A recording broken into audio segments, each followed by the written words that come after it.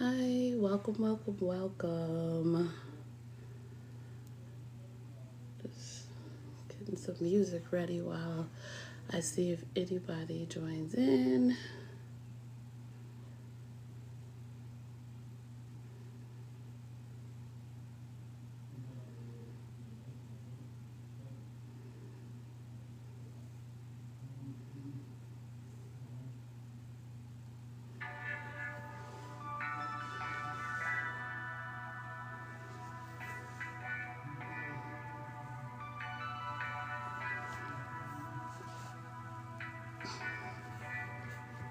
All right, so it's good to see you guys.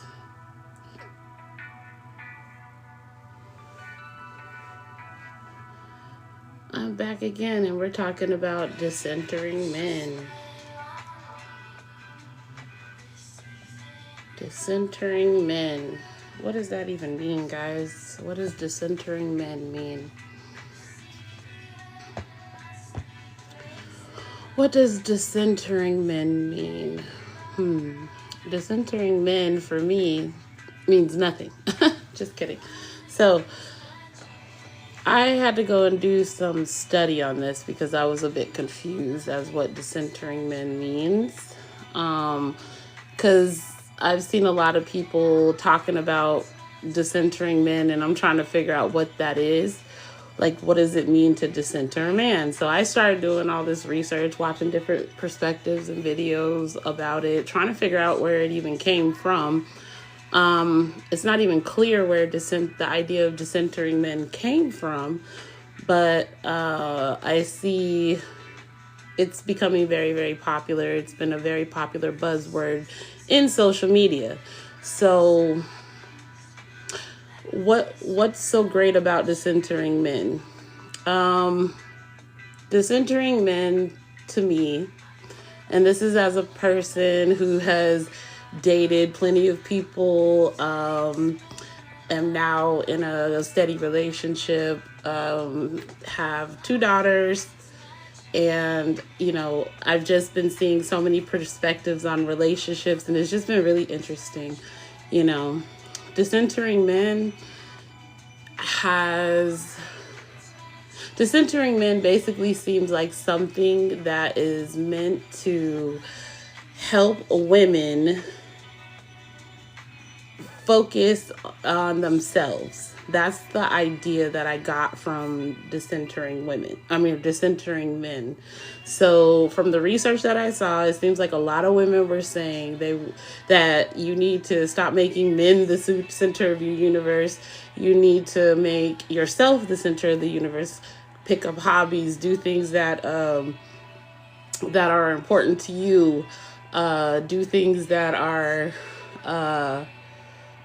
active for you. So decentering men is this whole idea of getting rid of the value of men in your life. Like, don't depend on them for anything. Don't, learn how to make yourself happy. You don't need a man to make you happy. That's the whole idea of decentering men that I got from the research that I did. And it was very interesting, I'll say that. I don't know if it was informative. I don't know if it was something that I saw would be the best idea. Like, you have this idea of taking men out of the center of the world for women. And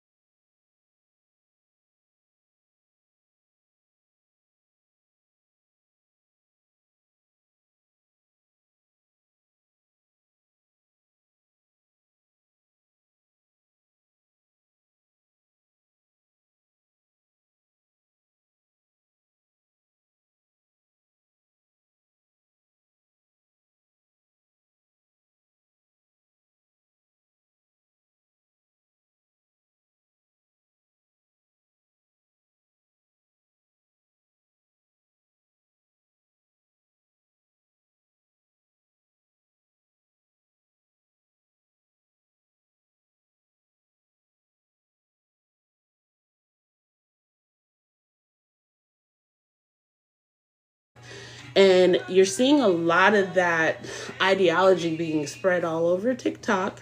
Is being spread all over TikTok. Lilith has gotten into so many women, it's not even funny. Like, Lilith has women thinking that they can break a man down with beauty, looks, sexuality. And it's like, it's always like, look at me, but you can't touch me. You can't have me. You can't do this. You can't do that. And when you really think about it, that energy is very like toxic, right? And it's bent on getting revenge on men. But if you look at it in whole, it's not equality with a man. It's a different kind of savage. It's the feminine way of being savage. That's what the Lilith energy is. That's what feminist energy is. It's the savagery of a woman to a man. But that's not equal grounds, okay? It's still a woman using her femininity in a way to teach men a lesson. I don't agree with it. I don't like it, but that is what I'm seeing a lot of on the internet. That's what the whole ideology of this decentering men, that's what it's under. Decentering men is under Lilith energy. That's the whole point of it. It's the whole idea that you need to operate like a man because men don't care about you. So you don't need to care about them. And while you're not caring about them, you need to look your best, be everything that the man wants, and then completely ignore him, act like he's not important, act like, let him know he can never have you. That's what the whole energy behind decentering men is. And it's not productive, ladies. This decentering men, not productive. All it's doing is making you hard. It's making you bitter. It's making you shift your goals as a woman. So now women are talking about they don't want children. They don't want to get married. They think it's all like evil and it's a hassle. They're spreading this ideology to the youth and to themselves that it's better not to have a man because men are just so hurtful and mean and they're horrible. And you need to protect yourself by just getting rid of all men and erasing them from the picture. That's essentially what they're doing. And when you really think about it, when you dig deep into that, how do you guys call yourselves manifestors? How do you guys call yourself, how is that empowering? How is making men, decentering men, empowering? Exactly. I would love someone to tell me in the chat, how is decentering men empowering? How is it empowering? How is decentering men empowering? Anybody in the chat, anybody in here can tell me how decentering men is empowering. I just have to know. Can anyone tell me how is decentering men empowering? How? Nobody. Okay. Decentering men isn't powerful because you're basically making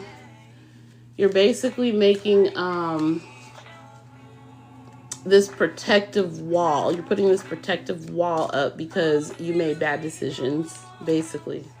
That's what decentering men is. Decentering men is saying, men, I had horrible relationships. I had so many bad things happen to me. I called him first. He didn't call me back. I wanted to interact with this man, but he just blew me off. He treated me like crap. He was dating other women. He's sleeping with other women. He didn't take me serious. So now I'm done. I'm done with men. I'm decentering them. That's what the whole idea of decentering men has kind of developed into. And when you think about it, it's like you created your own rules to protect yourself. You created your own rules to protect yourself. And there's this book our grandparents back in the day when they used to date, and even my parents, I listened to the story of how my parents met. So my parents met in Hawaii, okay? My parents met in Hawaii. My dad was in the military at the time. My mom, her father was in the military, and they both were stationed in Hawaii, okay? And, that had to be great because my mom was like, I think 17 when they moved there, 17 or 18 years old. I believe she was 18. I know she was 18 when she met my dad, but I'm not sure exactly when they moved there. But anyway, they were in Hawaii and they met and they started dating. And so just hearing their stories of how they dated, it was so cute, because they just, they just operated in their masculinity and their femininity. My dad used to pay for all their dates. My dad actually didn't have a car because he lived on the military base. And my mom had a car, so my mom would drive everywhere, and my dad would pay for the gas, he would pay for the dinner, he would take her out all the time, and she loved it. Of course, they have their little stories of how they ended up meeting in like a country club. So like apparently it was country club night, and obviously my parents are black, and they weren't into country like that, but they just happened to go to the club on base that night, and country music was playing, and they were the only two black people in there. So they ended up talking to each other, and then they were inseparable after that. So that's how they actually met in Hawaii. So after they did that, they went on this whirlwind relationship, and they just had a great time. They were so cute. So after they met in this club, they go on like several dates. As I said before, my mother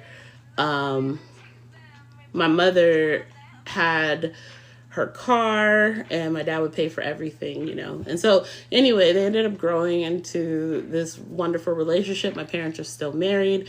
They've been married for, I'm 42, so 44 years now.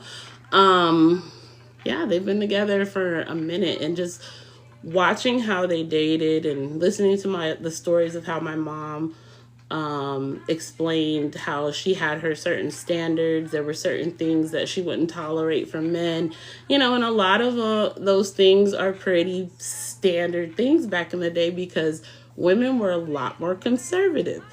Women back in the day, you weren't allowed to sleep around.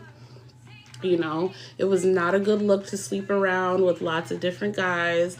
Dating was the focus. Like, a lot of people think that dating requires this requirement of having sex. And a lot of people think that having sex is like, you need to be able to test out the waters before you buy the cow. Like, you need to test the cow before you buy the cow.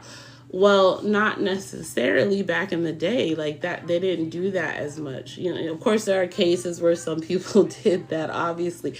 But a lot of women were able to get married and have husbands because that standard was set so high to not date, to not have sex before marriage, and if they did have sex before marriage, it was at least no sex unless you were in a committed relationship, So that was definitely a requirement. But now people feel like they need to just, like, sex is a demand and a requirement. If it's not a major part of the relationship, then what's the point? And this is causing people to get in these relationships and end up getting hurt because a lot of times for men, their goal is to have sex, And so when that standard of you can't have any unless you have some form of commitment is there, men tend to adhere if all the women are on the same page. The problem is all the women are no longer on the same page. Some people feel like it's okay to have sex whenever you want to and however you want to. Other people are conservative. And so those who are being more conservative are having a hard time finding a man because there's just so much free sex out here. Like how could you? So now women are trying to protect themselves, right? Women are trying to protect themselves, and they're protecting themselves with this, They're trying to protect themselves with this, and like, you can't really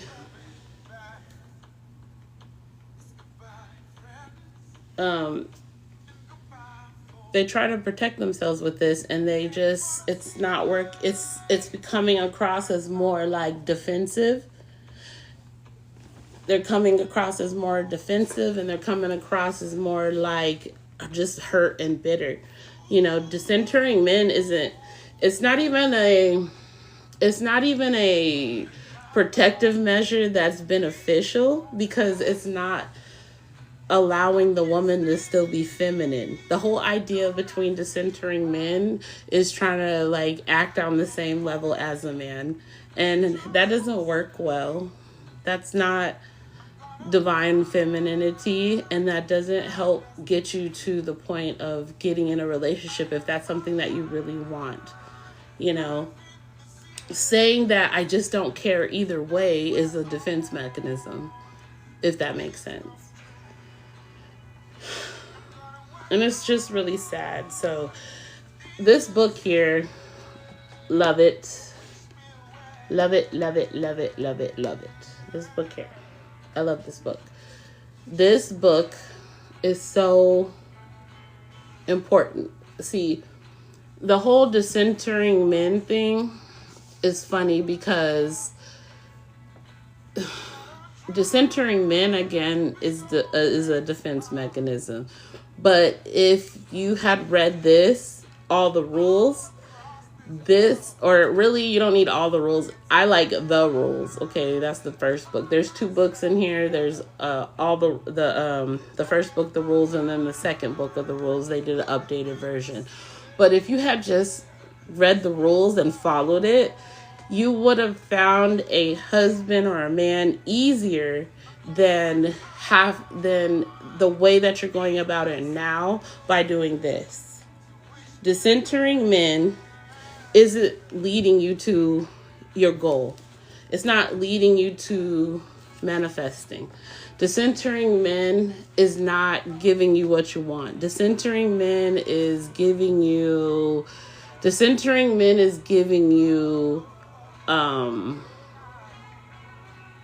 it's given defensive mechanism. Like I don't understand how the idea of acting like a man is supposed to help you in your goal of getting a relationship if that's what you really want. And then trying to brainwash yourself to say, I don't want a man. I don't need a man. Like, what? Like, it's not beneficial to sit here and try to convince yourself that you don't need a man. Like, decentering men is weird to me, okay? It's not. It's this whole feminist ideology, and so many people follow women who spread this ideology, and I think it's so crazy. So many women follow people who spread this ideology across TikTok and all over the internet, and it's very dangerous. It's very, very dangerous, you know.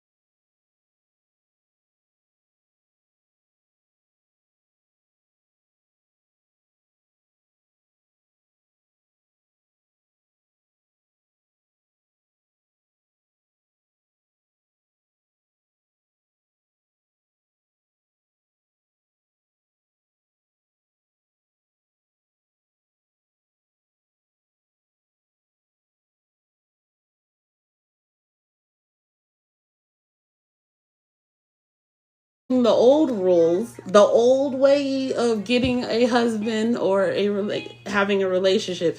You chose the idea of decentering men to protect yourself instead of just learning how to actually get what it is you want.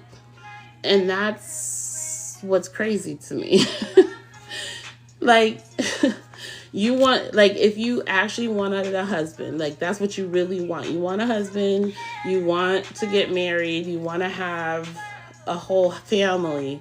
But because you had a hard time doing that, you instead choose to do this, decentering men, instead of learning how to get what it is you want, instead of finding a coach to help you, or instead of reading self-help books to help you, instead of asking God to help you, instead of praying to help you. Like, you went every other way except you went every other route except actually trying to advocate for yourself.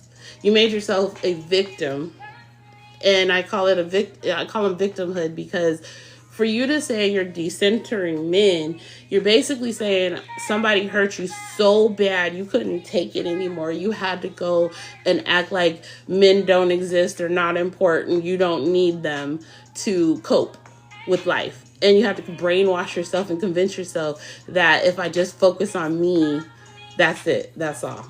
You know? That's not empowering. It's not empowering. It's not. It's dangerous. It's unhealthy. You know, it's very unhealthy to have that ideology of thinking a man is not important. To think that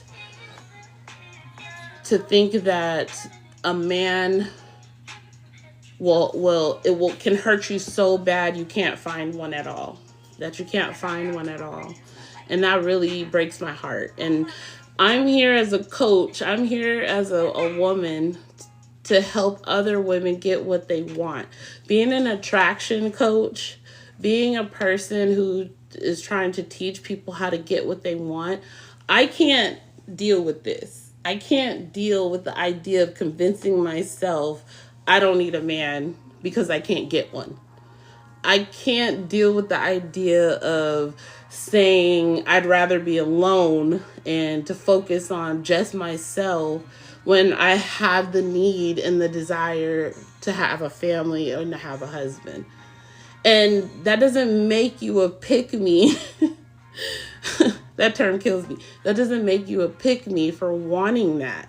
And to sit around online and see video after video of people telling you that you are a pick-me because you actually want a husband or you actually want children.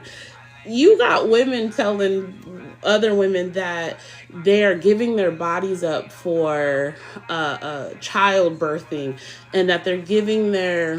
You got women telling other women that they're a slave to men, that them raising children and raising a husband, as they like to say, is pick me material, is it's they like make it sound horrible, and it's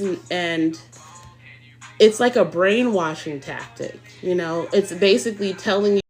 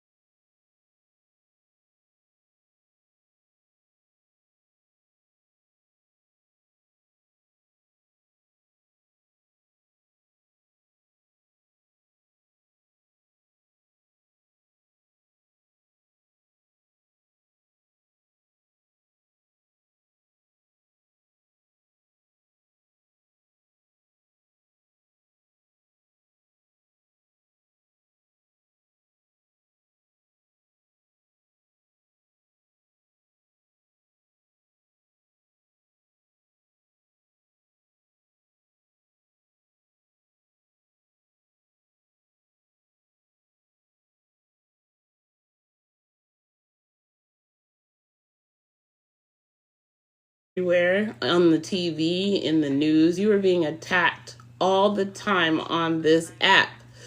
You're you're being attacked by occultists that are telling you that you're always in danger. You're always being attacked by people who want you to think that you have no power, that you're hopeless, that you can't change. So because you can't change, you have to protect yourself from those people around you. That's what you're being told every day on this app. Every time they're selling you all this negativity and scarcity and fear, they're telling you you have no power. You need them to help you. You need them to protect you. That's what they feed you every day on this app. Every day they tell you this. Every day they are saying that we humans are weak, we're feeble-minded, we're scary, we're unable to help ourselves and protect ourselves. Like it's insane. It's insane to feed young girls the idea that they need to decenter men. To tell women they need to decenter men is just, it's too much. It's too much. Why would young girls need to decenter men? Why would young girls need to decenter men? They don't. They don't need to decenter men. They need to follow the rules. They don't need to decenter men. They need to follow the rules. That's how you get what you want. You find out, like, if you want something, you find out how you get it. You don't tell yourselves you can't get it. Like, that's not empowering. You don't tell yourself you can't get something. You figure out how you get it. And you saying you need a dissenter men is telling yourself you can't get a man. It's telling you you don't need one. That's crazy. That's not spiritually sound. That's lack of faith. That's lack of ability to, that's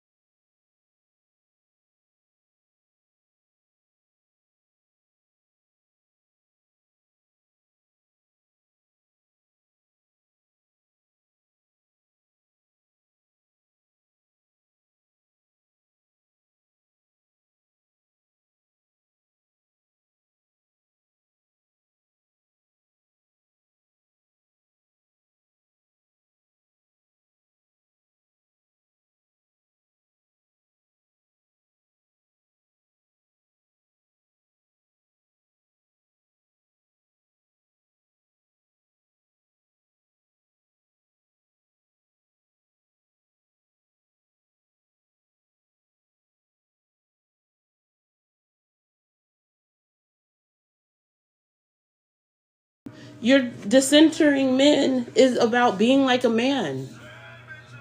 Like, how is that helping the world? How is that helping you as a person? Decentering men is limiting belief, and it's negative. It's negative. It's I just don't even know what to do anymore. Like, to continuously see this negativity they push on this app, it breaks my heart. It really does. It breaks my heart, and it frustrates me so bad. Because you guys are just sitting here eating this stuff up. You eat it up. You guys sit here and you just want to talk about, like, women just want this and men just want that. You guys don't even try to figure out how to relate to each other anymore because of videos that you watch all day. And because they have these algorithms where as soon as you like one video, they go and they repeat sending videos like that because the algorithm suddenly thinks you like that kind of content. Like, I just did a bunch of research on this decentering thing. I'm sitting here looking at a couple videos, and now I scroll my For You page and there's a bunch of videos talking about this. And I want to see that. I don't like that. I just wanted to understand what it was. It didn't mean I wanted to see tons of videos about decentering men, because I don't like that. Decentering men, that ideology disturbs my spirit. And it should disturb your spirit. How you call yourself a spiritual person and you talking about decentering men? You're not spiritual. You're not spiritual if you're talking that crap. You're not. You're not spiritual if you're talking about decentering men, if you're telling young girls to hate men. If you're telling anybody to hate anybody, you're not spiritual. Period. The reason why y'all sit around here and feel so empty all the time is you love turning yourselves into victims. You love turning yourself into a person who is lost. And you feel like it's empowering to be mean and vengeful. Vengeance don't ever turn out well. Vengeance leads to death. Have you not watched V for Vendetta? Have you not watched them? Oh, vengeance leads to death. Okay? And dabbling in dark energy does too. Dabbling in dark energy leads to death. You know why? Because it consumes you. It doesn't leave room for love. Once you get consumed with darkness, that's where you reside. You stay there. That's what happens. That's why people don't encourage you to fight darkness with darkness. They say fight it with light. You have to fight it with the opposite, because if you do not fight with the opposite, you get consumed. You get consumed. Yeah. You get consumed by darkness when you fight with darkness. That's why you always see all those vengeance movies. They always end up in death. And women right now are positioning themselves to fight with vengeance. They want to fight darkness with darkness. You want to combat men with darkness. That's not going to go well for you. Fighting men with darkness on their turf, you think you're going to win. You think you're going to win? You're not. You're not going to win. You'll take a couple out the game, but overall, darkness is going to win. That's who's going to win. Darkness. Because you saying I'm going to decenter men is Lilith energy. And all Lilith is going to do is cause you to be a little seductress and let you be evil towards men and hurt men. And one day you're going to meet that man who isn't happy about what you did, and it can turn bad. It can turn south. It won't end well. Because where does vengeance lead? Watch any vengeance movie. Tell me where they end up in the end. Is it usually a happy ending? No, it's not. So fighting men with darkness, because this is darkness. This is darkness. Decentering men, convincing yourself you'd rather be alone, convincing yourself that all men hate you, that's darkness. It's not wise. It's not empowering. It shouldn't be spread to young girls. That ideology needs to be cut off. Done. There are other ways to get what you want. There are other ways to get what you want. Decentering men and saying, I don't ever want to get married. I don't ever want a man to hurt me again. I don't ever want to have to cater to a man. This, that, and the other is not going to save you from getting hurt. Because now you're just turning around and you're hurting yourself in another way. You're convincing yourself, one, that you don't need anybody but yourself. You're putting a bunch of hate in your heart. You're filling it with darkness. You're filling it in a space that isn't going to empower you to heal, to grow, to become the person you need to be, to live the life you actually want to live. You're filling your heart with darkness.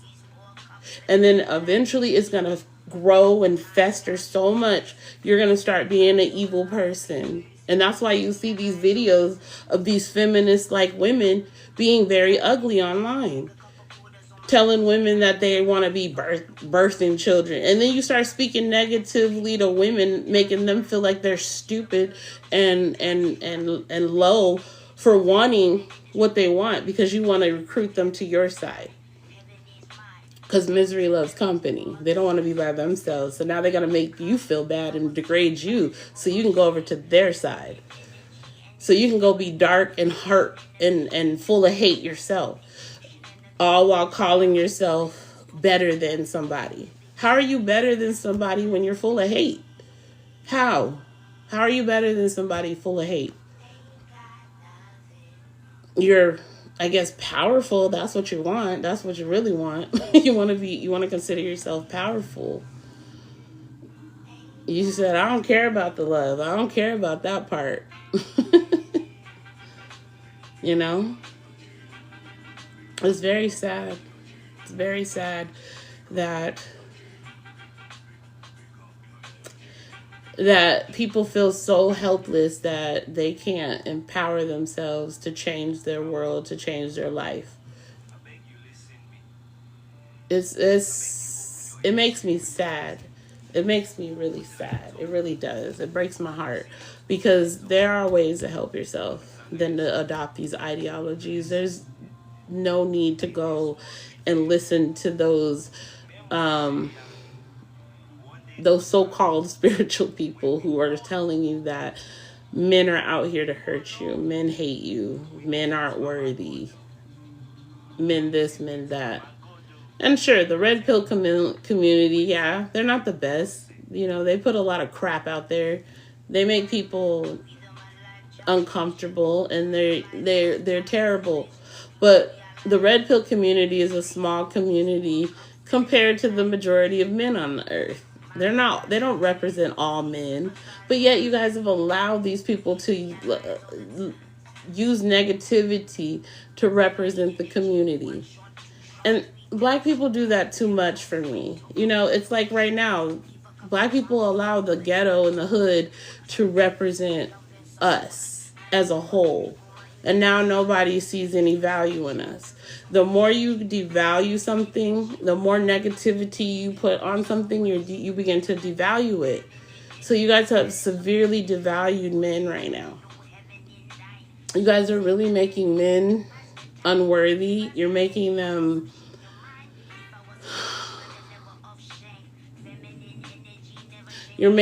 worthless to you. And as empowering as you think that is, it's not. All it is you teaching yourself to have hate in your heart, and you're going to consume that hate on such a level that you're going to destroy yourself from within. That hate is going to fester. I'm telling you. I've seen it.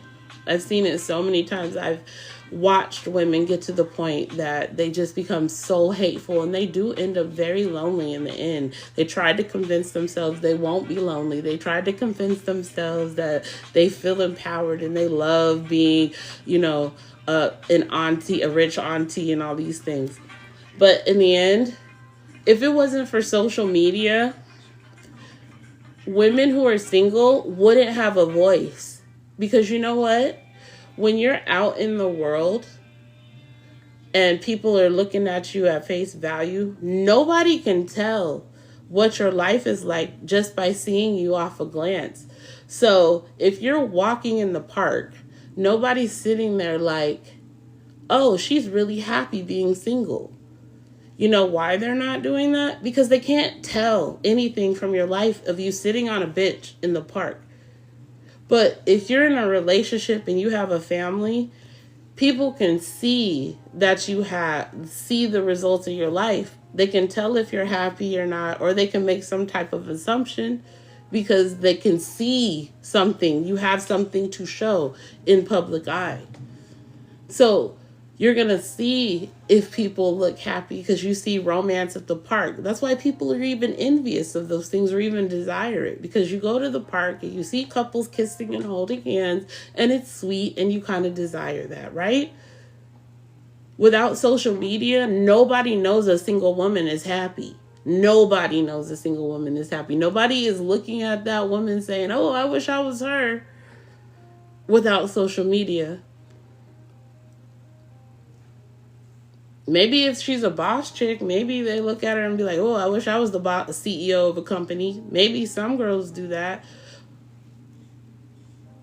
But if your desire is to have a family, if your desire is to get married, I guarantee you're not looking at a boss woman going, oh, I wish I had her life.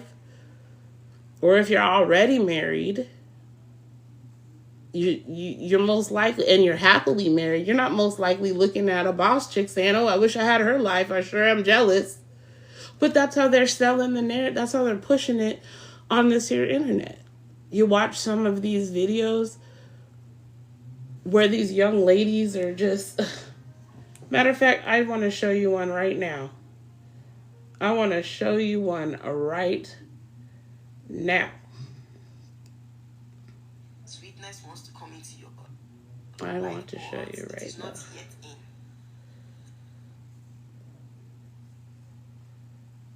yet in. Let's see. I'm going to show it to you because it's just too much. Oh, where'd it go?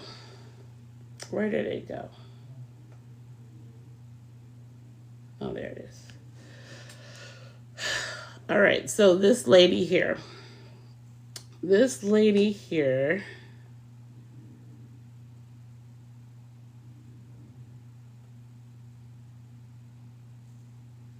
Cancel.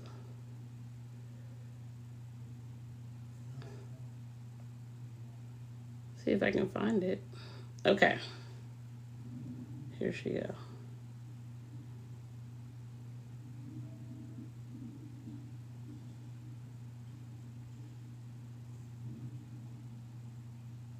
Okay. So she has so many. It's like... The main people who hate kids, in my opinion, are the fathers. And they show that by walking out on their kids or abusing them, and that abuse could be physically, sexually, emotionally, mentally, spiritually, right? So one of the things that I hate about, as a child-free woman, telling people that I'm child-free, and many of us have gotten this complaint or these accusations, is that we hate children. You said false. I think it's weird and creepy to hate kids for no reason. Oh, let me pause it. You said false readings and stuff got people tripping for real. I mean, yeah, it does. But I don't just blame false reading. It's the videos like this that, for me, have people tripping, because listening to girls like this is just nuts. It's nuts because she'll sit here and she'll say certain things and it's like, why do you even think like that? It's very horrible.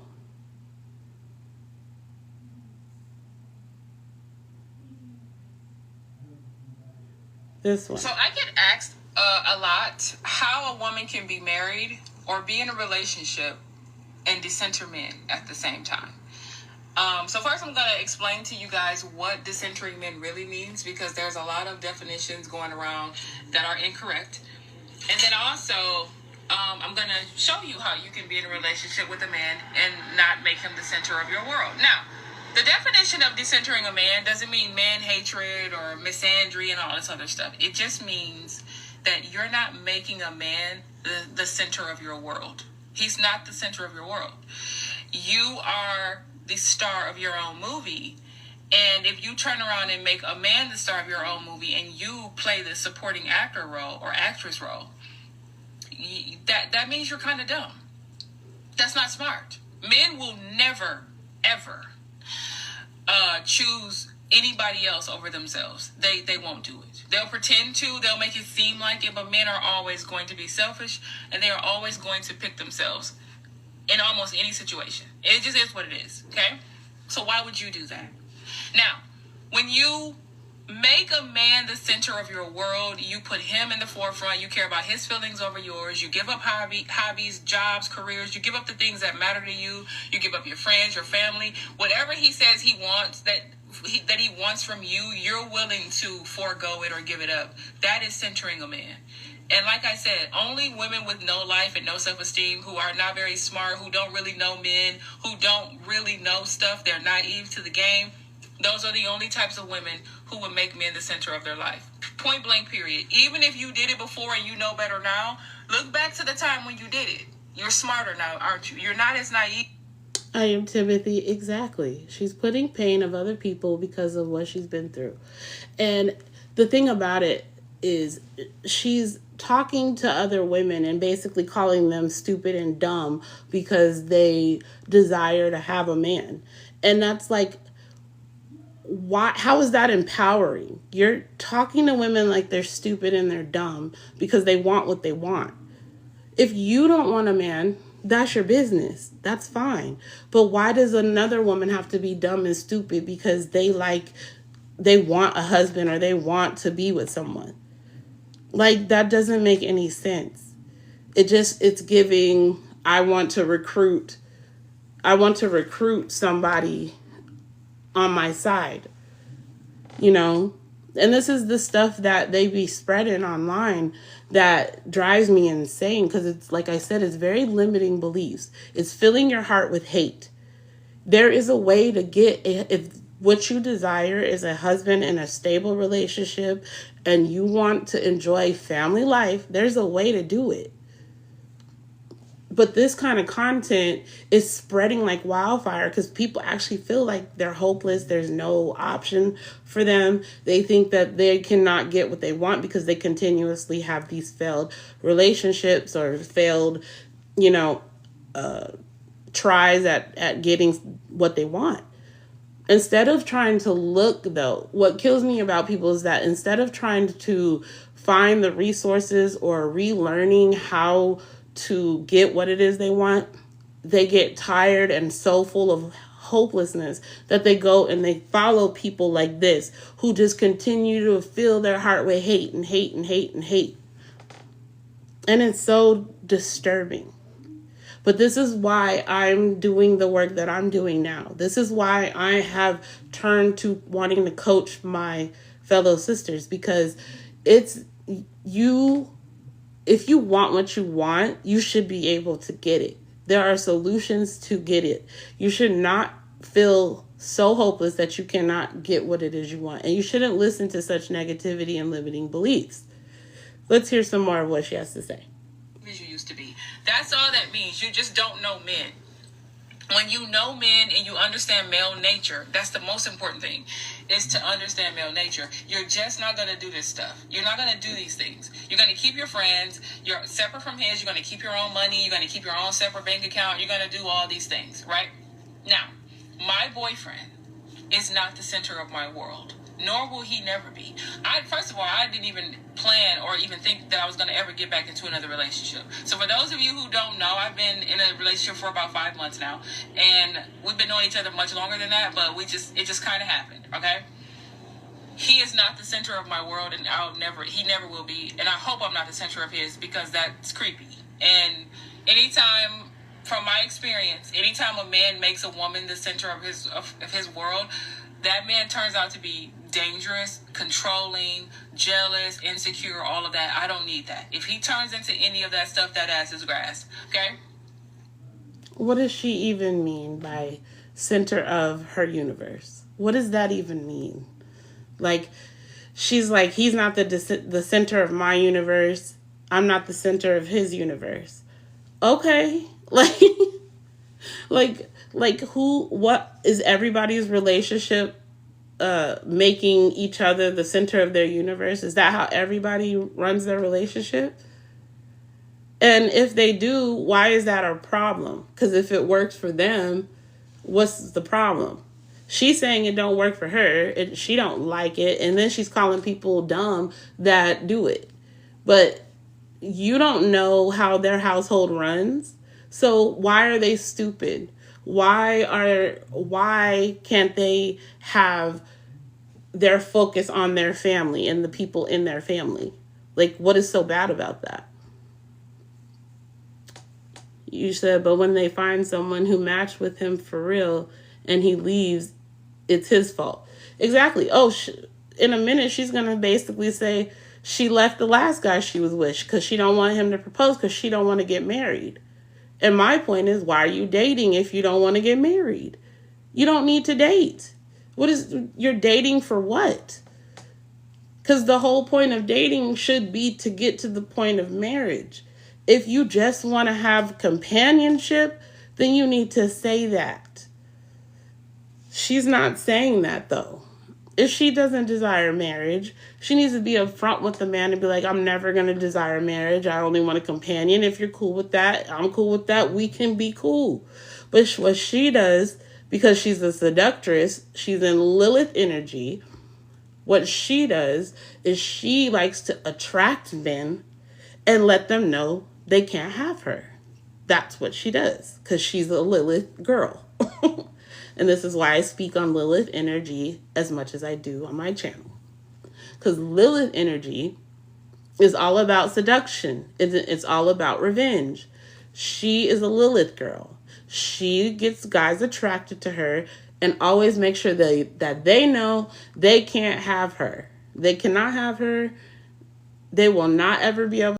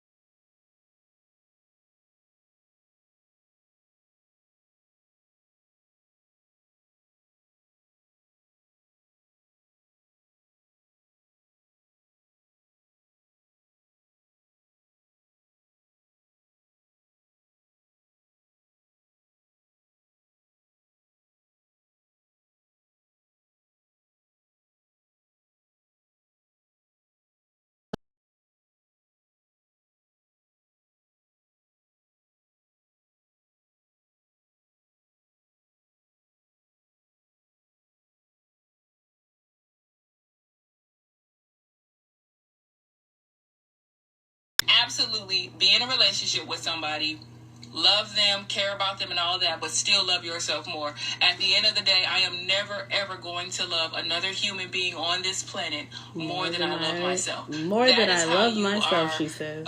Able to be in a relationship. No. And still enter your man.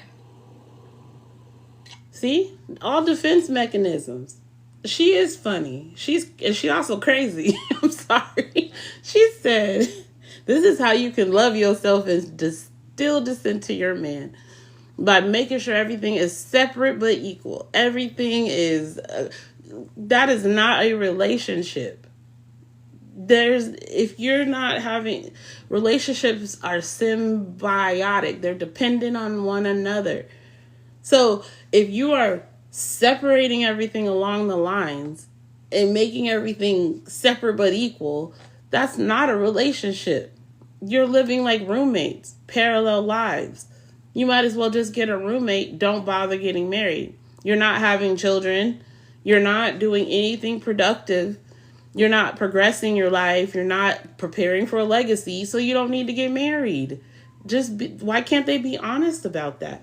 I honestly do not think marriage needs to be talked about if you have this mindset. It shouldn't even be an option for you. You don't like marriage. So why are you trying to talk about it in any way, form, or fashion? Thank you, I am Timothy. I don't understand how this conversation even turns up. If you have her mindset, there's no way that you could be trying to get married. You shouldn't even be discussing marriage. You know nothing about it.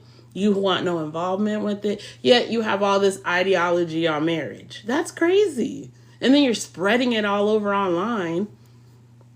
What? How is this being shared to young kids? How is this being shared to young girls at that? So you have these... Look, I work... So my last job, I work in medical research, so pharmaceutical research, right? And we got stationed, so I was doing some traveling at this time, and we were in Massachusetts, okay? And I actually ended up on Martha's Vineyard, which was interesting. But anyway, while we were there, they put us up in these Airbnbs, right? Really nice, obviously, very gorgeous. But we were kind of living like it was a reality TV show, because there was just a bunch of women. They had a house for the women, a house for the men.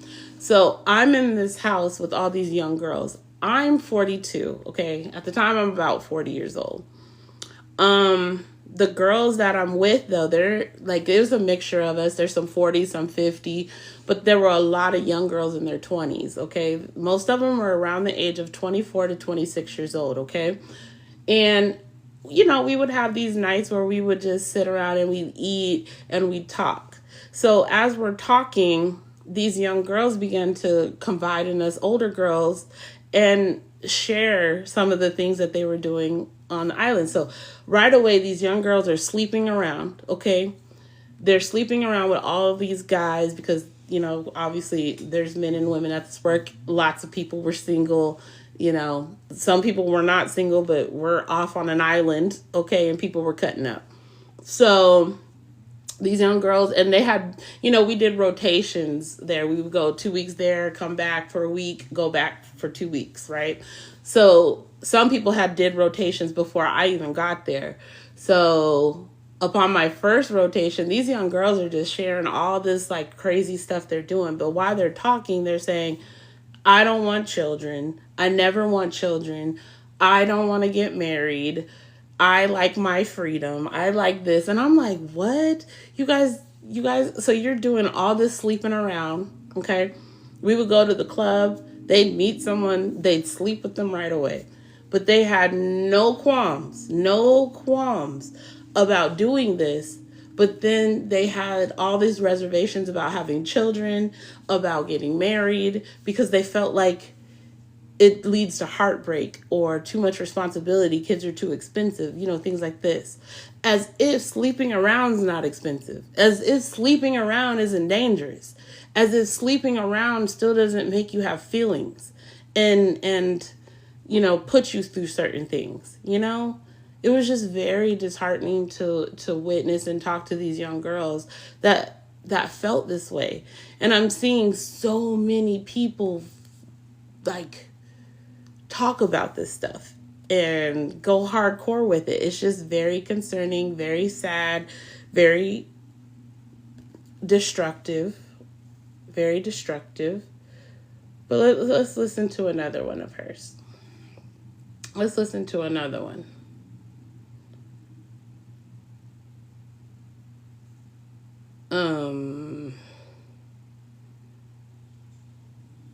This one. So this is just to my child-free girlies, right? How many of you guys notice a difference when your best friend or one of your close relatives or someone announces that they're pregnant, and you want to be happy for them, but you kind of know that the relationship, the friendship is pretty much about to go downhill. And so do you bail first, or do you just let them bail? Because in most cases, there are exceptions to this rule, obviously. But in most cases, with most child-free women, we notice that the friendship pretty much dies after they have kids, because they have to go be a mommy. They have to be a mommy and stuff, and they have to do the mommy thing. And now all of a sudden you really don't want to invite them places, because every time you've ever invited them, they always said they couldn't do it, either because they never had any money, or they didn't find a babysitter, or something like that. And it just slowly just died down after a while. And it happened to several of your friends over the years or whatever. And so you just kind of come to accept the fact that a lot of the times, not all the times, but most of the time, for most child-free women, you notice that it just starts to die down. The second part to this, they just started loading my truck just now. The second part to this is, do you back off? Do you dip? Or do you allow them to dip? Because deep down, you know that you are not the village. Now, I want you to think about that for a second, right? And when I say you're not the village, I mean, you ain't finna be babysitting. Like, you know that you got your own life, you got a job, you got the careers, you got hobbies, you got things you're doing. She's funny.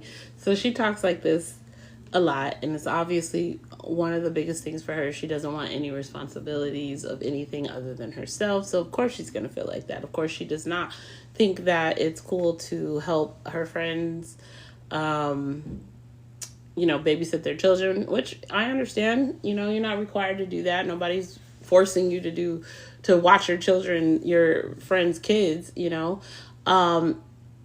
but eventually she gets to the point of making it sound like being like her friends are stupid because they didn't decenter men. And it's like, so they're stupid because they didn't decenter men? No, that's not where your friends messed up. Your friends messed up because they didn't try to get married first and have children. Instead, they did things a different way and it didn't go well for them. You're making it sound like because they didn't decenter men that they were stupid and they ended up pregnant and now they are, assed out. And that's not the same thing. I get, I don't want young women going out here getting pregnant and becoming single moms either. I am a single mother and I know how hard it is. I know how hard it was for me. My kids are pretty much grown now, so it's not as much of a burden for me anymore. But when I was in it, it was thick. It was not fun for me. I did not enjoy that. So, I speak on this because one, it's been my experience, but for her, she doesn't want any kids because she doesn't want to end up in a situation where she is burdened by the responsibility of children or becoming a single mom. But she feels like if she were to get married, she could potentially still be a single mother. And that's what's weird to me. Like, why does she have such horrible opinions on marriage?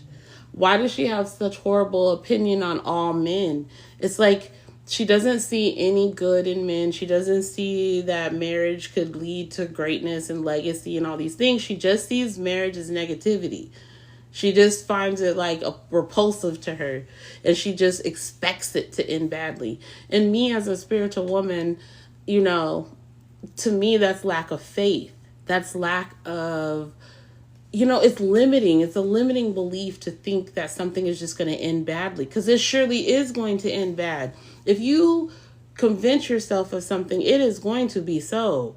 And to hear the way she talks, she has convinced herself that all marriage will end bad, so she avoids it like the plague. Yeah, it's gonna end bad. You expect it to be bad. It will be bad. It will be terrible for you. So this idea of decentering men is weird to me. It's very toxic, and it's such a limiting belief. Decentering men's not empowering.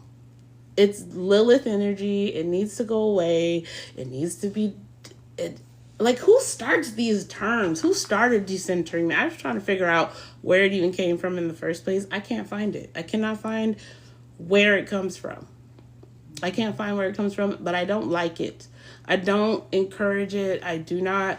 I wish that it wouldn't get so much airtime, but it does. It gets a lot of airtime because so many girls, young women, and women my age are becoming so feminist. And what upsets me is that people my age are the main ones pushing it. So you are literally trying to hurt the young girlies with this ideology.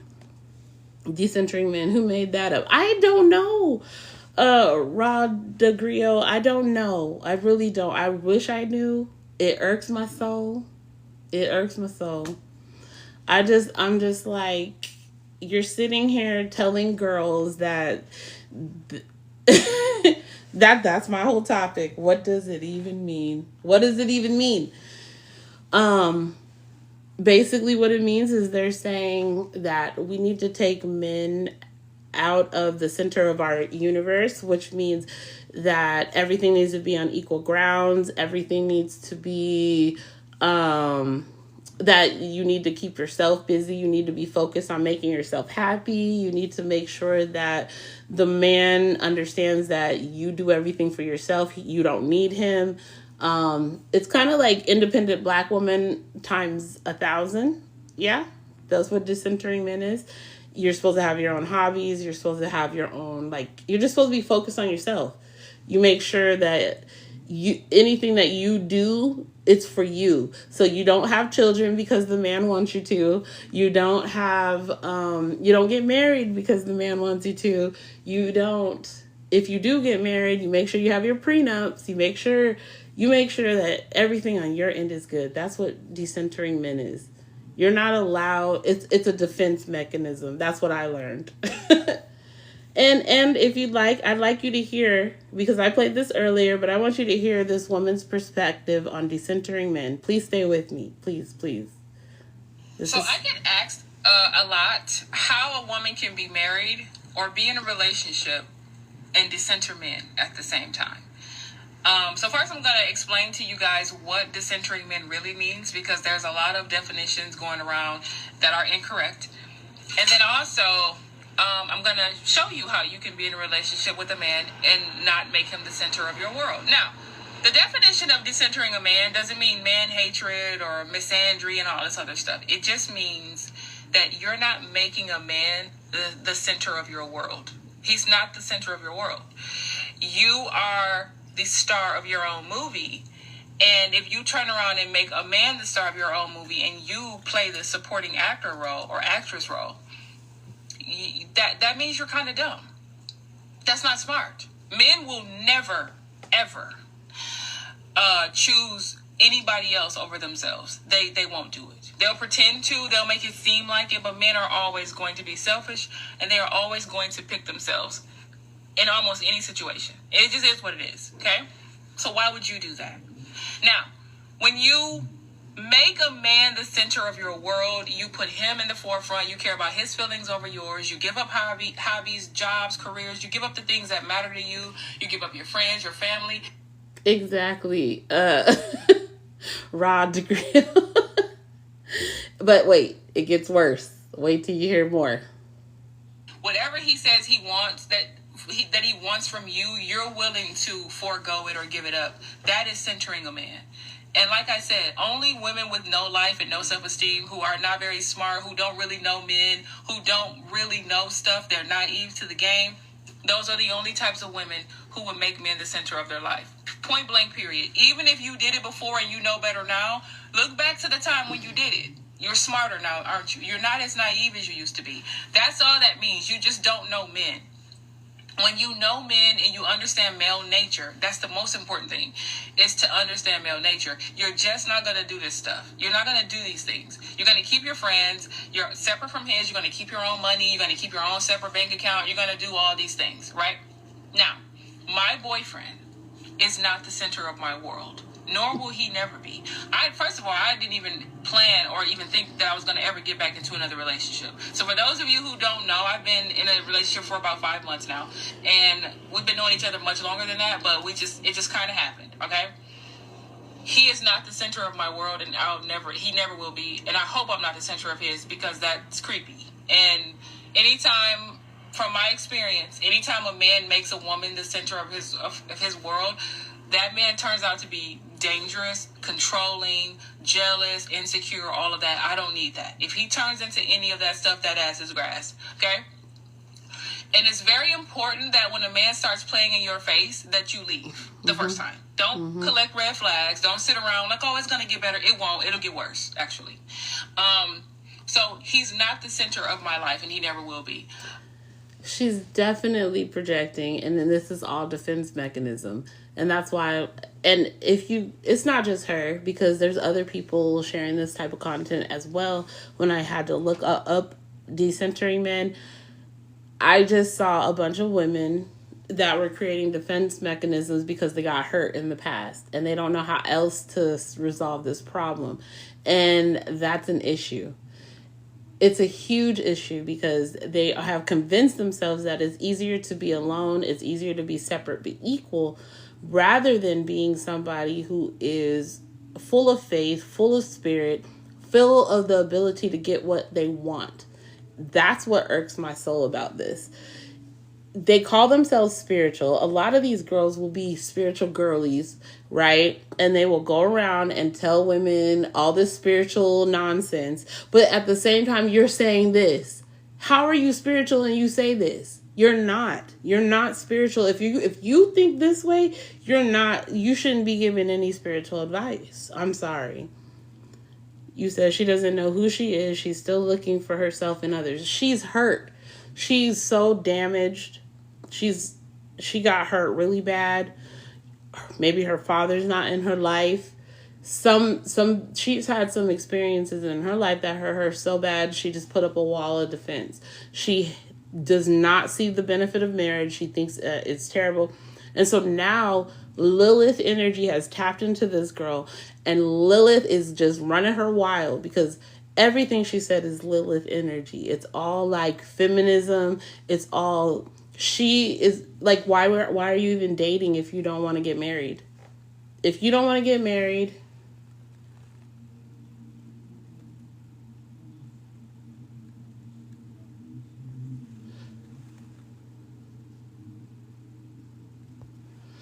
if you don't want to get married, you should not be, sorry, I had some little note popped up.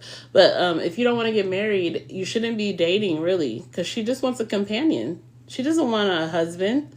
She doesn't want children. So, like, what are you doing? Because having sex possibly creates children. You have to make sure you're on birth control, which isn't good for your body, which isn't good for your spirit anyway. But I guess you can use those options if you want to, and she does, I guess, choose to do that. But she's willing to go get abortions, I'm sure she's an advocate for abortions because she doesn't want children. So in my book, instead of doing abortions and being allowed to do abortions, you should be able to, let me see.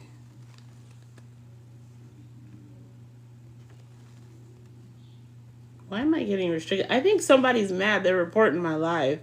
They're upset at me because I'm saying, I got two restrictions, and I'm like, what did I do?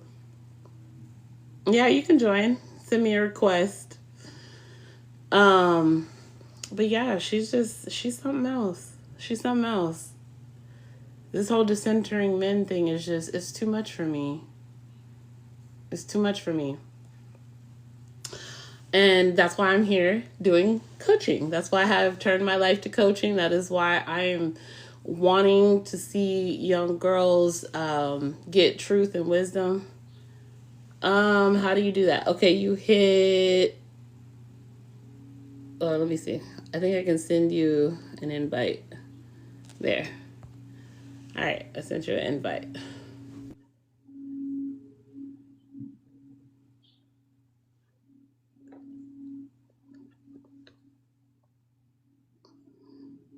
I can't believe they reported my live. Y'all are mad at me for saying don't dissenter women. That's so crazy. You shouldn't be dissenter.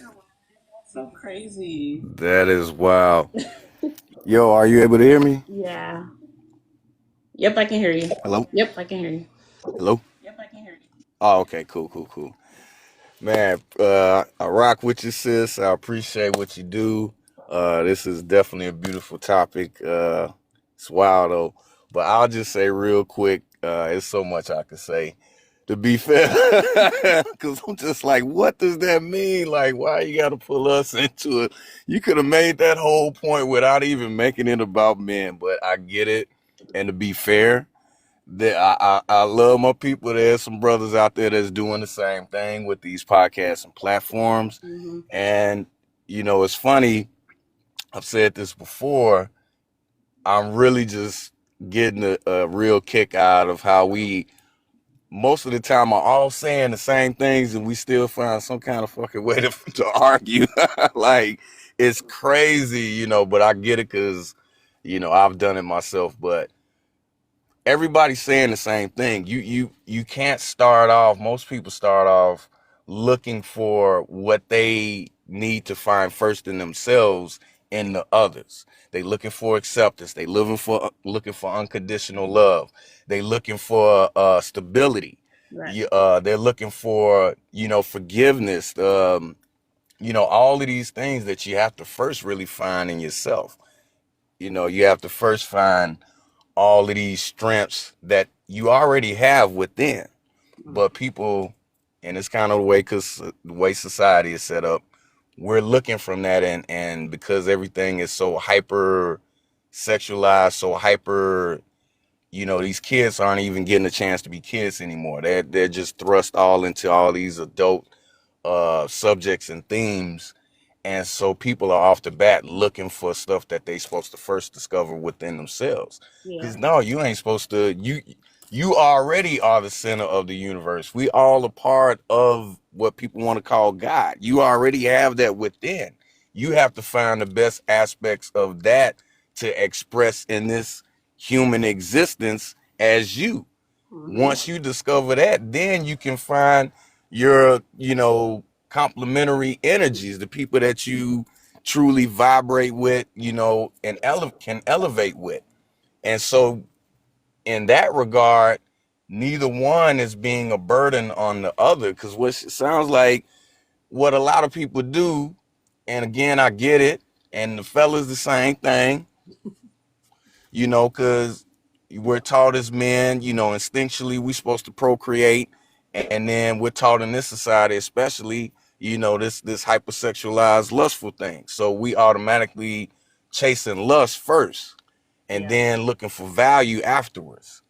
And then many of these values that we have not found in ourselves, or if we're lucky, we may have had an example of that through our parents. But again, some of us come from broken homes, but and that makes things difficult. But even if you don't, if you have both parents, you still have to find these core things within yourself before you can really find it, from someone else, gel with it with someone else. Yeah. So a lot of times we get with females, same shit, you know what I'm saying? We saying the same thing. That's the trip. That is the trip. Brothers will get with a female, and most everybody, I'll say, I'll make a few exceptions to the rule, but most everybody, you know them signs. We just choose to ignore them. You Yeah. know that ain't really that. You don't feel that click that I can't put it into words, but we know what it is, and you didn't feel that with that person. Yeah. But you still just pursued it. Like, hey, this can work. We have things in common, but not necessarily really a complement to one another or truly compatible. As the biblical people say, not of the same yoke. Yeah. So and then we go from there, and it's kind of like a puzzle piece. You're trying to force this piece into a hole into a slot that it's not supposed to fit in. Y'all don't fit together like that. Yeah. And I Well, get this it, part that's why we get like this. What's killing me about this whole situation of this decentering, because obviously this is a new term. I'm still trying to figure out where it came from, but it's something that we right? created and it went viral. And now everybody's talking about decentering men. But for me, it's like this the reason this decentering men is even coming up is because women are not holding themselves accountable for their actions, and they got hurt Mm-hmm. in relationships, and then they're blaming the men, and so now they've turned this decentering men, which is a defense mechanism to protect Mm-hmm. themselves. But it's like if you had just did what you were supposed to do in the first place and chose correctly and followed the rules, you would Mm-hmm. not be in that situation in the first place. You would not be sitting here having to center men because you got hurt, because you're trying to protect yourself from something. You One hundred destruct percent agree. femininity so much, and we've focused so much on competing with men. Women can't even get a man anymore. That and they want one really bad. You can tell.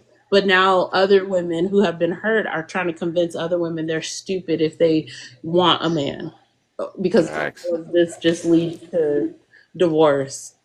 The video here, if we finish it, she says that everything ends in divorce or death. Those are your options. My And goodness. I was like, And that's kind of, I think that's where I jumped in at. And again, thank you for what you do and what you put out, because just that, I jumped in on the part where you were breaking down. Like, if you already have that in your mind, that's what's going to happen. exactly. And I love that, because, that's something I've truly taken to heart. Like, I tell people all the time, you wake up in the morning, you say it's going to be a bad day. Guess what? It's going to be a bad day. Exactly. No matter, and that doesn't mean it's gonna start out bad or crazy, but you've already spoke that into existence. So the So energy. it could be a great day starting off, but then something bad is gonna happen because you already said it's gonna be a bad day. On the other hand, you wake up and you just telling yourself, you thankful, you give thanks just to, be in this existence again, and you say that today is gonna be a great day. Yeah. Guess what? Something about that day is going to be great, if not all of it. Something about that day is going to be great.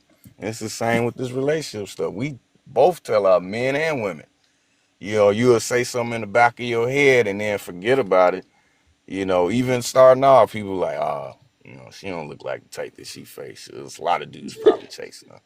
I know females will say like, yeah, they'll tell you straight up as you start talking, like, yeah, I bet you, I know you probably ain't faithful. I know you about a dog. And then it's like, it's and again, everybody needs to take accountability. So though, I'm not saying that it's okay to, but if you like telling the dude, automatically like, yeah, I know you gonna cheat on me. Why is it, not only why are you surprised, but why are you even mad or hurt when it happens? You said it was It's gonna gonna happen. happen. Like, Exactly. like that's one thing right there. Yeah, I'm sure I know I've seen you do stuff on this, and I look forward to more. But just on the power of word, what we speak, and Yeah. that's something I'm learning daily myself. So I know how challenging it can be. But yeah, just what we speak starting off, like you say, it's gonna end in divorce. Like, of course, baby, you just wrote your own ticket. Like, that's what exactly. And it's like, that's what you want. Like, then Exactly. why? I don't understand the anger or the hurtness, and I definitely don't understand like making up a term for us. Like, wow, we got enough. We got enough term for us.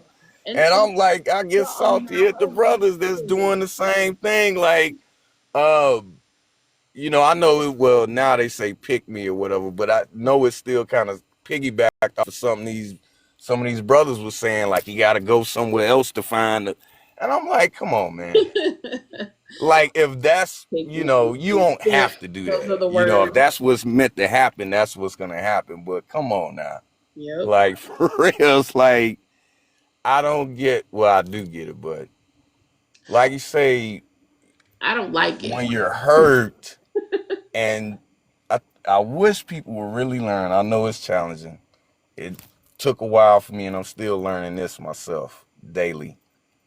But I really hope that everybody really understands the power of what we go through, and you don't have to, something that has hurt you, an experience that you went through that was painful or hurtful. You can acknowledge it, but you don't have to even look at that as something that was painful or hurtful. It was a lesson. Yeah. You know, it was, even if it was, and I get those situations to where, you feel like you put your life on track. Most of us, when we get out of a quote unquote bad relationship, however much time it was, whether it was weeks, months, or years, that's time that I wasted. I can't get back. Right. But even in that, you know, I wish people would just stop themselves and say it wasn't wasted.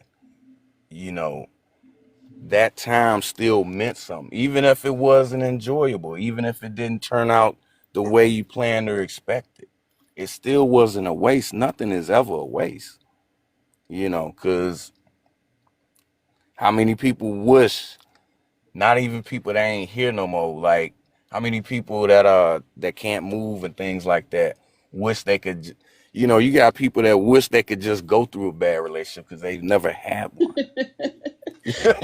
So it's like Oh, we can turn things around, and I hope we can do that without continuing to throw each other on the bus because everybody's saying the it's same stuff shit. like TikTok is just pushing this stuff. Like the amount of followers she has is crazy. Like people gravitate towards negativity so quickly, and I get it. People like drama, or it relates to how they feel in the moment. But for me, like I see all this conversation about spirituality, whether it's Christian people, regular like people in African spirituality or other spiritual beliefs. Everyone's trying to spread this message of being able to manifest and trusting God and having faith and doing this and doing that. But then they're listening to stuff like this. Like I just don't understand how people aren't putting two and two together that they are being this idea of freedom is not what it actually is. They're lying to you. They're giving you ideologies that are limiting. They make you a victim. They make you have limited beliefs. They make you lack faith, and it's destroying your spirit from within. And that's why I'm like Facts. hardcore coming here on this channel and trying to share my word. And they block it. They restrict it. People get mad. The demons in them get upset, and that's okay. That's okay because that's the work I came here to do. That's the work you're doing. But I don't see how so many people can follow this young lady and hear what she has to say and relate to it that much that they don't see that they are speaking against their own wants and wishes. You have limited yourself the minute you command and say that everything ends in divorce and no marriage. You're not going to get a successful relationship with that belief. Like, Super facts. yeah, Super like facts. and they're so quick to just run out here and follow these people because they're in an emotional an emotional state of mind at the moment. And I get you want people to relate to, but at the end of the day, every day you wake up, you're responsible to change your own life. You're responsible to help yourself. And if you need help, there are people here to help you. There are people here to advise you.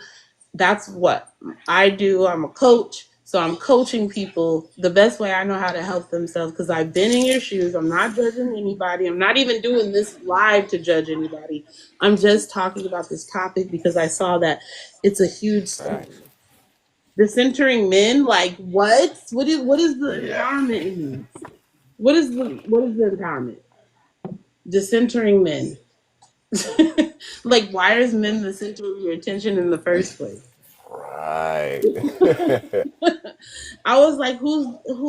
My parents have been married 44 years. They didn't they didn't center themselves like in the sense that they're making it sound like they centered their marriage. It's like center my Right. family, center our responsibilities. What are you talking about to center men? Because you had to cook for him? That's centering him? Right. Again, you're right. It's amazing, like the way that people can just like make up these new crazy terms, and then the attention it gets. Like I don't knock anybody, I try not to, but like I do see because the content creators that's putting stuff out like this, yeah, it's definitely gonna blow up because the algorithm is promoting this kind of stuff Yeah. because and it's yeah, negativity and divisiveness is, gossip drama is all enticing. But I had a little epiphany, like it's really repetition. Yeah. You know, not to flip subject, but I was even thinking about like with music and how, you know, quote unquote gangster rap was an extension of where hip hop was going, but it became the norm because the corporate structure pushed it over everything else, and it wasn't try to make it like the culture. That's what the culture we were craving.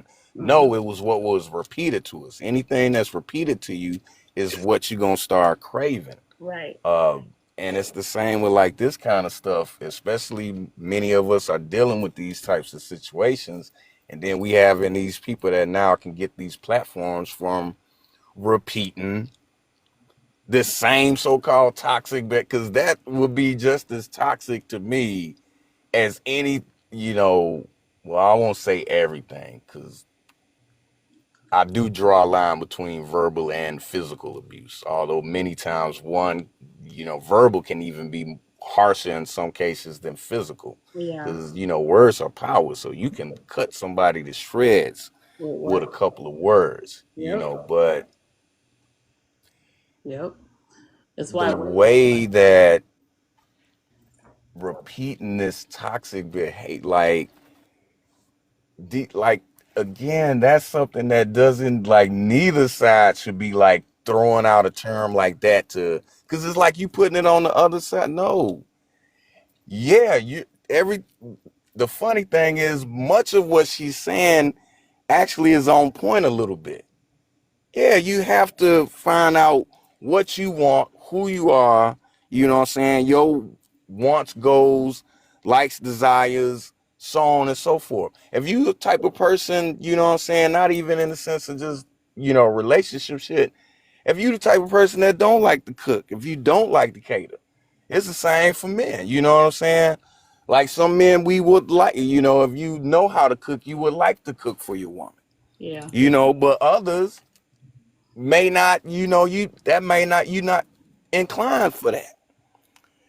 But you might be inclined for it in a different way. I don't know. I You know struggle. what I'm saying? Like I materialism can be bad, but depending on you have some, they shower with gifts, not trying that's their way of buying a person or do you reducing think them to do you think people material, but that's their love language. do you You think know, people focus too much everybody on has their the love language. though? Do you think people focus too much on the little things too much? Because me personally, like like think about how arranged marriages were back in the day.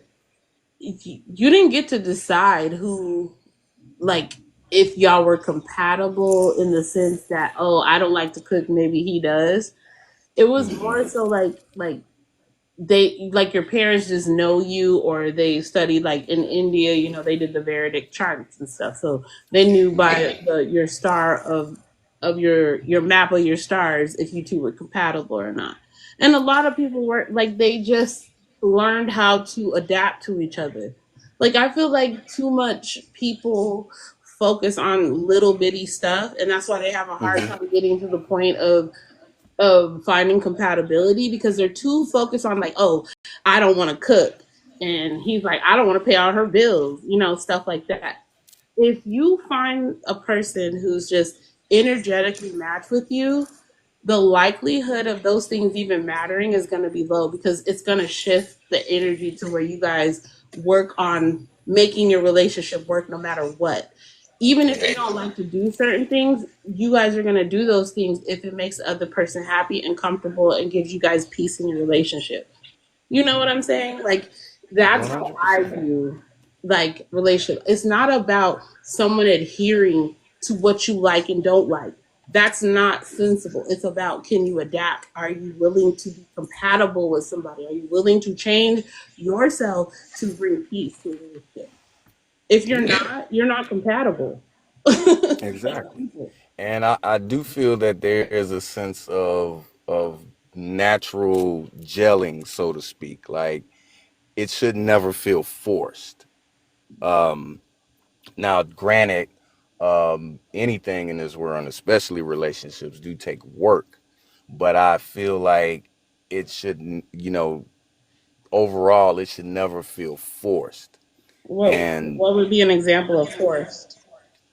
um, well, kind of, I guess the piggybacking off of what the young lady was saying, um, like a person that isn't like you may have one or both parties that could be focused on like career and building things like that.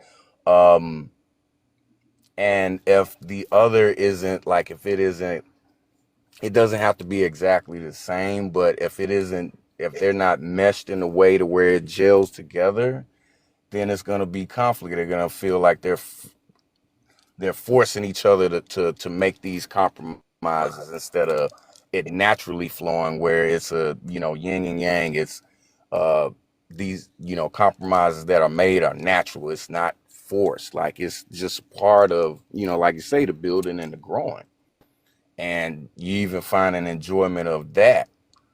Like uh there's so much I can say. I don't want to just be a blabbermouth on your spot, but Ain't no, I'll I'm give just talking. one little kind of sort of an example. But my grandparents, their love language was shit talking. You dig? That was their love language, you know. And someone else, and my grandmother, she was the more laid back type, didn't talk too much. She wasn't a mute or nothing like that, but she didn't. My grandmother talked when she needed to talk, said what she needed to say, and that was that. You know Right. what I mean? My grandfather was a little bit more talkative, but he was still to a point, type of man. But they had this way of like shit talking to each other. Like I give a prime example. He would talk shit about the way she cooked, you know, and like certain stuff, but that was actually his way of saying this is the best shit ever. You know what I'm saying? He'll walk in, he'll come in from the, got off work coming in from the garden. She already got the plates out. He sit down, he get the eating, he take 2, 3 bites. Ed, my grandmother's name was Edna. So Ed, what is this lacquer you done set here? This, oh my God, what is this? You ain't put shit in here Right. you know. And somebody else would be like, especially nowadays, someone would be like, "Oh my God, You that's a don't love toxic her. relationship." Right. Like that was the, you know what I'm saying? Because I didn't, when I was real little, it was what it was. But I would notice little stuff like my grandmother, because she was the queen of the one-liners, and she had shit like I say, she ain't talk too much, but when she did, whether it was something good or bad, it was gonna hit you. And she'll hit him right back with one of her one-liners, and that'll be that. And he'll just, but you will see the little smirk on the side of her face. Right. Or when he act like he mad and walking off because he ain't got no comeback for what she just said, he act like he mad, but he got the little smirk on his face because that was their way of communicating. They, in another life, I think they were both meant to be comedians because like they would just talk shit to each other, but it was like the opposite of what they were saying. Like if he talking about it, her cooking, he loved that shit. See, that's The compatibility. worse he talk about it, the more he love it. That's right. That's Mm-hmm. compatibility. If That's she fussing about shit that he don't do, that was her way of telling him that she thankful for all of the stuff he do. that's He does. that's You know, what we so want in these relationships. Like that's the That's what I think people need to be more worried about is compatibility and stop trying to force somebody who isn't for facts. you to be for you. Like just because you got it, and that's why women shouldn't be like sleeping around and doing the things they do because it's like we imprint when we have sexual relations with men. So once you feel attached to him, instead of your goal, like say their goal was to get married and they got with this person, but then they sleep with them. Now her goal becomes, I want to sleep, I want to marry this man. Now you messed up your whole goal because now you can't move on Mm-hmm. if he's not ends up not being the one because he's showing all kind of red flags and things don't, letting you know you shouldn't be with that person. Now she's over here like, oh, I need him. And so now he's the bad guy. He's all men are terrible because she created this idea in her head that he's the one. And it's like, no, he's not. Your goal is to get married is to find someone you can actually marry that's compatible. That's where I want people to like focus because when you don't do that, you have to do this. You end up with this ideology in your head because Yes. now you're Yes. mad at everybody because you didn't get what you wanted. And now you feel like you got to protect yourself because all men are trash because the one that you wanted did you dirty. Like to get that old grandparent love, that's how they used to date. That's how they met each other. They found people they were compatible with and they married them. They didn't make someone be compatible. And facts, super facts, like super facts. Yeah, so I'm just You like, know, and I'm just like this is such a big thing for me because I'm just seeing so many young girls get inundated with this ideology. And I know red pill gets on my nerves too, but so do feminists. So I think both sides are huge freaks. You know what I'm saying? They both get on my nerves because I'm just like, yo, hatred. I feel you to the fullest. It's just hatred. It's like they're combating each other, but they're including all the rest of us. Like I don't agree with you guys. I don't, because Exactly. red pill sitting here talking about Exactly. women need to cook and clean to be worthy of a high value man and blah blah blah blah. Who cares about any of that crap? You got to be a 10. Half the people that are like retorting all this stuff, they're not good looking themselves. They're bald. They're overweight. They got their own issues. Yo, like I'll be like, stop. again, I try not to knock anybody, but it is wild out here. And Yeah. again, I respect everybody's hustle, the content creators that tell you, oh, you have to do this, you have to do this engagement, this and that. But it's like for real, the algorithm is set up for the negativity to go harder. Yeah. And it's so easy to jump on that train. And then I'm to the point where I'm almost feeling like some of these people is putting on an act. Cause it's like not to set the sidetrack, but Yeah. you see all of these skits. And I used to have to catch myself like these different type of, and yeah, like, and as people think it's really a real thing that's happening, it's somebody real relationship. Like you see the dude is busting in and he done caught them, in bed and I'm like, and ain't nobody stopping to think like, who the hell is holding the camera perfectly? Exactly. Like, This. right, like, come on, like, dude, like some of these situations is just like, come on, I just saw one too. like, I just saw one. Sorry to interrupt you, but like no, go ahead, literally, yeah. literally, he walks in the door. He got the camera on his son, his son's like, I'm hungry. And then he go in there, you're hungry. Like, I've been gone like for like 6 hours. Like, you haven't ate? And so he goes in there and he talks to the, I guess, stepmom. But Mm-hmm. she's saying she don't have a ring on her That's finger and fine. all this silly stuff. And I'm like, so he just walked in the house with his camera and now he going off on her because he ain't feed his child. Yeah. Like, what? I was like, Yes, like I think I saw. I'm pretty sure I saw what you're talking about too. But I was yeah, so annoyed. it's like, and I think we probably come from similar eras. So I don't know if it's maybe like some of the younger people they haven't just put two and two together.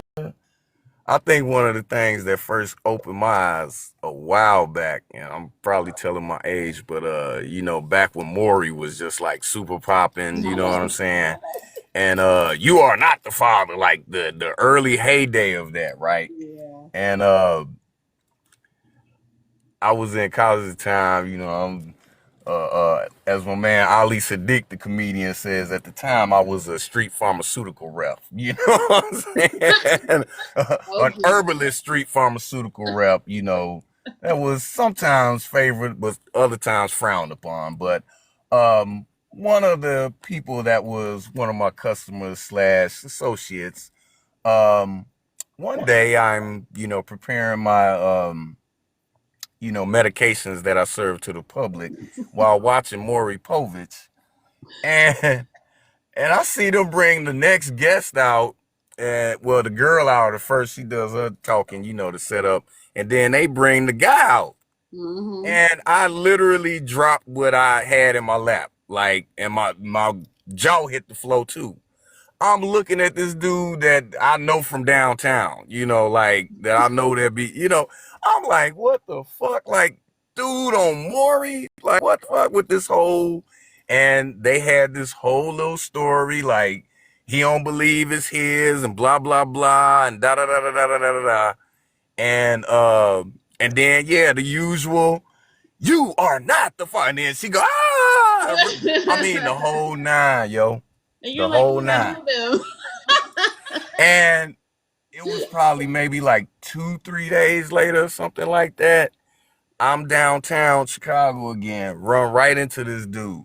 I'm like, yo, bro, I just saw you on TV, dude. What the fuck? He like, oh man, that was crazy. Yeah, bro. Like, man, we got a chance. They sent us the ticket. We called a number. Look, We ain't believe. And why he was like, this was some shit him and his girl did together. right. Like they was sitting there on some high shit watching Maury. Like, what if we go on there? And they just called a number. No And the lie. show knows it was a part of it. Most of this shit that taught me a long time ago. Most of this shit you see on TV ain't real. Same, Even these same thing for so-called me. reality shows is scripted. Same thing for But me. A coworker of mine, she was on Maury. oh, She you already know then, yeah, yeah. because she said her and her friend did the same thing, but their episode was one of those ones where you go and you get back at somebody who called you ugly in school. You remember when they did Hmm. Yeah. Jenny, what was her name? Jenny Jones, and Jenny Jones, yeah, yeah. yeah, they were on that one, and And what was the my other girl? age. Yeah, because a couple of them was Jerry was downtown, Jenny Jones. What's the Yep. other? Nah, Sally was in New York, but she was one of the other shows. They had all them back in the day. Sally Jesse. What's her name? Ugh, can't think of her name. Ricky Lake. And then That's one. Thank you, thank you. We even Rude Jude. You remember that show? You remember the white boy Rude Jude? yep, We knew dude. really. Dude used to hang out with us in downtown Chicago in front of Thank Harold God. Washington College.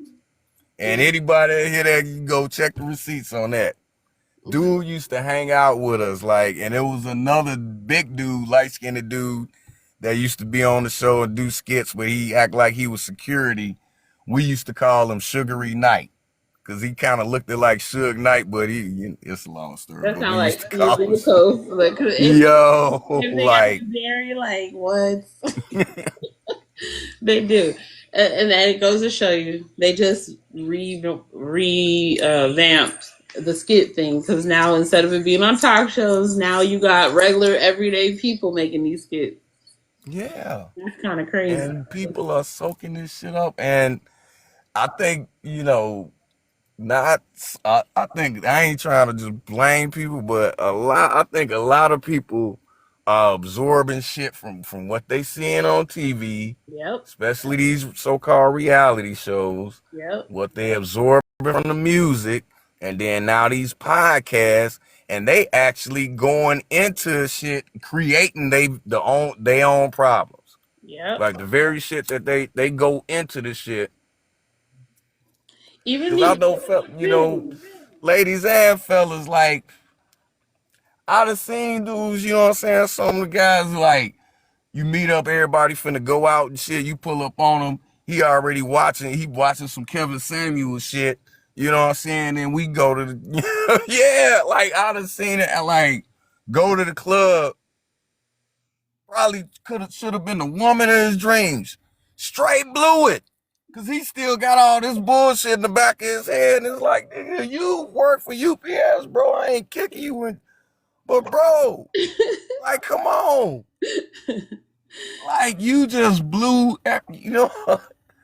And it's like, it's so crazy. Like, real talk. Like, well, this was seven. it wasn't too recent ago, but I went on a date and it was like, I swear to God, it literally felt like she had just like when we met up at the little restaurant, she had just got through watching one of like a video like this Decentering man. I'm You telling know what I'm you. saying? 'Cause she was like, and I've been working on myself and da da da da, and so but it was like something that came straight off of. She literally was just watching one of the videos. Oh, I'm telling like I think a lot of people are internalizing this stuff too much, and that's why I think I'm For real.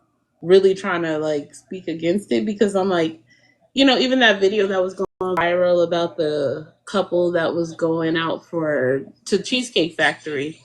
I, Oh yeah, yeah, yeah, that was a big thing. Remember, everyone got so upset and it just went viral. And yeah. it's just like, so you'll have people. So then you just start seeing these videos that start circulating. All of a sudden, of people pulling out the phone and calling out their date because they took them to little cheap restaurants. Yeah. Like, what are y'all doing? Like, you don't. That's not how you operate. If you trying to get a guy, like this book here, the rules. This is all the rules, but I only like the first book. I don't like the second one as much. The first book, it's like telling you how to operate as a lady. It's nothing. This isn't a book of trickery. It just tells you how to operate as a lady and how to get a guy to be interested in you by operating as a Facts. lady. It's that simple. Like this book, there's no way you would have took a, you would have pulled out your camera and started chastising a man on a date. Like you would not do that. That's inappropriate, Fact. Like, not attractive. You know what I'm saying? yeah. So that's the stuff that I'm just like, if these women will actually really want what they want, they would be looking for resources to help them get what they want. No, they're on here absorbing this nonsense and then turning around and inventing it, recording Hmm. themselves. Like, are y'all 2 years old? Is nobody telling you that that's not okay? To be fair though, like I say, we both on both sides. We just do it in different ways, but we kind of be doing the same shit. Cause some fellas won't admit, you kind of got to get to a certain point as a man to be able to admit shit like this. But many of us, man, it's when we get together, that's we be on the same boat. You get most of your bad, good or bad, advice, you know what I'm saying, and even behavior from your circle. You know what I'm saying? And the crazy shit, and this go all the way back to school stuff. And I know it ain't really changed. Well, it's changed a little bit now. I do feel bad for these younger people because everything is too available for them now. But back in the day, a lot of the times, all the people that was bragging about they was having sex and shit, they wasn't doing shit. You know what I'm saying? But that was what they were because everybody was around each other, and that's what everybody was saying, like dudes, or that is what made you want to pursue that. Yeah. And the funny thing, you could be several guys, we all talking about women and stuff, you know what I'm saying? And this dude talking about how many chicks he done slept with. This dude talking about how many chicks he, you know what I mean? Yeah. And the other guys, might be they ain't getting down like that, but they got a front and lie because they don't want to feel left out. And then they may get on that page. Now they like, oh man, I ain't a man if I ain't, trying to bag every woman I meet, you know what I'm saying? Tag them and bag them, you know what I mean? And Right. the funny thing is they going off of what two of the dudes that saying they hitting everything, and these dudes actually wasn't even getting none. But they come off front like that, and they just passed out this energy, and now everybody taking it and run with it. Like, it's the same thing. Like I see with like some of my cousins, my female cousins and stuff. Like some of their worst enemies was they so-called friends. Yeah. So they sabotage.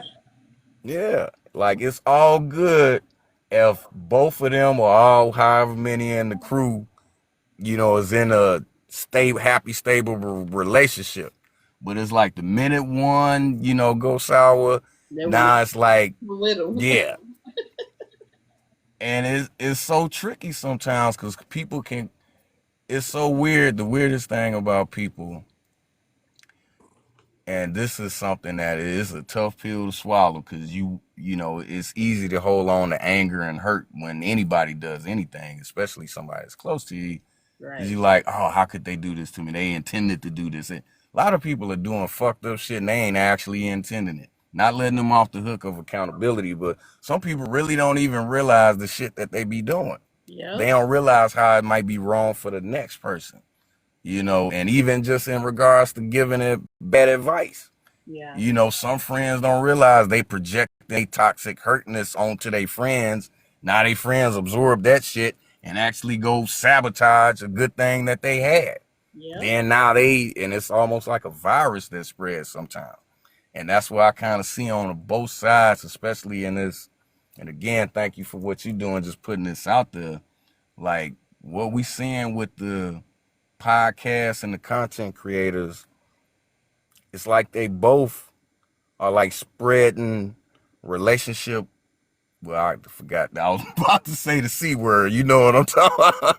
I'm like, well, I had to catch myself. We don't take. But like what we was Right. dealing with in 2020, like it's like in 2025 now they still spreading the emotional relationship aspect of that. It's like a virus and it's just going from one person to the next. And then it almost feels like that's one thing.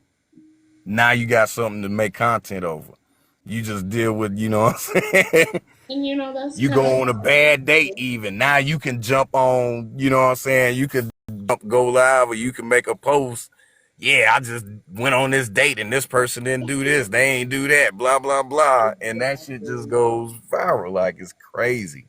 That's how it kind of feels like this whole social media aspect is. It's like meant to put out all this negativity and get people so distracted and just to become victims. You know what I mean? Like everybody now have mental health disorders. They have For real. they're just literal victims. Like they feel like they cannot solve their own problems. They can't get what they want, so they just want to have a platform to complain.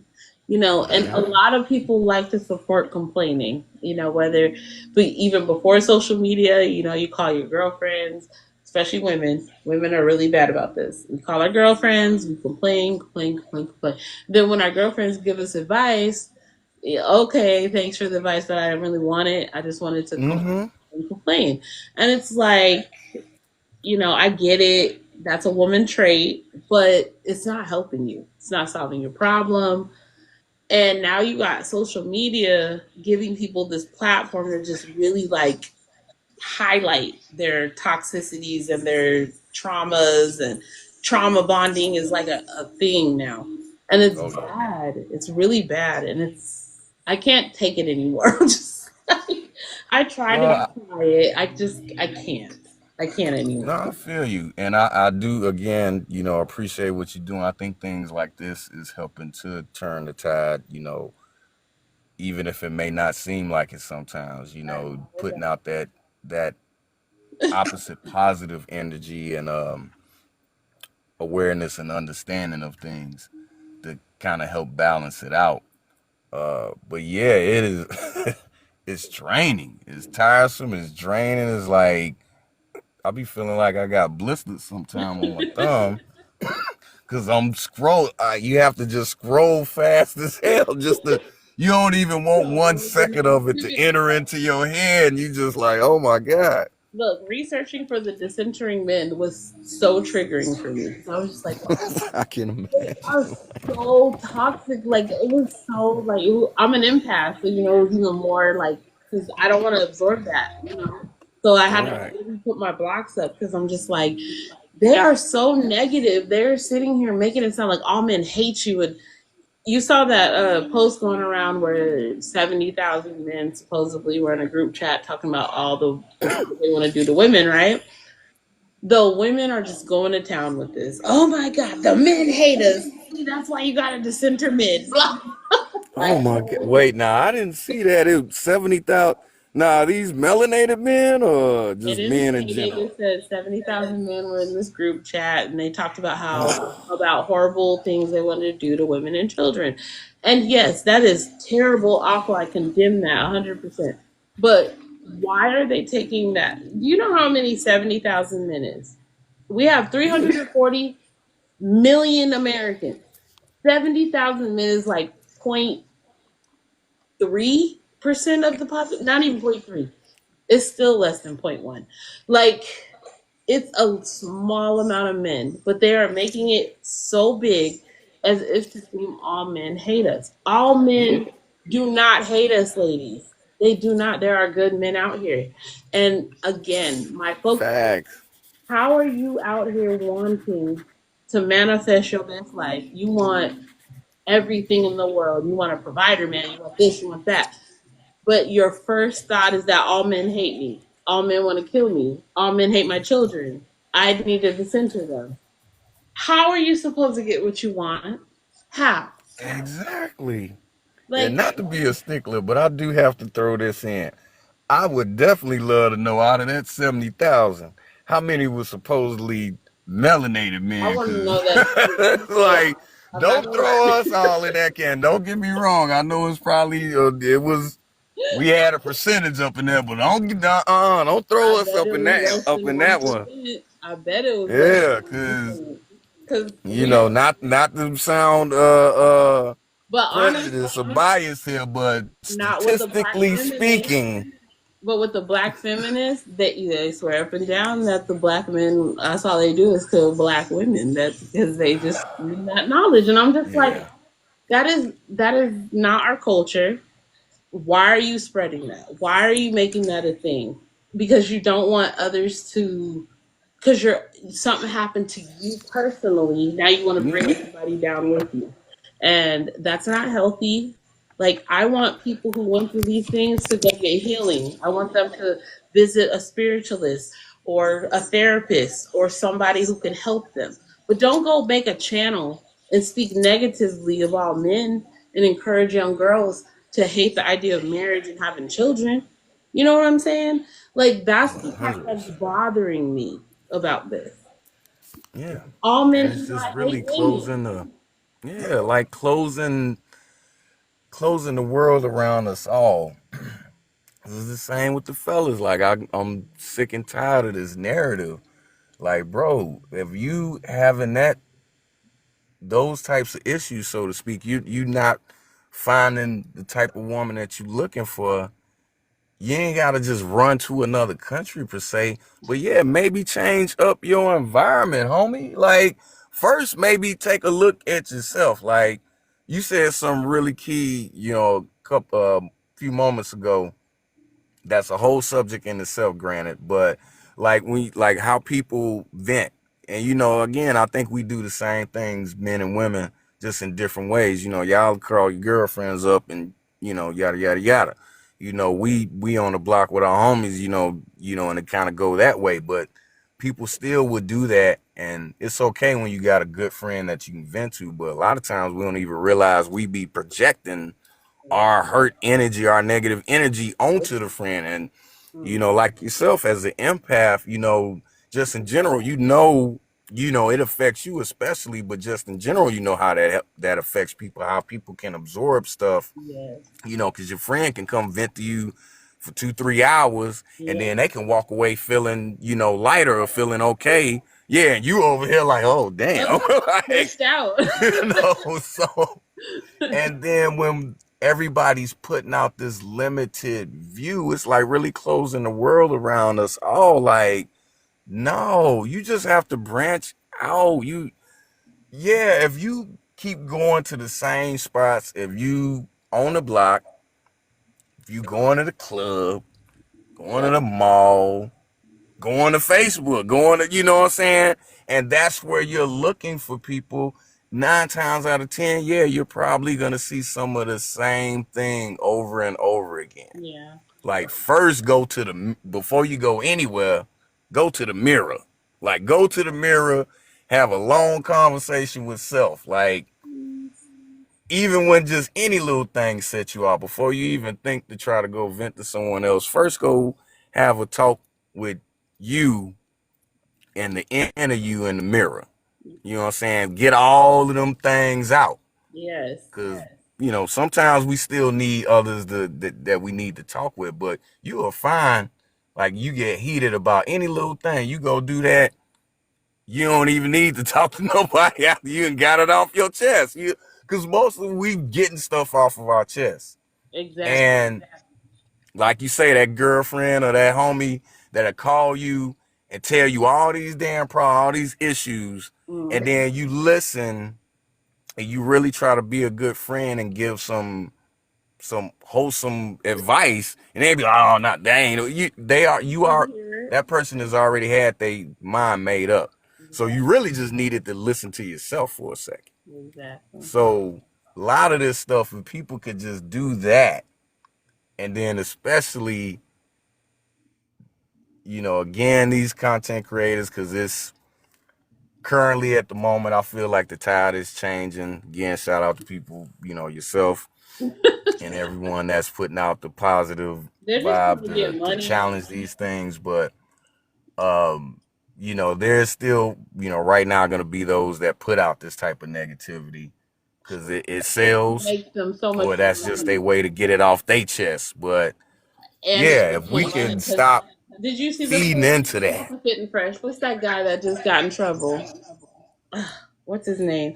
The one who was just like he was talking about don't date single women and all this stuff, but then he ended up being caught dating a single woman, like What single mother. I'm getting confused. You ain't talking about the dude that would nah, not the I know it was somebody more recent. Yeah, yep. So it's like Uh, he was obviously doing that for money. He's saying he believes those things, but he doesn't. So he's yeah. pushing this narrative out there. People are absorbing that narrative, but he's not even following what he's preaching. So it's like, sir, thank you, niece. Sorry, my niece had popped in. Nah, that's all good. She yeah, it just makes me mad that they do this. They come on. They a lot of this is being pushed for money. It's not even stuff they believe in personally. So it's all propaganda, in my opinion. Hmm. They want people to be in this negative state, this limiting state, because the more people are unable to help themselves, then the more you're hearing them request the help of the government for things, or they're just setting themselves up. And I don't think people understand because I've been studying a lot of Christian mysticism lately, and Hmm. that's a whole nother topic. But it's very deep because I'm into African spirituality. I know you are too. But a lot of people don't understand it and don't know. They're into Christianity. Hmm. And with their Christianity, it's like they don't know what Christianity entails. That Christianity also has a mysticism, and that they use Hmm. this every day. They do not study that stuff. And so, with that being said, they don't realize that they are literally calling forth entities like Lilith, Hmm. like Yeah. Satan, like I forgot the other one that's full of like greed, and there's another one for Oh, sexual. There's a whole bunch of them, right? And these entities are being called forth and they're attaching to people when they're in negative energy. And so like right now for me, women, Lilith is very present. Lilith is going Oh yeah. hard. Let me tell you, these women are so absorbed with Lilith, they because they want to feel empowered, and Lilith is a energy of feminism, right? So Lilith uses seduction to get revenge on men. That's how she got. She knew she couldn't get equality to men, but her form of equality was to destroy men through seduction, right? That was her payment to them.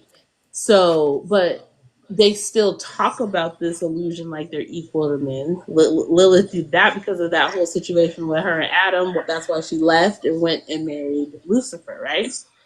Mm-hmm. In that doing that, it's like when you really look at the aspect of how these women are teaching young girls to be, they are adapting Lilith's mindset. They do not believe that marriage benefits you anyway, that children benefit you in any way, that family is good for you. You need to be equal to a man. And the only way you can be equal to a man is to destroy him from within, to make him desire you and always let him know he can't have you. And that's what this girl that I was sharing her video, that's what she was doing. She was telling she was letting men know I that they can't have her. That's seduction. That's destructive. Because you don't need to be married to if you don't like marriage and you don't believe in marriage, you shouldn't be trying to get married, you shouldn't be talking about it, you shouldn't even be dating really. It doesn't make sense. Facts. Doesn't make sense. But because her goal is destruction, of course she's going to talk about marriage. Of course she's going to, get men attracted to her because her whole goal is to destroy them because they hurt her in the first place. Exactly. So, yeah, this conversation, I swear, I could talk about it for hours. Yeah, I'm like again, I appreciate what you're doing. I had to stop. I'm like, yes, cause it is very taxing. Like I say, it's all over the place, and I'm just like, wait, what? Like, why we gotta keep creating these terms? And it's like, Centering men. Like, where did it come from? right. And it's so, cause it's like when you get to a place of like understanding, that's when it's just like you can't really do shit but laugh, because you're I like, okay, know. I know. like, oh my God, this is so draining, this is so frustrating, but at the same time, you still understand why the people are still falling victim to us. Excuse me. So you have an empathy and mercy in that manner, but it's still just like it's like a catch-22. You're like, oh my God, why y'all acting like this? Well, damn, I do understand why y'all acting like this, but damn. It's frustrating. I'm not gonna lie, because it's just like, even though I understand why, I think that people are more capable than they're allowing themselves to be. It's just that they're too Facts. willing to allow negativity to rule them. They think negativity is empowering. Like Lilith energy feels empowering because you're getting revenge. But what I keep explaining is revenge leads to consumption, which leads to destruction. You cannot win. Like dark, what people don't get about darkness, the reason why it works fast, that's why people like it, that's why people feel empowered by it. It works really fast. Hmm. But the problem with darkness is it consumes fast. Yes. Just as fast as it works, it also will destroy you within at just as fast. And I've seen it so many times. That's why you end up with like those movies where people are running and they're doing the vendettas or the vengeance and all Hmm. that. They end up in, you know, not being alive at the end because they got consumed by the darkness. The darkness left no room for light. You couldn't talk reason with you anymore. Everybody's like, no, don't do this, it's not going to end well for you. And they're like, I don't care, he hurt me or she hurt me, I'm gonna get that. you know that's what Lilith energy is. It's like you're so destructive now. It's empowering at first. You're like, yeah, I can destroy this man and that man and this man and that man. But in the end, you're going to end up destroyed because you're going to meet the right man and he's going to show you something because you hurt his feelings. You know what I'm saying? It's not going to end well. And Lilith energy is going to go move on because Lilith is a spirit. You're a human. So you allow Mm-hmm. Lilith to consume you leads to your destruction, not Lilith's destruction. That's what I don't think people understand about spirit. They always talk about I don't like that people always talk about energy only. Energy Yeah. is it's a nice way of saying spirit, but spirit is something different. The reason why our ancestors gave them personalities because they actually have one. Yeah. A Exactly. lot of them were human before they became these these deities of legend, right? Mm-hmm. So once they did that, it brought them to a new higher level of elevation. But they were human once, so they have personalities. Yeah. So with that personality, they act up. Mm-hmm. And people don't Yeah. think that. So they want to call it energy because they want to put it on this certain level. But us as Africans, we knew better. You don't put an energy like that on a certain level. Energies of deities, of hierarchical spirits, they have personalities and you will see them. And our people studied those and knew how to work with them and how to avoid certain things. But now people are forgetting Mm-hmm. those things and they want to access it, but they don't know that because they're just dealing with it as an energy, they're leaving out Mm-hmm. key components that protect them from getting hurt, which is why I don't like that whole I'm self-taught, I can do what I want to do. No, you need to be trained. You need to understand what the spirit does, how it works. You know, 100% facts. Yes. so I'm just like, this is the thing with this Lilith energy is like it's consuming these women, and now Lilith is taking them on this ride where they're recruiting other women. I get, I have my qualms and my things about black men doing certain things that they dropped the ball in some areas, especially as being the leader. It's like if you were the general of an army, right? Mm-hmm. And things you lose the battle. Are they blaming the soldiers or are they blaming the general? Exactly. So if you're saying you're the lead man of the house, you can't go blaming the women for everything going wrong. You got to look at yourself. Yeah, 100% facts. you Yes. keep telling us you the leader, you this, that, and the other. I don't want to hear all them excuses, but that's a whole nother story, right? But in that, even so, women have to understand that just I know I get that the men have dropped the ball, but you go into the dark side fighting, you know, fighting darkness with darkness, it's not going to help us. It's not going to help us. Exactly. So that's my whole thing, and I'm just like, ugh. Wish they would, I wish they would let I me hear me. 100% agree. And for any of the fellas that's listening out, it goes the same for us as well. Forgive me for not knowing on top of my head that complementary spirit or energy, but yeah, it's the same thing. Like I'll just, for lack of a better term, that lustful energy, because it can be just as consuming. Yes. Well, it is not just that; it is just as consuming. And Matter of fact, why you say that? uh, I'm gonna look it up.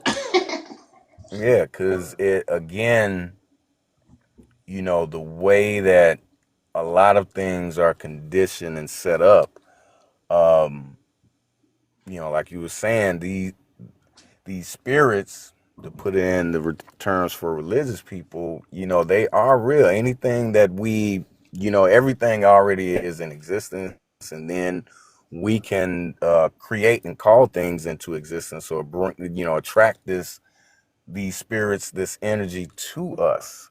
Right. Um, and when it takes hold, yeah, you're no longer in the driver's seat, no, so to speak. And as you say, it can be very, it will consume. And, for us, it's the same thing too. Yeah. You know, just as a man, don't get me wrong, I acknowledge, you know what I'm saying, my fleshly desires, you know, and then, you know, yeah, when you see attractive women, that's gonna trigger that, you know what I'm saying? But we're men, you know, we're not animals.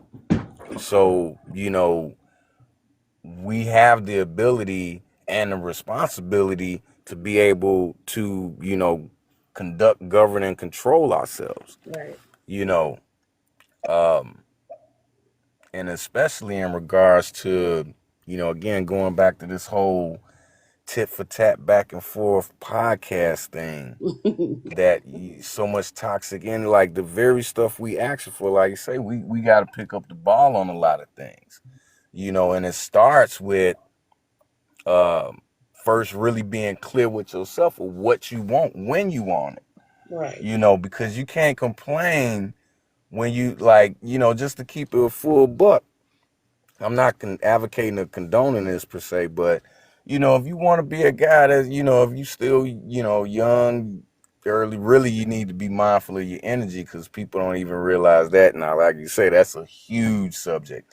Just laying with one another, we don't realize the power of the energy exchange. Right. And again, it's, you know, to give ourselves some grace. We live in a society that intentionally conditions us to not be aware of that. Right. But yeah, as a man, you have to come to grips with what you're really wanting, what you're looking for. And if you know, if you're looking right now just for lust, then be clear about that. You know, you know, like you say, there are some women that are out there that are, you know, have that spirit, that energy, and are embracing it. That's what they're really desiring, or at least at the moment. So, you know, those types of people belong, not to sound kind of crass, but those types of people belong with one another. And if you took a little bit more discipline and responsibility, y'all could find each other more easily, instead of finding people that are looking for, you know what I'm saying, that true, you know, for lack of a better term, twin flame, so to speak. Yeah. You know, because again, we letting these spirits of lust guide us into the wrong directions, and we chase after stuff, and then we're trying to force things, you know, because one of the ironies, you know, me and, you know, a few friends used to joke about, because I had this little epiphany, and again, kind of going through some stuff myself, and it was funny. Like, I'm like,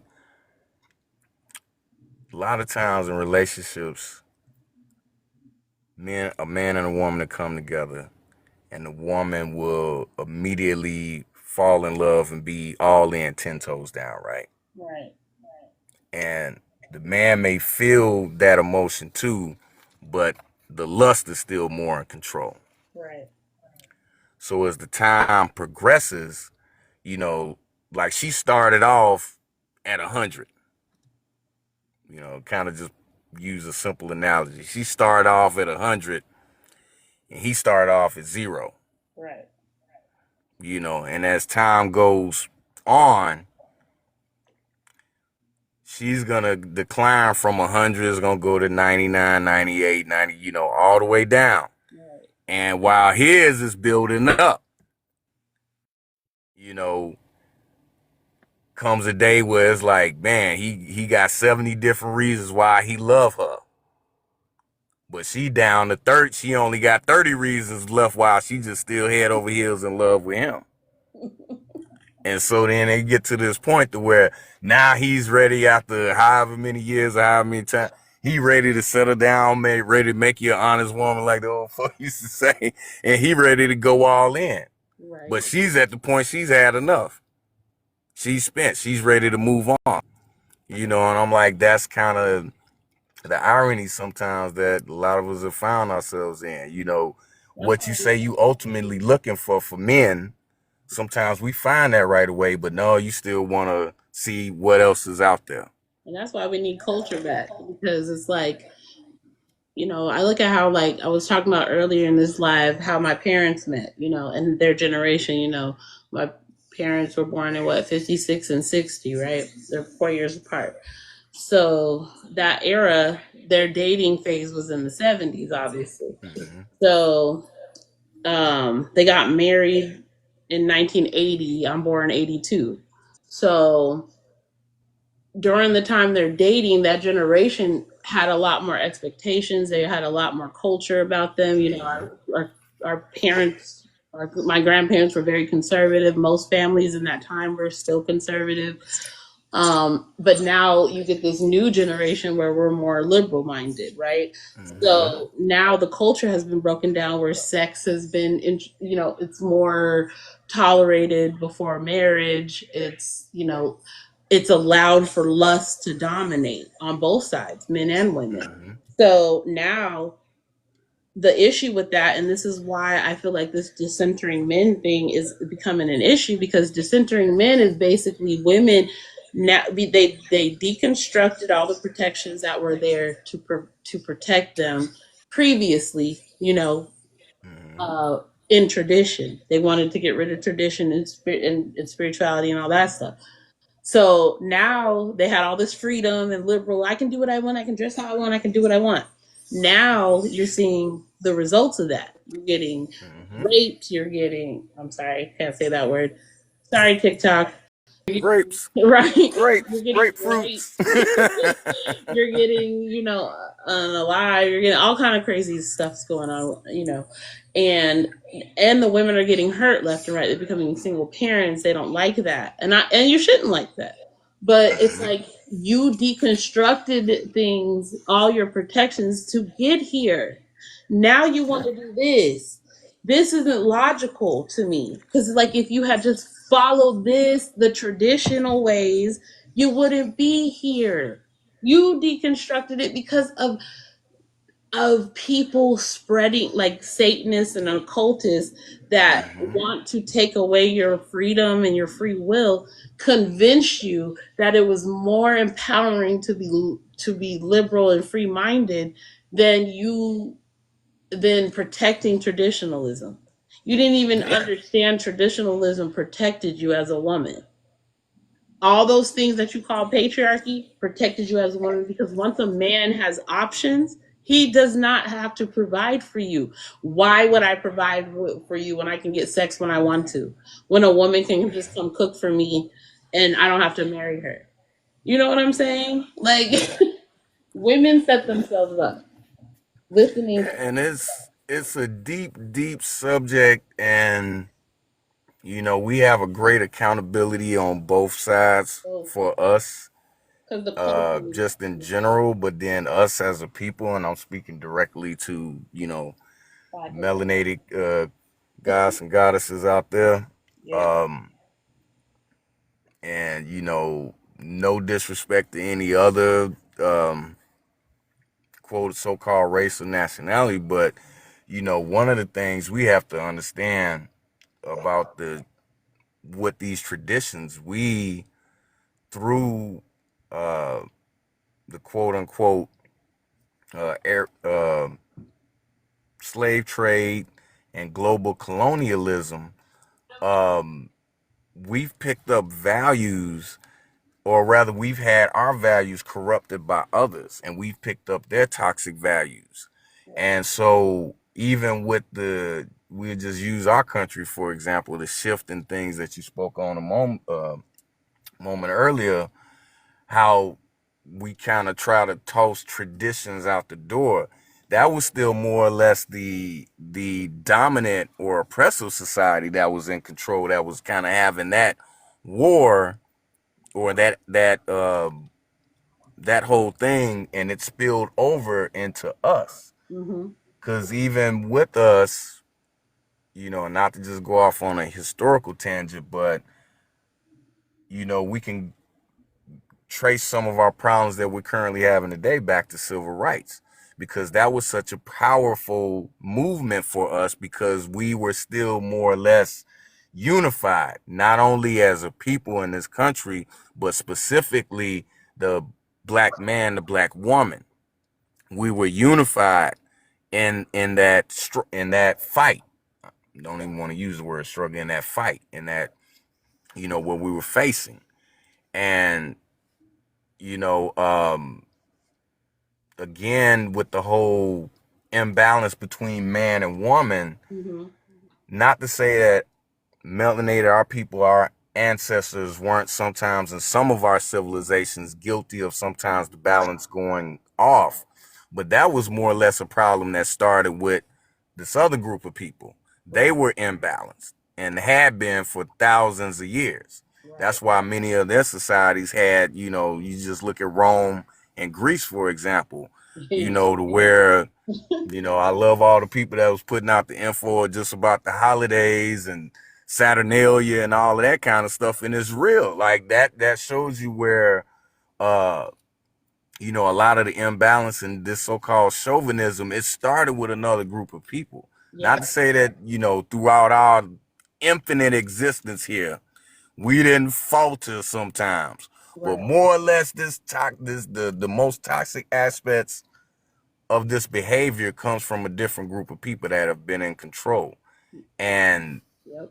this whole, I'll probably piss somebody off by saying this, but really the beginning of the so-called feminist movement was never about all women. That was the white woman's fight against the white man for Exactly. her rights, Exactly. not for the rights of all women. And again, they already had an imbalanced relationship between them. Yeah. And that just further trickled and spread out to everyone else. That's a whole And woman story. Lesbos. yeah, That yeah. and they managed, which I think was intentional and strategic, to use that to drive a wedge between us. One of my favorite conversations, I don't even really want to say it was a debate, it was a great conversation, You can keep was trying. between Sorry. James Keep talking Baldwin and about Nikki that. G. Okay. You can keep talking. Oh, well, yeah. One of my favorite conversations was between James Baldwin and Nikki Giovanni. You can look, anybody can search that on YouTube. And, they had this discussion about the dynamics between black men and black women. And she, Nikki Giovanni voiced some very powerful things in regards to how, even at that time, how many black women may have felt, because you had black men going out into the world dealing with racism and dealing with blatant abuse, and in turn having to internalize that. And a lot of times, that's where our abuse comes from. We have to realize, as a people, again, we all have to take accountability for those that, grew up in households where abuse was the norm. And, you got to admit it to nobody else, but if you've continued that cycle, you're the one here that came here to break that cycle. But it has a root cause. We have to realize, when we went through this thing called enslavement, we were getting beaten like crazy every day. We've internalized that, and we've internalized how those that oppressed us not only treated us, but treated each other, Right. you know. And like they discussed in that conversation, James Baldwin and Nikki Giovanni, she made a great point to kind of summarize it, how the black man can go out in the world and take all this crap from the white man, but then come home and talk crazy to his woman. Because he Right. can't talk crazy to the white man, you know what I'm saying? He gets, immediately, but he got to let it out, One you way. know, and it's the same, because again, that was a powerful conversation. Go, any that haven't seen it, go YouTube, Nikki Giovanni, James Baldwin. But, to sum up the whole conversation, they, came to the, back to the same page of, we are in this thing together equally. We Yeah. both are dealing with the same thing, coming from the same enemy, under the same conditions. And we were on that page, we were on that same accord for a while. And then that's when I feel, in my opinion, what was an agenda, that movement was used to drive a wedge. Because even with the sometimes cases of abuse of us, black men abusing women and even black women abusing men, because we dealt with a lot. Remember, some of our women, I give them grace for it, but they were intentionally holding us back because, the oppressors would kill the man in front of them, Yeah. would beat them, and so they would have to to protect the family. They're conditioning the rest of the children to be docile, So we dealing with both of these things, but we were still both on the same accord. Then they used that wedge to drive between us to say that our traditions were bad, as along with theirs, and ours were more or less always on point. It was them that had that imbalance, Yeah. because again, we were working together on everything. Even before these invaders came, we were working together to build our civilizations together, you know, They're working working together. our different roles. Yep. It was woman that invented math, that discovered math. You know what I'm saying? She discovered the mathematics, the man built it. Yep. You know what I'm saying? So it was them that had this imbalance. So we have to understand where the true root is.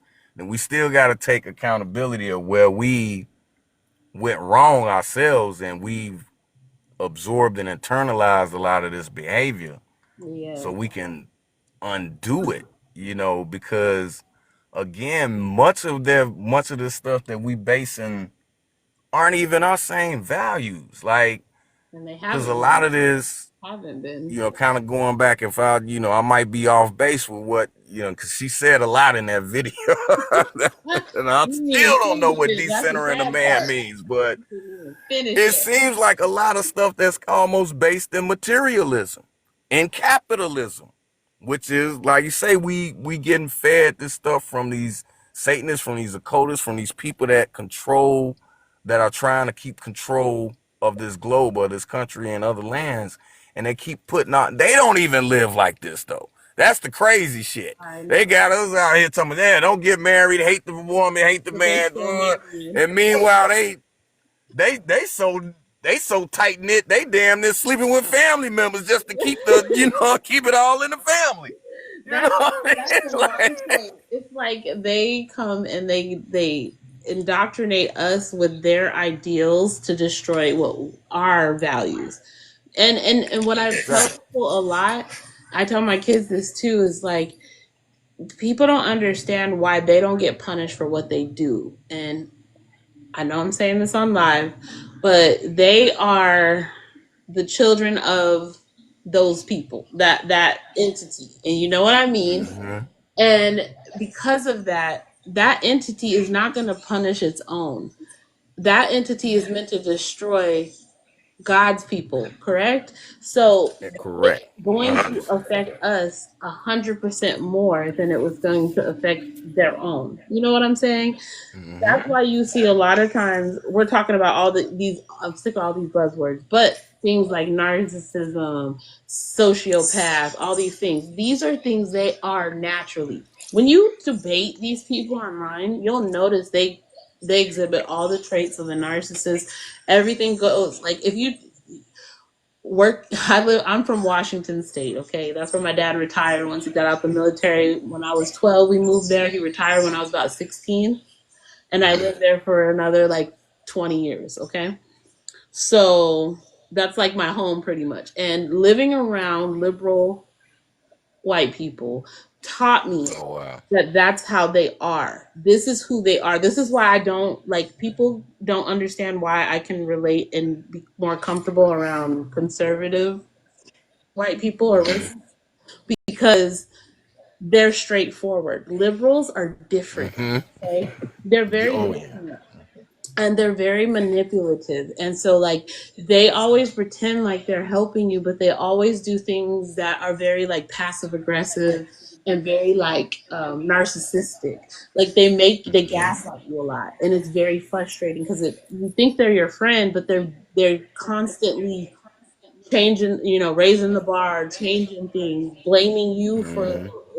how you feel about how they're treating you, you know.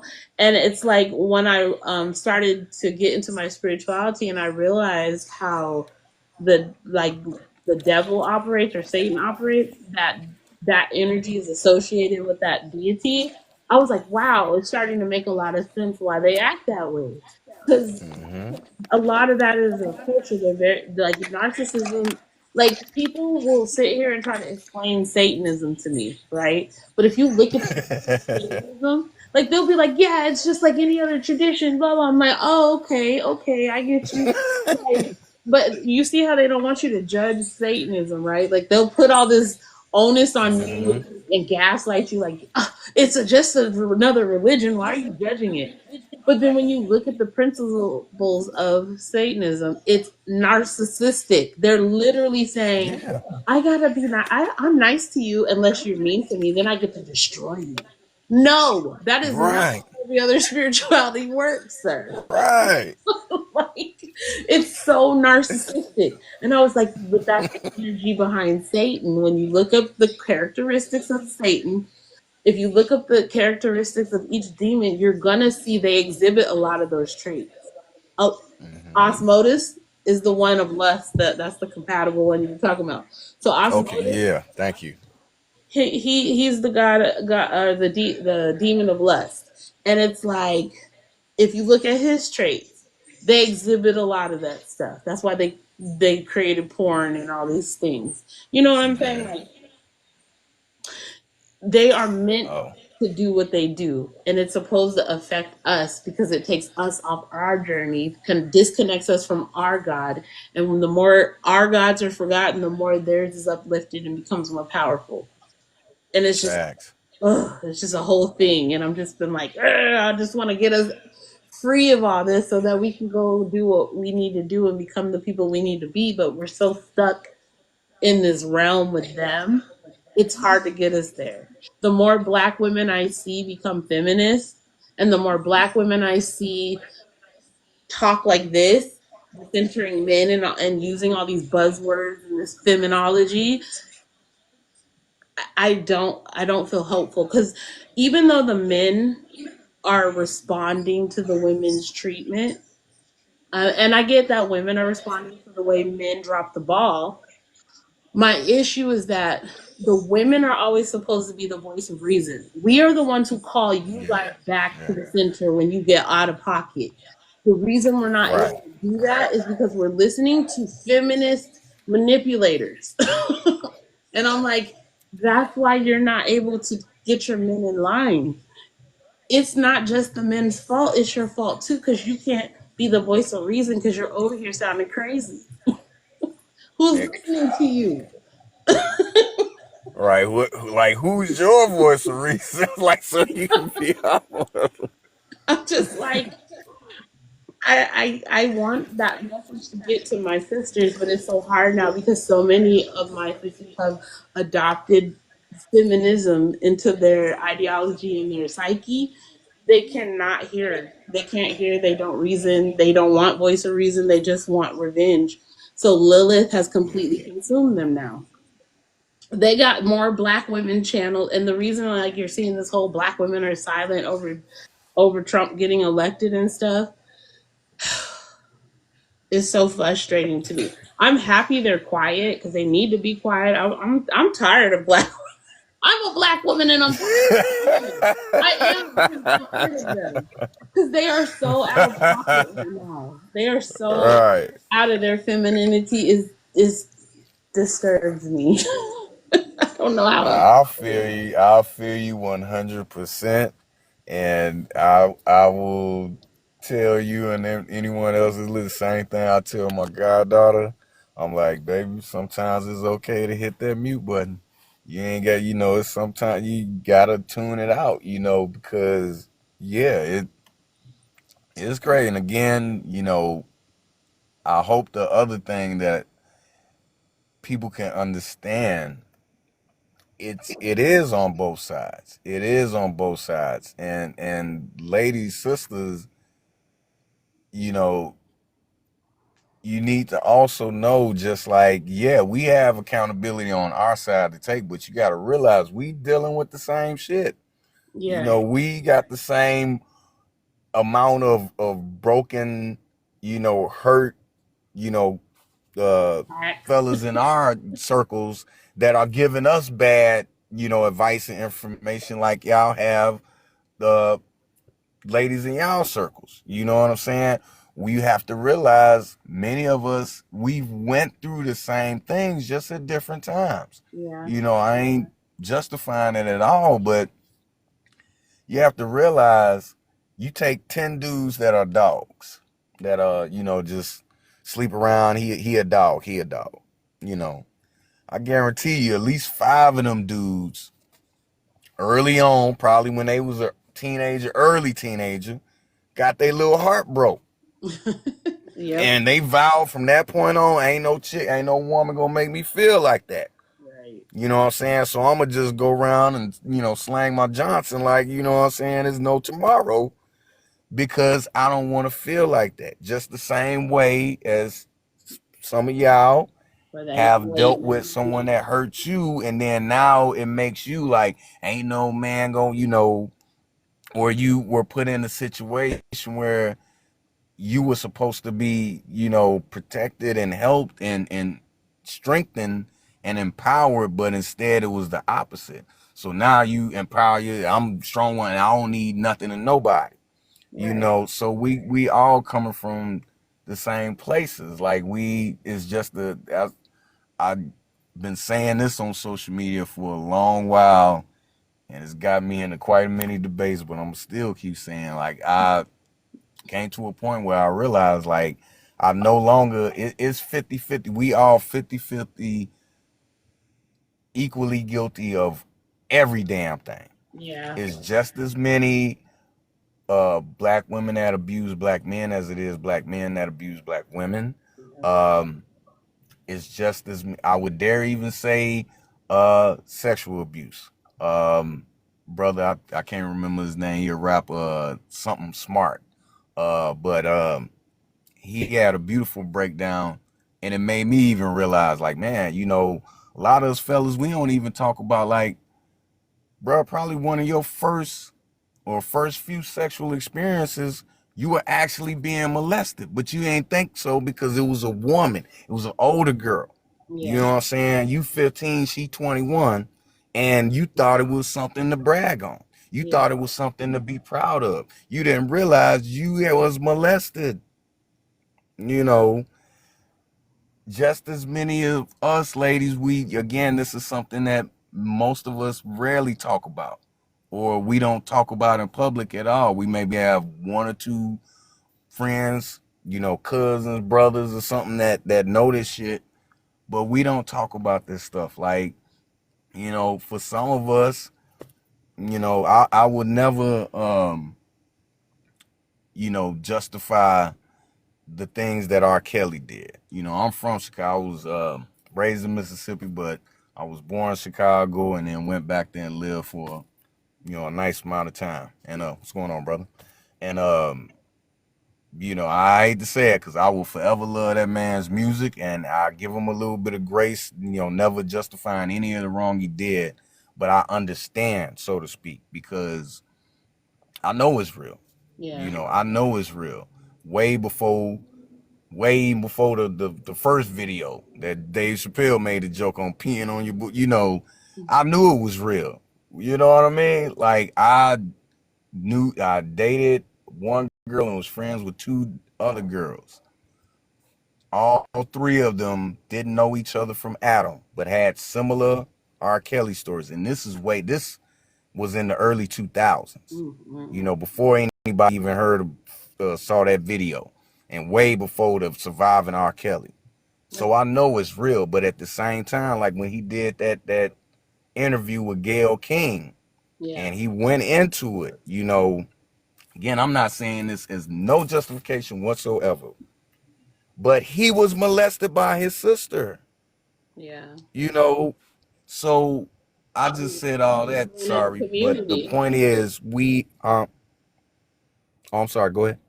Oh, I said and that band in the community because I watched the Yeah, documentary and he said that old man yeah. what really got him. So And we go, the point I'm making is we both many times have went through the same things. We got the same scars, even if not directly still running in our family. You know, so-called Western science is now reaffirming this, but our ancestors knew this knowledge. Trauma can passes down genetically, passes down spiritually if you allow it. Yeah. So many of us are dealing with the unhealed traumas and pains that our ancestors went through. Yeah. You know, there's just so many different layers that we have to understand so we can start to heal. I was having this discussion with my mother, and one thing that still trips me out to just really when you think about it. We're taught about the physical slave, the labor plantations when we talk about slavery. Yeah. People don't realize, and I get it because it wasn't too long ago that I just learned this myself. We had just as many breeding plantations. We had what was called breeding plantations because as the demand for labor increased, because I won't go into the deep subjects, but we have to understand that melanated people were already, many of us were already here in the Americas, and then many of us also were brought from Africa, and we were already all over the world. This so-called slave trade, they didn't just get all of us from Africa. They went and got us from a lot of different places Yeah. to bring us here and then mix us up with some of us that were already here. Because when we started dealing with these, when they started invading, a lot of times we have to understand we weren't completely defeated just by force.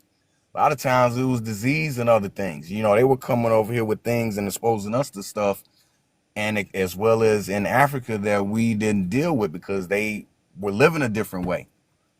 And because of that, and because of us fighting and all that type of stuff, they and as they expanded, as this country expanded, as well as in South America, the plantations, they had a higher demand for us. So they had breeding plantations.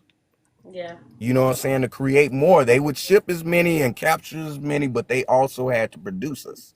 So I think even in the uh Doc Kaba Cabernet spoke on this, I believe, in Hidden Colors 3, but in the New Jersey area, that area in the East Coast, there was one. And ever since the late 70s, up until I think even currently, particularly in the black community, you've had always a high amount of rape, incest, and a lot of these other things. Because there was what we have to understand, many times they would mix us up to breed us. They would take a mother and a son, a father and a daughter, a grandmother. They didn't care. Yeah. They didn't care They because got all it they all. looked at us as animals. So all of that trauma is mixed up in us in a Yeah. lot of different ways. And that's some of the things we have to heal with. We have to. That's why learning our history is important. Not only just to know who we are, but to be able to heal what's been done to us. To understand, where a lot of our current behaviors come from. Yeah. Because, I love our people, and we say, and I say this term all the time myself, but we say the culture, and we have to even realize where some of the roots of our culture currently in this country comes from as responses to the traumas that we dealt with, you know, um, and then the continuing trauma, just propaganda alone. Like when we went into the Jim Crow era, it was the racist dominant society that pushed this narrative that say that we were lewd and well, actually it started way, but excuse me, apology. You're good. It started way before Jim Crow. Part of the way for them to justify as things started to change, them just abusing us like crazy, graping us. You know what I mean? They would say we were over sexualized, we were hypersexualized, we wanted it. Yeah. They used to say, They would say that, yeah, that was one of the things to protect white women. Stay away from black men. They're hyper. They can't control themselves. Same thing, white men. Even though they created the conditions to even have prostitution in our communities, and then who was always the number one consumer and customer of prostitution in the black community? The white man. yep. But you will get all of this propaganda as well as what you see immediately, because then that gets us too. Yeah. When you repeated the same things, you see the same thing in your environment, you think that the whole world is like that. And it Yeah. sometimes it doesn't even take having to be able to move to another city, another state. Man, if you could just go one block over, sometimes you could see life is just so much different than what you think. Like, you could, these guys that they act like every woman in the world they ain't met is just horrible. Yeah. I'm like, bro, well, go on the next block. Because I know several ladies over there that are just nice. You know what I mean? Like, I know a lady, I go to this store I just don't and get just, I love this lady. And I don't even know her whole damn name. Like, she just adopted me as a son. Hey, baby, how after my second time coming into this store. And ever since then, I love you. You have a good one. I've just Like, understood how they if, really don't want to, like, they get with certain people, right, and they'll have children, but they don't want to be with her, or they think she's mean and terrible and all these things. And it's just like, I don't know, it just gets really complicated in our community about being able to stay together for the children, or to do the whole family dynamics thing. And I know it's because of broken homes and certain situations and things, but I think culture just really needs to come back in the black community overall, because we shouldn't be at the point where we can't get together and raise families anymore. It just seems like all the propaganda is hell bent on definitely. making us not want family. And we have adopted it Yeah. so much. You just see nothing but toxicity now. Like, either we're all into LGBTQ, or if we're not there, we hate each other. Period. And it's like, Yeah. this is ridiculous. Like, I have teenage daughters, and I don't know, I don't obviously raise my kids to be, and because I have two girls, I don't raise them to be like, out here sleeping with any and everybody, and having just this free will, free spirit type of thing. I'm like, no, you're ladies, act like ladies, look for a husband, that kind of thing. Hmm. And it's like they don't have any options out here, because the young boys are taught not to approach girls. They're taught, because now you're being accused of rape. You know, they need consent for Right. everything. They need, like, literally, young boys are scared to talk to these girls now, because everything is, dangerous for them. On top of that, all these young boys are questioning their sexuality now. And it's like, it's just getting too out of pocket for me. And a lot of it is just we're making too many excuses and not doing enough action. Like, I think we've analyzed why we are where we are long enough. It's time to start changing stuff and really talking about, like, why are Facts. you accepting all this feminism? Why are you accepting all this red pill BS? Why don't you want to get married? Why are you sitting here having a whole podcast about why marriage isn't good? Why are you talking like that? Like, people need to really be calling people out now, because this is bad. Yeah. And people are too afraid to call people out, because we've been getting bullied by liberals for too long, and I'm just over it. I'm like, Far y'all too cannot long. keep bullying everybody. Like, you've shared your perspective. Thank you. It's not conducive with family life. It's not conducive with moving the world forward. So let's stop the nonsense now. And it's like we're Exactly. so afraid to speak on it. Like, look, we got to be careful what we say on this live. People were reporting my live and it got restricted for a couple minutes because we're And talking it's about basic stuff. yeah, and that basic stuff, like you said earlier, that was behind it all, that energy, it really is frightening and triggering to those of that more, demonic energy. Yes, Because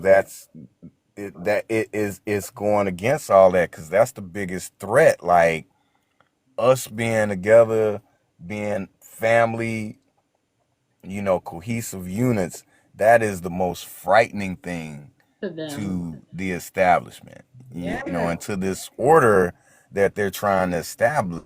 Like, and you're right, it just takes, we have to apply the pressure. equal opposite energy to meet that demonic energy that they just keep trying to spread like the damn flu, man. Cause Look how it's suppressive like, live is. Like I can only get 1 to 2 people in here at a time, but I go to these other pages where they're just talking about BS all day long, and it's hundreds of people in there. oh, Hundreds, yes. and That's what part of like me trying to figure out how to do lives. Like I think he's called me for a second yesterday trying to do one. I still ain't figured it out.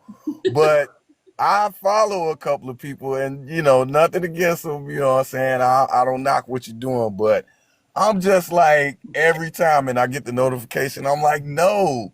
Cause I know what you're talking about. And you're right, they will have a whole panel of like 40, 50 people. And I'm man, just and it's crazy, like you say, you trying to, I got blisters on my finger trying to scroll so fast. But you still can't scroll fast enough. You will still catch somebody. Hold on, let me talk. Let me talk. But wait a minute. And I'm just like, oh my God. Like, I'm it's a like, lot. and really, I'm like, ultimately, what in the hell are y'all doing? It's even like I saw one girl. I won't say her name because I don't want to start beef, but it's like I see her lives and she had a video that went viral where she was talking about you don't need men to procreate, and as she was talking about it, like her live, she's like teaching people about spirituality and from her perspective. And I'm just like, I'm tired of these fake spiritualist people who just Yes, they read a couple books and they analyze things for themselves and they're coming out here teaching people. And it's like your information sounds nice because you're breaking down things that you've read, but that's not the truth. Like, where's spirit on you?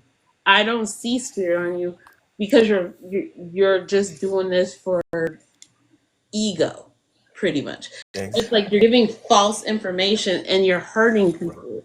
It irks me, but they follow them. They follow them so heavily, you can't even save them, and then they wonder why they get scammed. You follow people who are insufficient. They're vain. They're shallow, and you don't even notice it because you have no discernment. You didn't learn how to like. You have no faith.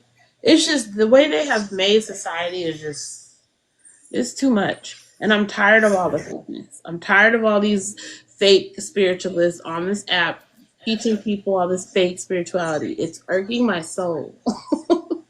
I 100% That's feel you why I on want the that one. tradition to come back. I I do. forgot what the title of it, but I remember a while back I saw one of your videos where you like people that they follow these people and then they get to invoking stuff. And it's like you don't even know what you invoke it, and then now you scared to go to sleep. Like you know, what I mean? Like Do it to it's crazy. It's like even with the Lilith energy that you were speaking on, like people don't even. That's why I say like I'm trying to scroll past as fast as I can because it's like you don't even realize how you can invite that energy in just right then and there. Like into your life. again, it's kind of like that friend venting to a friend, and you know the Don't ladies and the men out here don't realize like you scroll past. You might not even been thinking that you not even dealing with that. hell, you might be single at the moment. Yep. And your mind wasn't even on that shit, but you just scroll, stop for like 2-3 seconds, Yep. let this person explain to you what decentering men, and then you absorb that shit, and then Now you're a literally Lilith girl. run right into who you was supposed to be. Yeah, you know what you can't be my sinner. You're like, what? I'm like, well, What are you okay, talking about? I didn't know I was right. a sinner. Now it's gonna take y'all another 20 years to find each other. Oh my God, because now you're stuck in this negative space. It's gonna take you like it's a new trauma now you're gonna have to heal because you over here listening to fools on the internet because you were in an emotional state. And it's like they don't get the like you and I, even though we're smart enough to scroll past that stuff, or even if we listen, we're okay because our hearts are we're at a higher vibration. Them, if they're usually at a low vibration, which is why they stop and they listen, and then they're Hmm. absorbing, and then they're absorbing and absorbing, and next thing you know, you got that spirit on you, and now you over here sounding crazy and trying to make your own YouTube channel. Exactly. That's what And happened it's to the just trophy wife. She was listening to Share Seven, and I don't have beef with Share Seven, but the trophy wife had negative energy. She was listening to hypergamy stuff. Decided but she was already doing bad things. You know, she had children young, 16, 17 years old. She was already hopping from guy to guy to guy. And then she hears this hypergamy stuff and is like, hey, I need a man, that has money because I have these children. mhm, So she starts listening to that. And then all of a sudden, she gets her a man, not even the way the person told her to do it. She do it her own way and then gets one. And now the man supposedly molested their children. Okay, yeah, okay, lady, and now you're blaming the person who you listened to. So now it's her fault that you sat there and listened to that. You know what I'm saying? Like right. that's what we're dealing with now. And that's what I don't think about. Like when people blame the devil for stuff, it's like you do know that the devil is always absolved of being blamed because the devil don't make you do anything. The devil gives you suggestions, Hmm. ideas, ideologies, and you choose to accept them. And once you accept Yeah. it, it's now your fault. It's Hmm. your fault. You had the free will to do it. And that's what people don't get. So now her coming back blaming Sheriff. No, you can't blame Sheriff. You chose to accept that and you were already doing bad stuff. You were at a low Exactly. vibration, you know? So it's your And the fault. crazy thing is, she could easily turn it right around, but like you say, people don't want to No. take that accountability. They want to project the blame. Oh, the devil made me do it. Like, no, you Low chose vibration. that. Yeah. And you could still take the power back of that bad choice by just acknowledging, okay, I made a choice. I see now it wasn't a good choice. But because I made that choice, it Yeah. has made me better to make a better choice next time.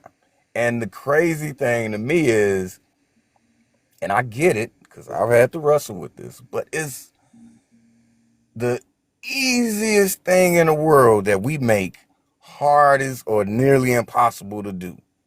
Because it's like, it's really just that simple, just as simple as us having that thought. You can say, but I was I think wrong. another factor, and this may go into a whole nother deeper realm, I think people get addicted to certain things just from the get go. Because, one of the things when I first started trying to navigate this whole quote unquote path of consciousness and, going through the phase of where you're getting away from religion and trying to embrace spirituality, but you still fall into that where you're trying to share information, but you're getting this back and forth with religious people, which is not really, conducive neither. And, I started to realize, I'm like, well, one of the things we all can agree on that we have in common, no matter what religious ideology at their basis, well, most of them, I say, they all say the quote unquote golden rule, right? Treat others the way you want to be treated, right? Do unto others as you have done unto yourself.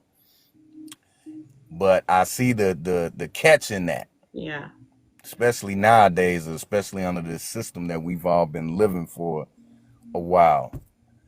A lot of people, I think they don't know how to be treated right.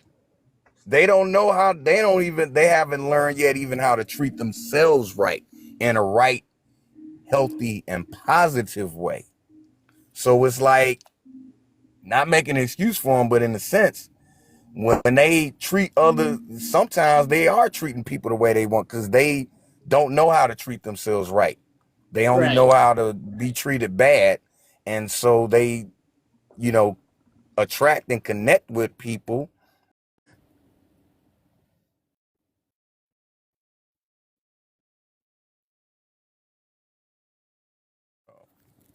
Damn, they must have. Okay. There we go. Did somebody try to, The battery. I didn't know somebody my tried to battery. flag you again? All of a sudden, the volume went low, and I'm like, "What Uh, happened?" we triggering some people demons. I think so. They like,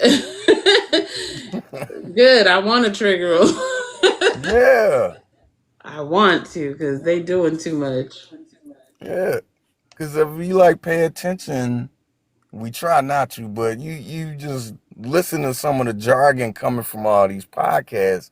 It's crazy how they keep saying the same things over and they keep having the same situations over and over.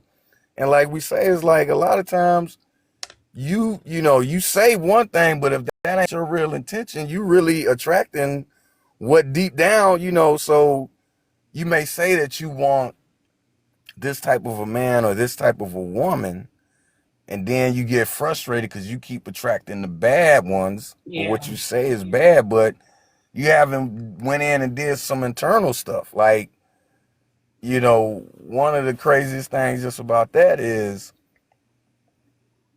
and I found myself in this situation, and then to be perfectly honest, that's why I say you got to look at self. You got to start with self. It didn't make sense to me until I was guilty of it, so to speak. Yeah. You know what I'm saying? Right. But it is so easy to want and even demand something out of someone else that you ain't giving to yourself. You won't.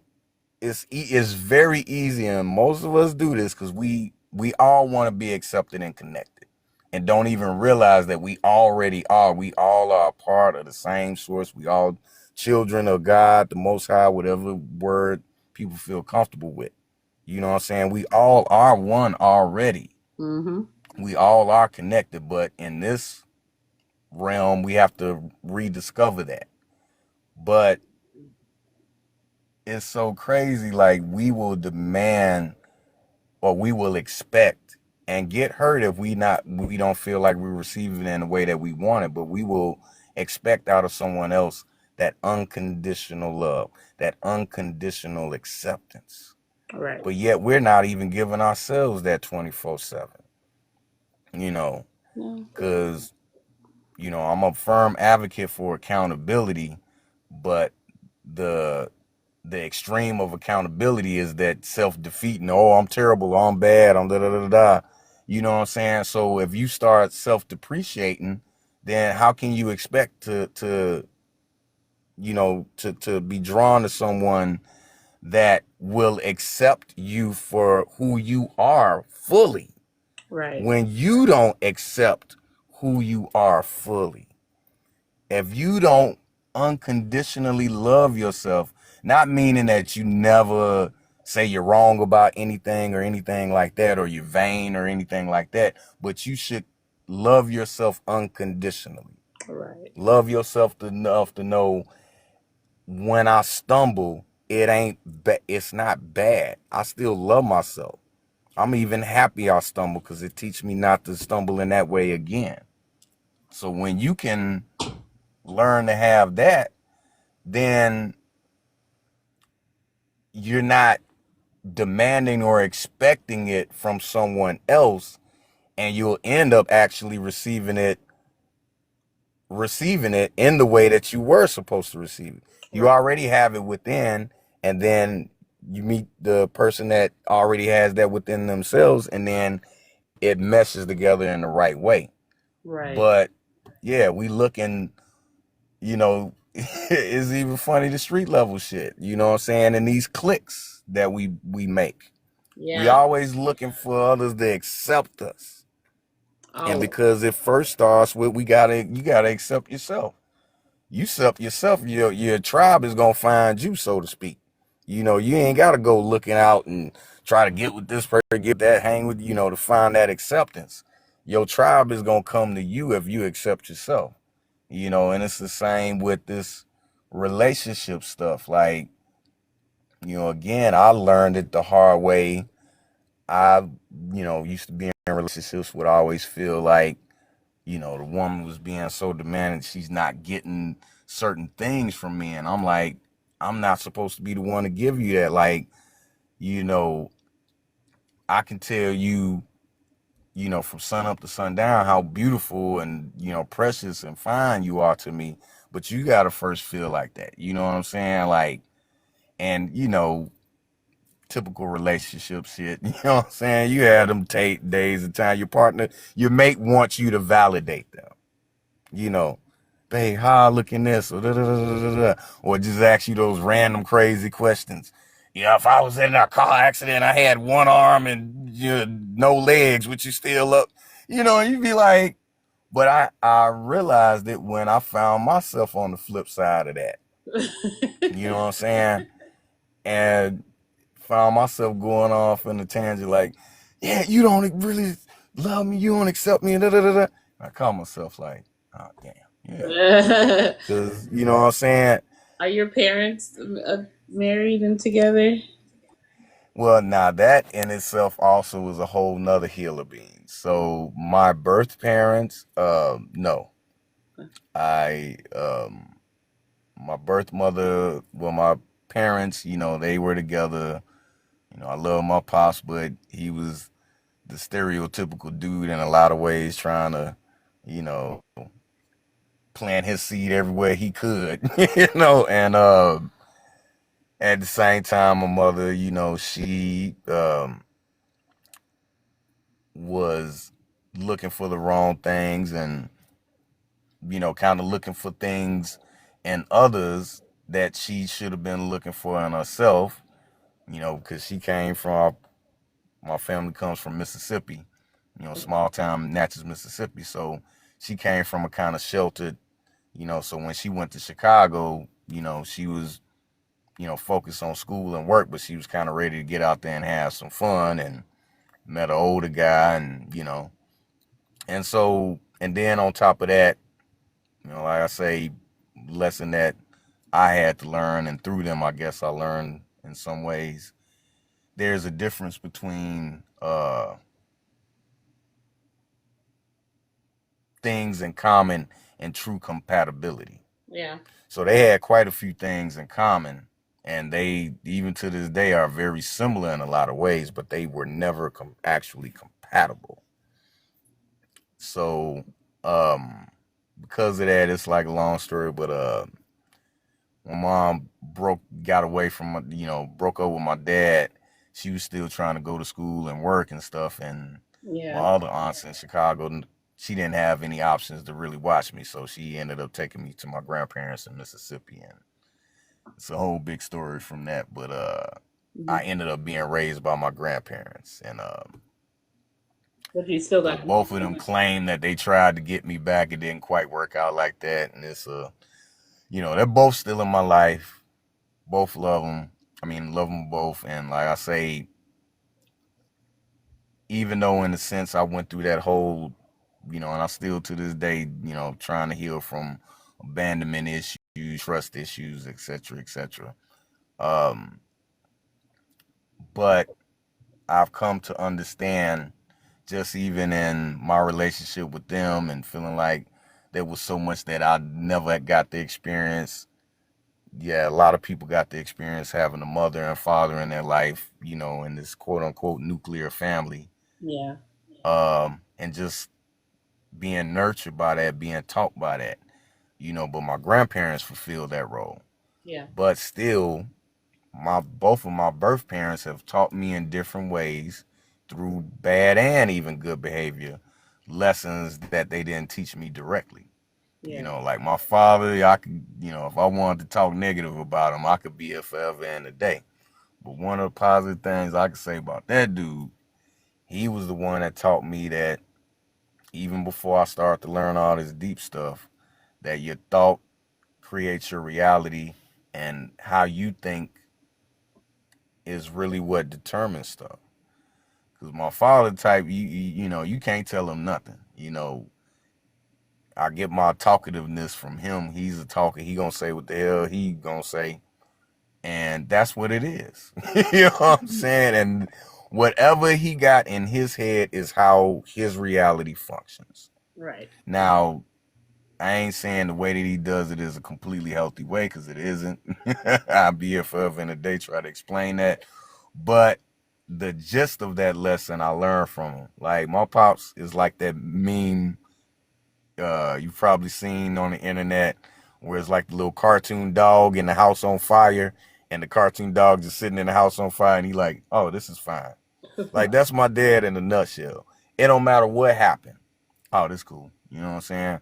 Like they house literally did catch on fire and burn down. He had to be in this little uh what you call them places where you stay extended stay until they fixed it. It was a whole thing. Yeah. But I found out about it 2, 3 days later. I'm like, Dad, what the, you know what I'm saying? I heard the house. Oh, yeah, Jack, it's cool. I'm like, what? Like, because in his head, long as I'm still breathing, long as I'm still good, I'm halfway sane, it's all good. I can get another house. I can do. Yeah. So Yeah. that's one thing I learned from him. You change it. Yeah, like, and, I'd learn things from my mom. You know what I'm saying? Like, uh, my mom, I learned one of the things I learned from her is my cutoff game.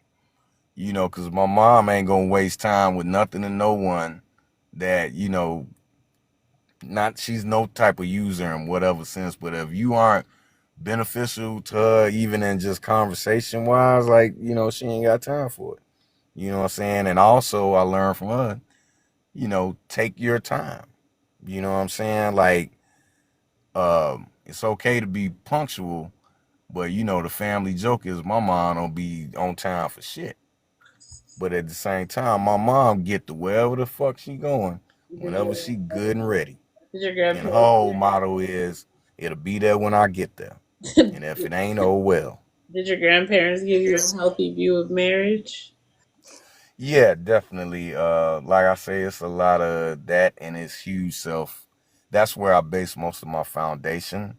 Now, in today's age, it would be funny, like I say, some of the things will be looked at as toxic, or what some of the people, all these different terms like a pick, how they, which I feel like is so disrespectful, how some of the younger generation has said that we came from a generation of pick me's and all that. I know. But my grandparents, grew up in racist Natchez, Mississippi. You know what I mean? Like, I so don't they think were that we are. down with each other. Now, did they have the most emotionally stable, fully healthy? No, not by any means. But with what they had to work with and deal with, They they were. did. They definitely did better than the best that they could. Yeah. And like I say, is so many Hey, Shannon. different things I could say. I'll just share one more quick story about them. Like I say, anybody that didn't know us, Hmm. if they were just to come past us, you would think my grandparents fucking hated each other. Like, you know what I mean? Because the way, but their shit talking to each other was literally their love language. Right. And you had to, well, really, you had to just be them, because I spent the most time with them besides my aunts and uncles, so to speak. Well, actually, I spent a little bit more than them, because a lot of my aunts and uncles started leaving when they was 16 and 17 and 18, Mm. leaving home and going to Texas, Chicago, stuff like that.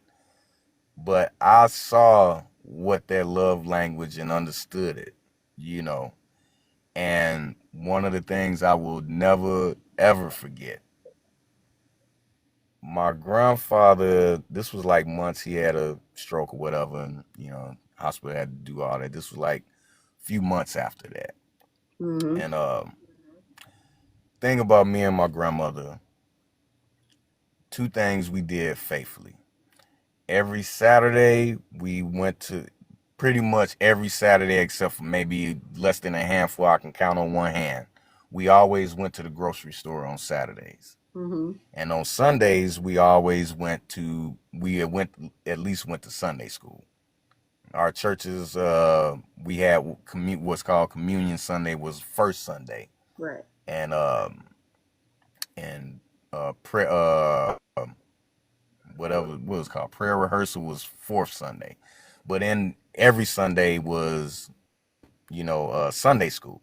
You know what I'm Yeah. saying, for the little kids and the adults or whatever. So that was our thing, you know. Mhm. And my grandfather to this day, peace be upon him, uh, lost him back when I was 12. To this day, I still don't. Nobody in our family know if my granddaddy could drive, because he never had to. We don't even like. That's the mystery of our family. Like, could our granddaddy actually drive? Because he didn't have to. Because everybody knew him. Like even white people, So my granddaddy, when he walks outside, people would just stop, pull up. Hey, Dick was. His nickname was Dick, and Mhm. hey, where you going? And he never. That's how he got around if he ever needed to go anywhere. Right. And so the other thing was my grandfather never, ever, ever came with us to the grocery store anywhere me and my grandmother really went to. Mhm. But after he had this stroke and stuff, a few months down the line, we was going to the grocery store one Saturday, and he needed to pick up medication from the little pharmacy near there, and so he goes with us, which was already just crazy in itself. Like what, But so anyway, long story short, we go. He, goes to the pharmacy, and I guess comes back to the car. Me and my grandma in the grocery store doing our thing. So we about to check out. Uh, so the lady, it was a white lady in front of her that had already been there for a minute because she was, fumbling with coupons and all this old bullshit or whatever. Uh huh. And we had a lot of stuff too. So, and then it was like this white guy that was behind us and shit, right? Mhm. You know. Now, you said something earlier that was really, I grew up in Mississippi, which racist, even though Texas is known as the last state to let the slaves go, Natchez, Mississippi was literally the last city in the South Yeah. to let the slaves They're go. more straightforward, right? Yeah, so, but like you said earlier, I'm the same way when it kind of comes to conservative or blatant. I can deal with them better than the liberals because Right. Right. at least you know where you stand. Right. Racist people in Natchez, they will still speak to you. Everybody in Natchez speaks at top of the good morning to you, top of the morning. But you would know who thought you was the N with the hard R, or who, you know what I mean? Right. So they ain't make no qualms about that. You know what it was. Right. So, this white dude was behind us. And I remember looking back at him. And it was just like, you knew. You could read it on his face. So this lady, she took her time. She finally got up out of there. And then I think with the coupons or whatever, the girl had to change it so somebody else came to the register. So she got to get her stuff in order to ring my grandma out now. Mhm. And like while she doing that and all of that, dude already been tapping his foot behind us, like even when the white lady was still in front of us. So now I guess he just couldn't take it no more. So we up there, the lady still just grabbing the first things out of my grandma's cart to start ringing up. Man, why this dude was like, oh my God, what's this N hard R B word would hurry up. Oh gosh. And at that moment, I'm guessing he was coming in to probably check on us, or whatever, or really on some. I know my granddaddy's probably coming in there. When the hell is taking out so daggone long? He walked in Kroger's right when that dude said that, and this was like the most amazing shit that I had seen in my life. Mm-hmm. Like the only other thing that could top this, was another situation where the black men in our community went and straightened out some white men. But my grandfather walked right to us, past my grandma, right to the dude like he knew him. But I know my granddaddy. I know my granddaddy pretty much knew Dan. He probably did actually know him now, but it wasn't one of the typical people that I know, like, yeah, that's someone my granddaddy know. But he walked to him just like he knew him. Right. And he leaned right over to his ear, you know what I'm saying, and put his hand around him hard. You know what I'm saying? Like, and I knew that shit because, like, that it'd be the same way he'd throw his hand on my shoulder when he snatching me, like when I'm trying to run through the house when I was little and shit. And he'd jerk me into a hard ass hug. So he put his arm around the dude and squeezed him into him. Next thing I know, I see this dude walk with my grandfather out the store, left his cart and everything, and walked the fuck out of there. My grandfather came back. He, to this day, I don't know what happened to that man. And I even said, we ain't say shit. My grandma wasn't saying shit, so I'm looking at her. I'm like, I definitely ain't finna say shit. But I couldn't take it no more on the way home. So I was like, Granddaddy, where that man go? He turned back, looked at me where he needed to. And so that long story is, that was one of the defining moments of my life. I'll never forget that because, like I say, people would think, they hated each other. You know what I'm saying? If you just listen to but I knew but neither one of them was affectionate neither, you Right. know. Yeah. But that was one of the things I will never, ever forget. Like, But that showed you that love, like that protection, that love they have between each other. yeah. I can understand that. And I And think, then also, oh, I'm sorry, I just had to throw this in, but, you know, I don't let them off the hook, but I do understand why a lot of guys out here are messed up in some of the ways that they are. And I really feel for them. And think the one thing that we can help to, you know, heal that, what I try to do, anytime you run across, especially older brothers out there, these young cats, you know what I'm saying, especially the ones that might strike up a conversation with you, try to always throw in some type of positive, you know what I'm saying? Uh, you ain't gotta come down on them like you know what I'm saying, but throw in some real wisdom. Let these young cats know you done been through the same shit they done been through. But I remember when I was like, shit, I couldn't have been no more than like 9 or 10 maybe or some shit like that. And I think it stemmed from like one of my cousins down the street coming over to play, and we was playing one of my girl cousins, and I think we was like playing on the hill or some shit, and she pushed my ass at the last second while I wasn't looking. I had my back to her, and I was tumbling down the hill and shit, and I think I had picked up clob of dirt to hit her with, and and my granddaddy caught me and shit. And well, he ended up putting both our ass to work, and then she ended up going home.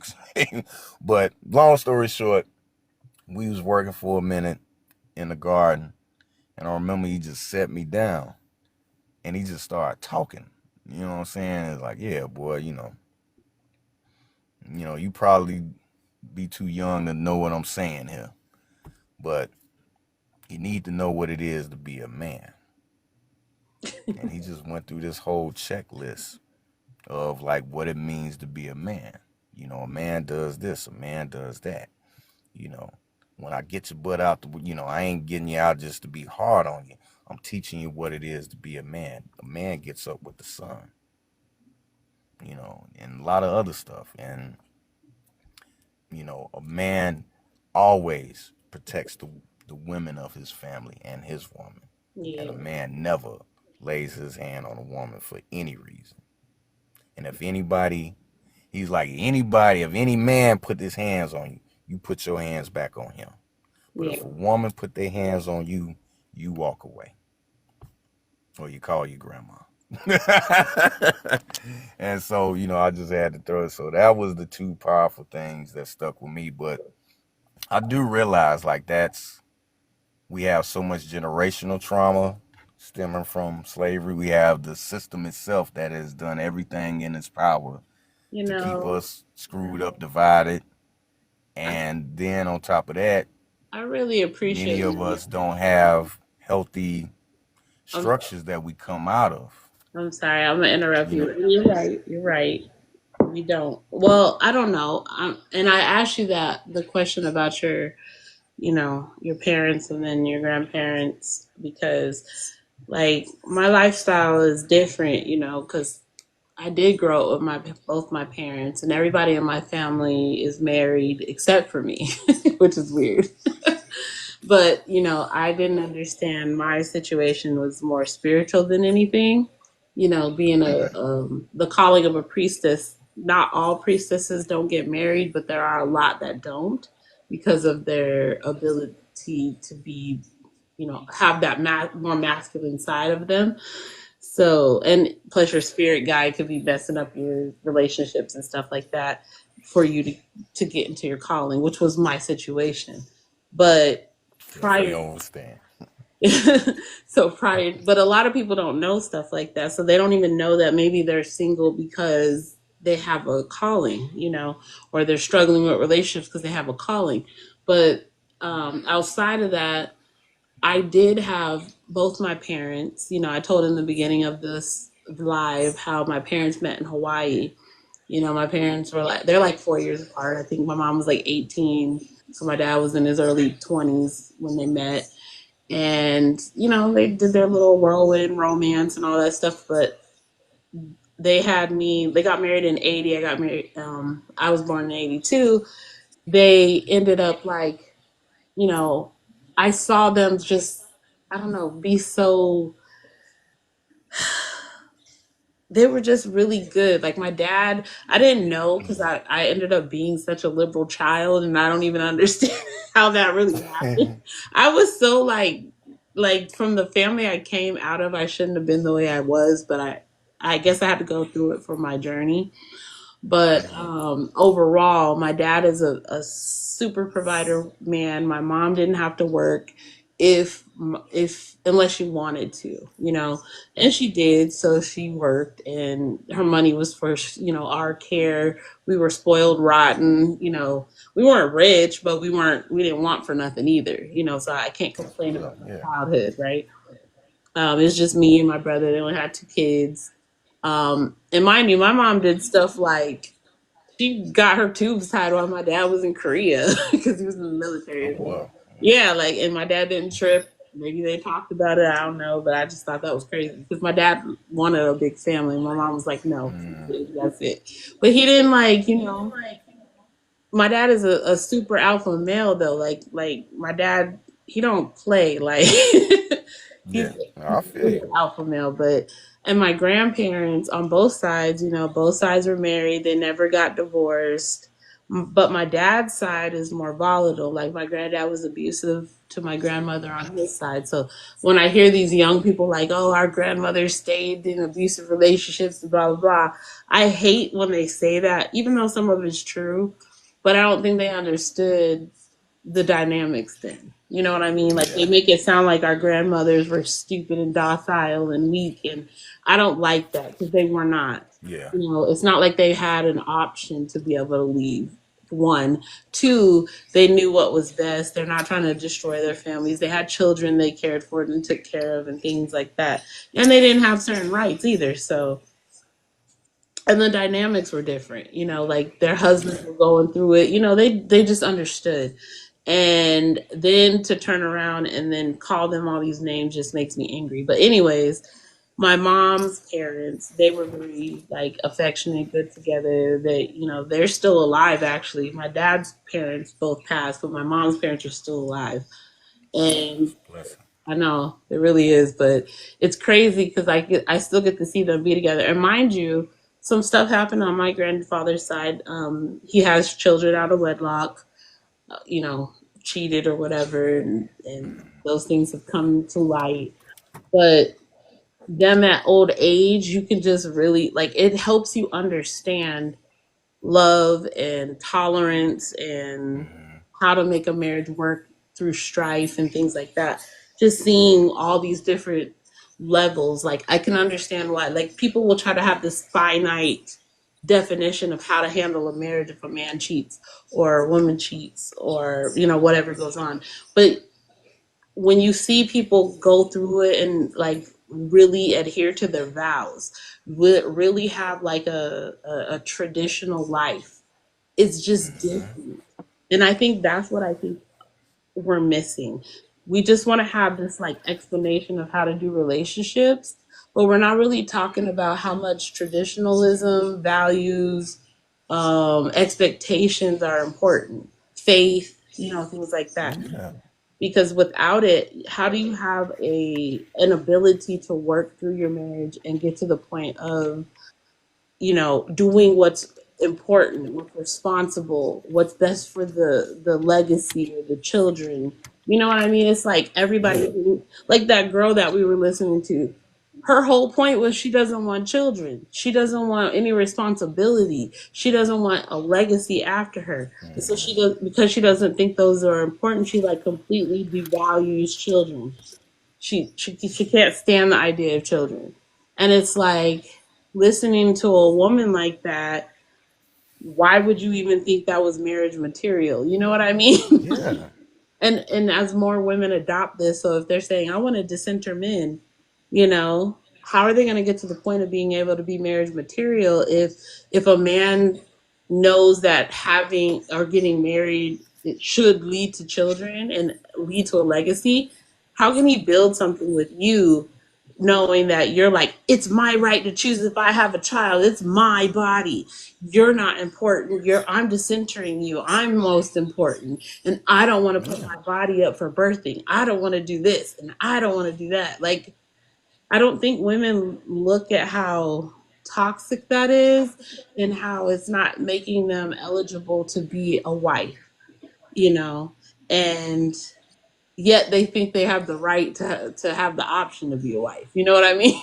Like, Yeah. Yeah. it's like, do you have an option? Are you a good choice as a wife if you're sitting Or there saying you don't want let me ask you this: do you feel like for some of them, it's almost a power thing, so to speak? I want to, exert my right to have this choice, but then reject it. You know, I should be the one to only decide if I want to be a mother or if I want to be a wife, and then put it like that, but then at the same time, blatantly reject that. Yeah, it's that Lilith energy. Like I said, it's that I'm gonna seduce you to think that I want all these things and then take it from you because I want that power to make you feel like how you made me feel or how a man made me feel at one time. And so because I've put in my head, you're all like this, all men can get it. So now I don't respect any of you and I'm gonna always exert power over any of you, you know Yeah. that's their thought process and they don't see how toxic that is. I And Not to go off subject, but that's very interesting because again, not taking away their accountability, but I almost like wonder um if the like you say, that Lilith energy, that demonic energy, it's like once it takes hold, is it that they can't really break away? Like once they kind of open that door and the get go is kind of, there's no way of getting away with it, getting away from it, and almost it turns them into predators, so to speak. Mm-hmm. Yep. Because, Yep. even though one of my, guilty pleasures, is Law and Order SVU. Now they've been sticking all kinds of, and being woke now watching this show can be painful because I they've stuck so much bullshit in it and just so many agendas on top of it. But still, overall, I love this show because it gives me just insight for a lot of different things. Mm-hmm. But just even like that in Criminal Minds, Yeah. and just thinking about like like it's a similar mentality of like that, the psychopath, the sociopath, psychopath. I Yeah. just want to devour that predator. I want to devour everything because I was once preyed upon, and now I become the super predator after that. And I just want to consume everything, and it's like, Do you remember me talking about Satanism? yeah, That's yeah, essentially because Satanism is Satan and all the demons involved, that just the dark magic of Christian mysticism is that it's that narcissism, it's that predatory, it's that manipulation, it's all those characteristics you're going to see in these demons in various ways. For Lilith, particularly, her thing is to control men or be more powerful than men, equal to men, or to destroy men. Jezebel is a Lilith energy. Jezebel manipulated men. Everyone thinks Jezebel is a separate spirit. She can be considered a separate spirit, kind of, but she's attached to Lilith energy because Jezebel was able to get the man and manipulate his mind because she was like, oh, okay, I understand I can't be equal to the man, but I can use the man by using my seduction and my hmm manipulative mind to control his thoughts and make him speak for me, right? So that's what she did. She just basically had her husband do her bidding. And everyone thought the husband was, I mean, they knew she was doing it, but they couldn't go against the king. So if the king said it, it was hmm done. So Jezebel is that Lilith energy of, again, of exerting power and being able to control, manipulate, and destroy men. So that's kind of like that manipulative energy of Satanism in the Lilith energy. They're all gonna have. You're gonna see it in every demon in some way, form, or fashion because that's the energy behind the dark side of Christian mysticism. And it's like the more people, um, if more people understood that, they would understand why all of this content is the way that it is. Because you have a bunch of occultists who are opening up the gates of these demons entering this realm, and they've lowered everyone's vibrations with all of this anxiety and depression, hmm all this negative thinking. So it's easy to get people to attach to this because everybody's in a vulnerable state. So these deities are just having a field day. They're feeding off these people. yeah, like a what you call it, a buffet, Literally, literally. And you're energetic seeing, buffet. yeah, so you're seeing, that's why you're seeing so many, and black women being in such an emotional state. This is why I'm sad that the men have dropped the ball so bad. And the men are in such a state because I think black men have been so focused on their disappointment of not being able to get the white man back, they haven't like sat down and just cleared their head and figured out how to get their power back. They've hmm just they're the women black man's obsession with chasing white women is to get white men back. Like, I can get your Yeah. woman. You know what I mean? That's the best way I can get you back right now. But hmm it's not good enough to show you have any power, you know? Yeah. And it's like you're on top of that, you're offending your own women, and now when your women are acting up, you're like, oh, the women are feminists. Well, I mean, you're Yeah. absolutely ignoring them. You're absolutely chasing other women to get back at somebody who defeated you instead of going to defeat them. You know what I'm saying? Like, Yeah. Well, 100%. Like, not to segue, but as much as I supported and still support them, that's what happened to my boy Jonathan Majors. Yep. Yep. Because and it was so crazy for me to, well, not just me, I know for a lot of people to watch that. But one of my favorite shows, I will definitely put this in my top 10, if not my top 5. Mhm. Uh, is Lovecraft Country. I plan on, doing some stuff on that shortly. Um, and even though as much as I love that show, they still snuck in a few things, but I know the sister probably, she had to throw in certain shit just to get the studio to, but, Yeah. it was so crazy. Like, that show was so powerful. Yeah. And granted, it's a show, it's acting. But I'm like, bro, for you to play the character that he played, and if anybody ain't familiar with it, Jonathan Majors played on Lovecraft Country as a character called Atticus. Uh, Damn, what was their last name? Oh shit, I can't believe I forgot. I haven't watched it in so Oh my gosh. Well, we just gonna he Tick. That's what he known as on the show, but just watch that show if you haven't watched it. And the character that it's like, bro, you definitely knew better, my dude.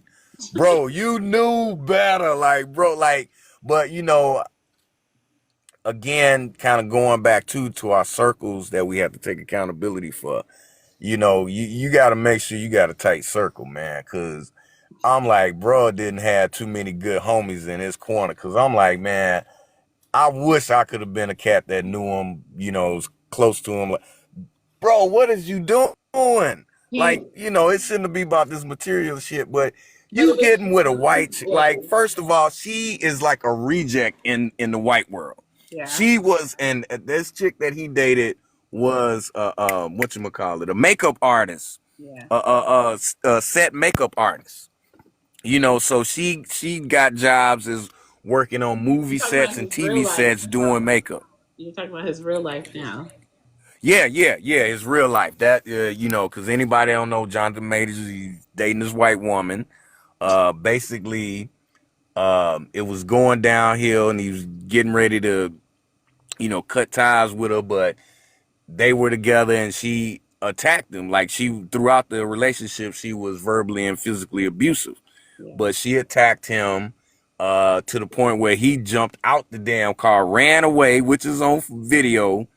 Yet they still, and she accused him of beating on her and being in fear for her life and all this kind of stuff. Even though there's also footage of, like, I think it was less than an hour later, she at another club partying when she say she's somewhere hiding It from was him. the playing dead for me that killed me. I just couldn't. She was Yeah, but this is what, drama. well, he was already on, because again, you're a black man. Because again, the rules don't apply the same. And,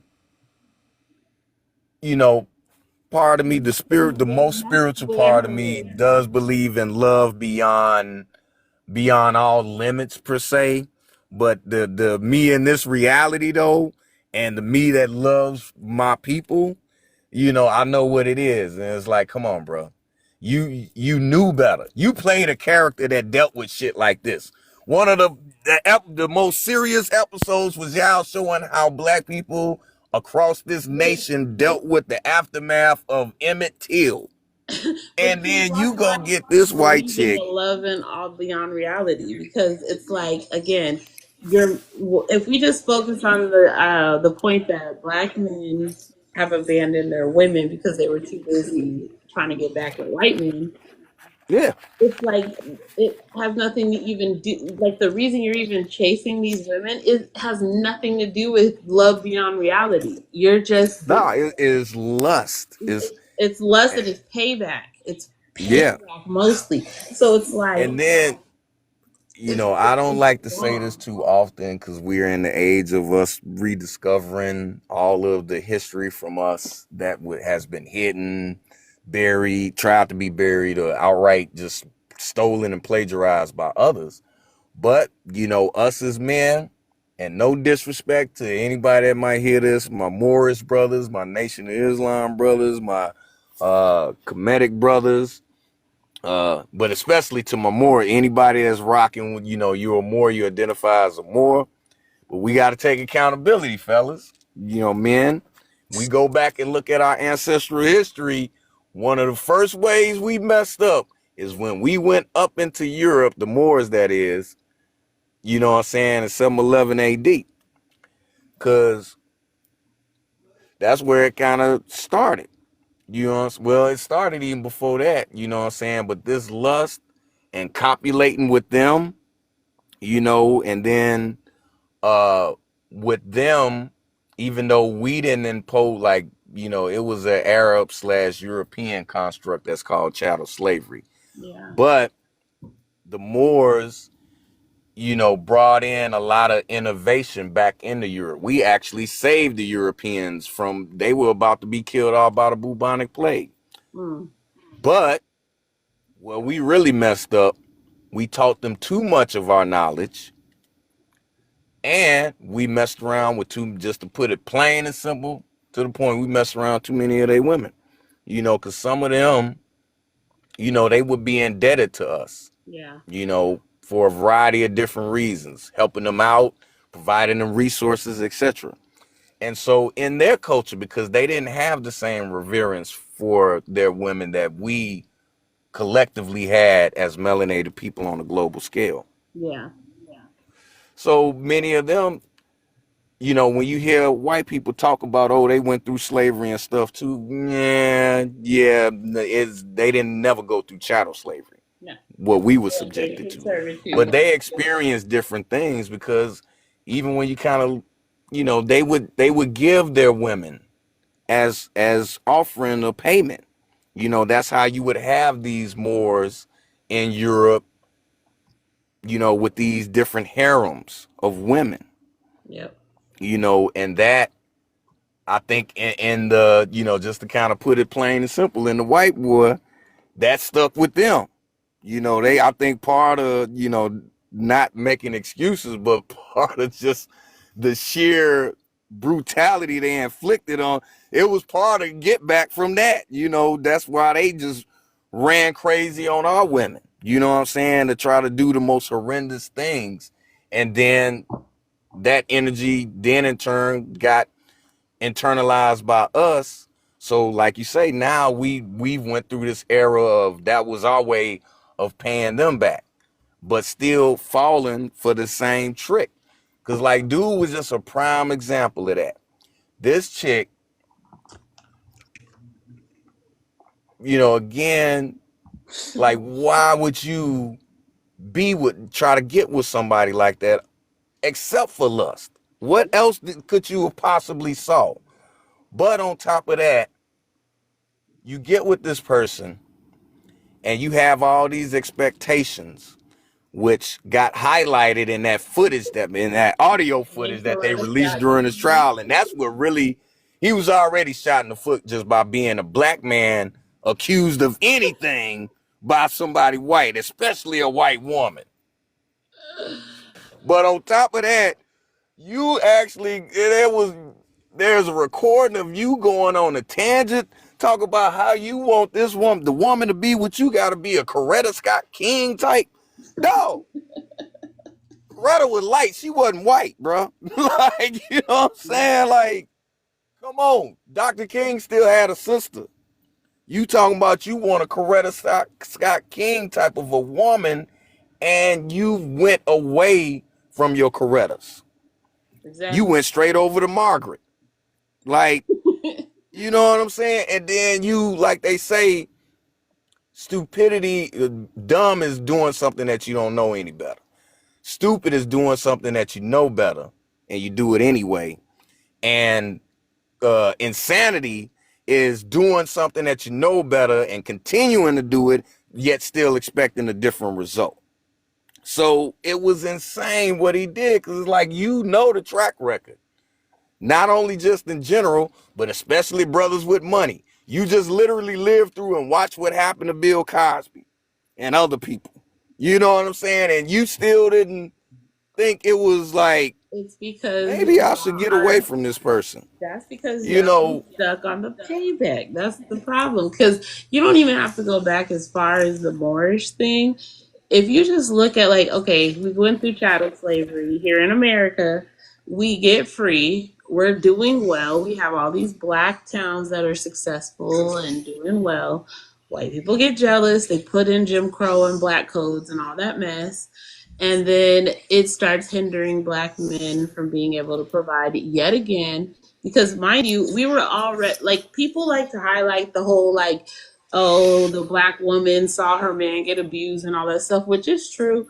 But we forget there was a time where even through all that, we were doing well. We had our yeah, families, we were rich, we were being communities again, and we were getting past all that pain and suffering. It wasn't until they attacked us again, began burning down our communities and threatening our lives, and then they strapped those codes on us to hinder us, our men, from providing yet again. So hmm then you have us, we're still hanging with each other during that time, because we're segregated. So then we get down to the 60s, and now all of a sudden you bring in desegregation. So once that happened, that's where you see black men go from being for their women to I want to pay back white men for everything they did. yeah, And yeah, then they started caring about sleeping with white women at all costs to get white men back, and that's been their focus.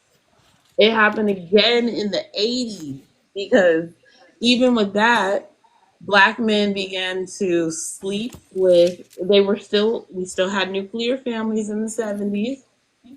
We were good all the way to the crack epidemic. People will say black exactly. women abandon the black men because of welfare, and I hate that narrative. And I think that's because of Thomas Sowell. I guess that's where that's coming from. But no, A few other sources, but yeah, yeah, I'm like, definitely, and no, because black men were getting arrested at that time too. They were putting them yeah, in jail. So women didn't just were like, I'm kicking you out the home, I want welfare. No, their men were getting locked up and they had no choice but to be on welfare. Even Malcolm hmm X talked about that, but even before this whole 80s thing, it was in the 1940s, and his father got lynched, yeah, right? And his mother ended up on welfare. So that, I don't know how they came up with the thing that it's like women were putting black men out onto the street to for welfare. Like, I hate that narrative. No, they literally attacked the black community once again with drugs and began to hmm lock black men up. Women had to be on welfare and were yeah, left alone yet again. So they keep triggering these things in our community, which makes it hard for us to be together.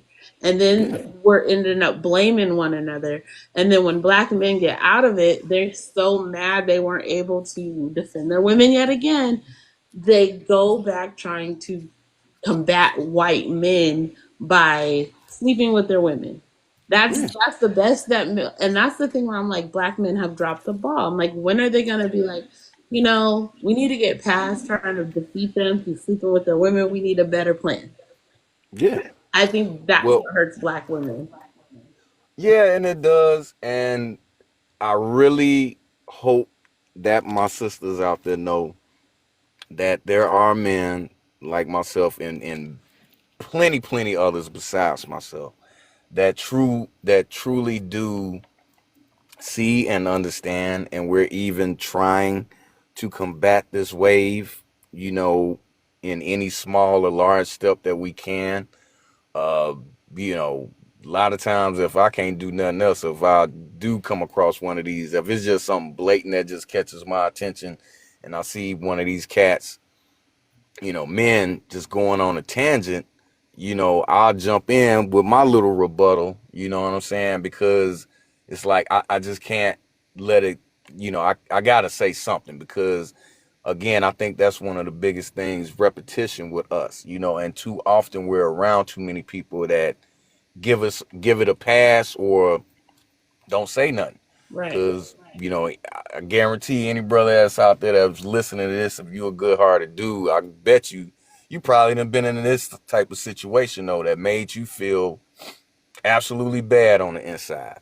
Yeah. You know, you around, you know, a bunch of guys, you know, some if not all that you pretty cool with, and you know, you having guy talk. I don't know why I just did air quotes like you see me, but you having guy talk, you feel me?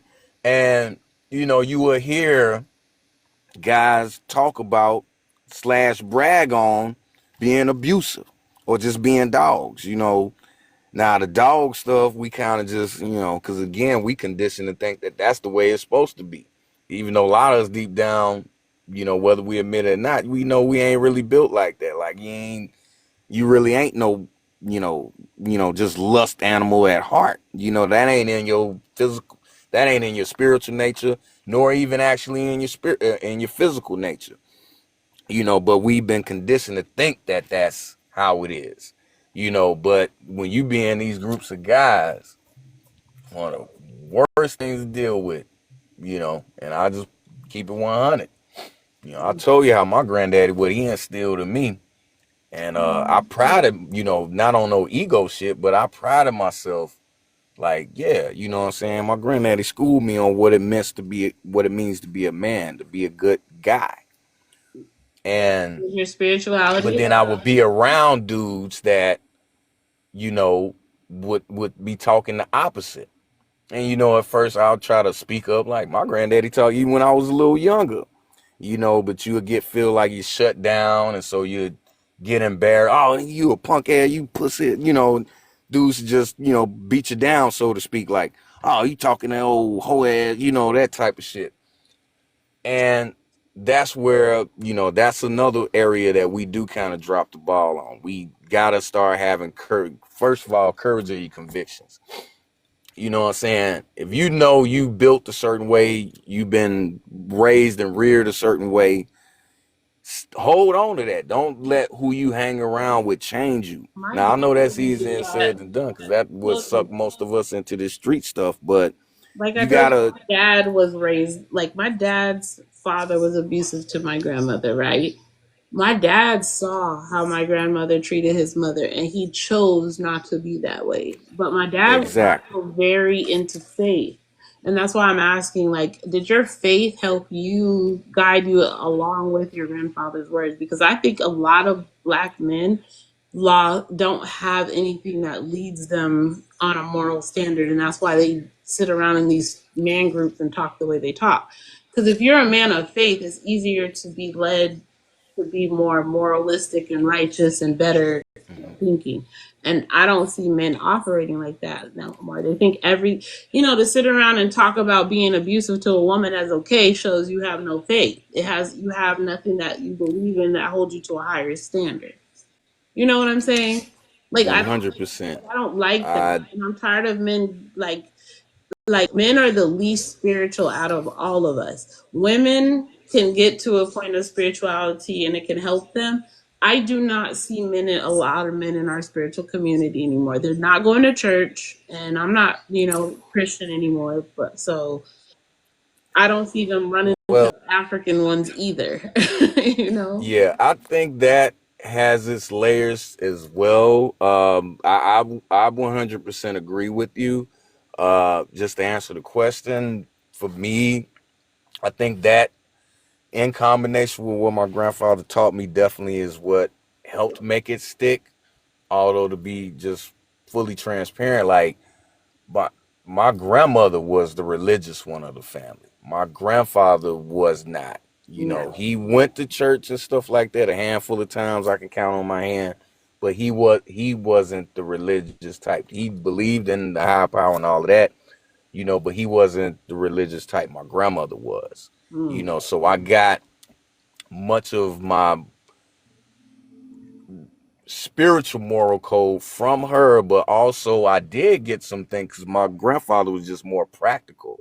You know, like I say, he just gave me this, you know, list of this is what it means to be a man. Yeah. You know, so he was more practical in his application of it all. You know, because just even in regards to like how he taught me what you never put your hands on one. You know, now they could argue and they could even, well, it would be more or less my grandfather would raise his voice sometimes, Mhm. and my grandmother, she will respond, but she didn't raise her voice. Right. But like I said, they can both throw some jabs that was just heavy cutting. But, my grandfather, like even when he called himself, even when he raised his voice, he would catch himself, because it would be different. Like if he fussing at the kids or he fussing at us, that's your ass. It's a wrap. You might as well just go and start bracing yourself for the whooping or or go and get it, because my granddaddy was gonna either whoop you or go make you work in the garden with him until your ass pass out. But you know, My when he raised his voice in regards to us, we knew it was a rap. But like if him and my grandma was having a little bit of if he raised his voice, whether she got the last word or not, my grandfather just kind of just walk off, because that would be his way. Like, I'm not gonna, he just didn't I'm believe I'm a in it. discipline myself. I'm not gonna allow myself to go any further in anger than here. So he You know just what I'm saying? And then he come back from the garden or wherever, and ain't like shit happened. You know what I'm saying? so he just And you didn't. hungry yet, or you gonna wait? Little stuff like that. Like you would think they ain't just was arguing or whatever. So um Yeah. that spiritual thing that I got from them both did help apply that. I'm no longer Christian as well, but even on my journey per se, it was still kind of that core, so to speak. And I do feel like, guys, we've lost that a lot.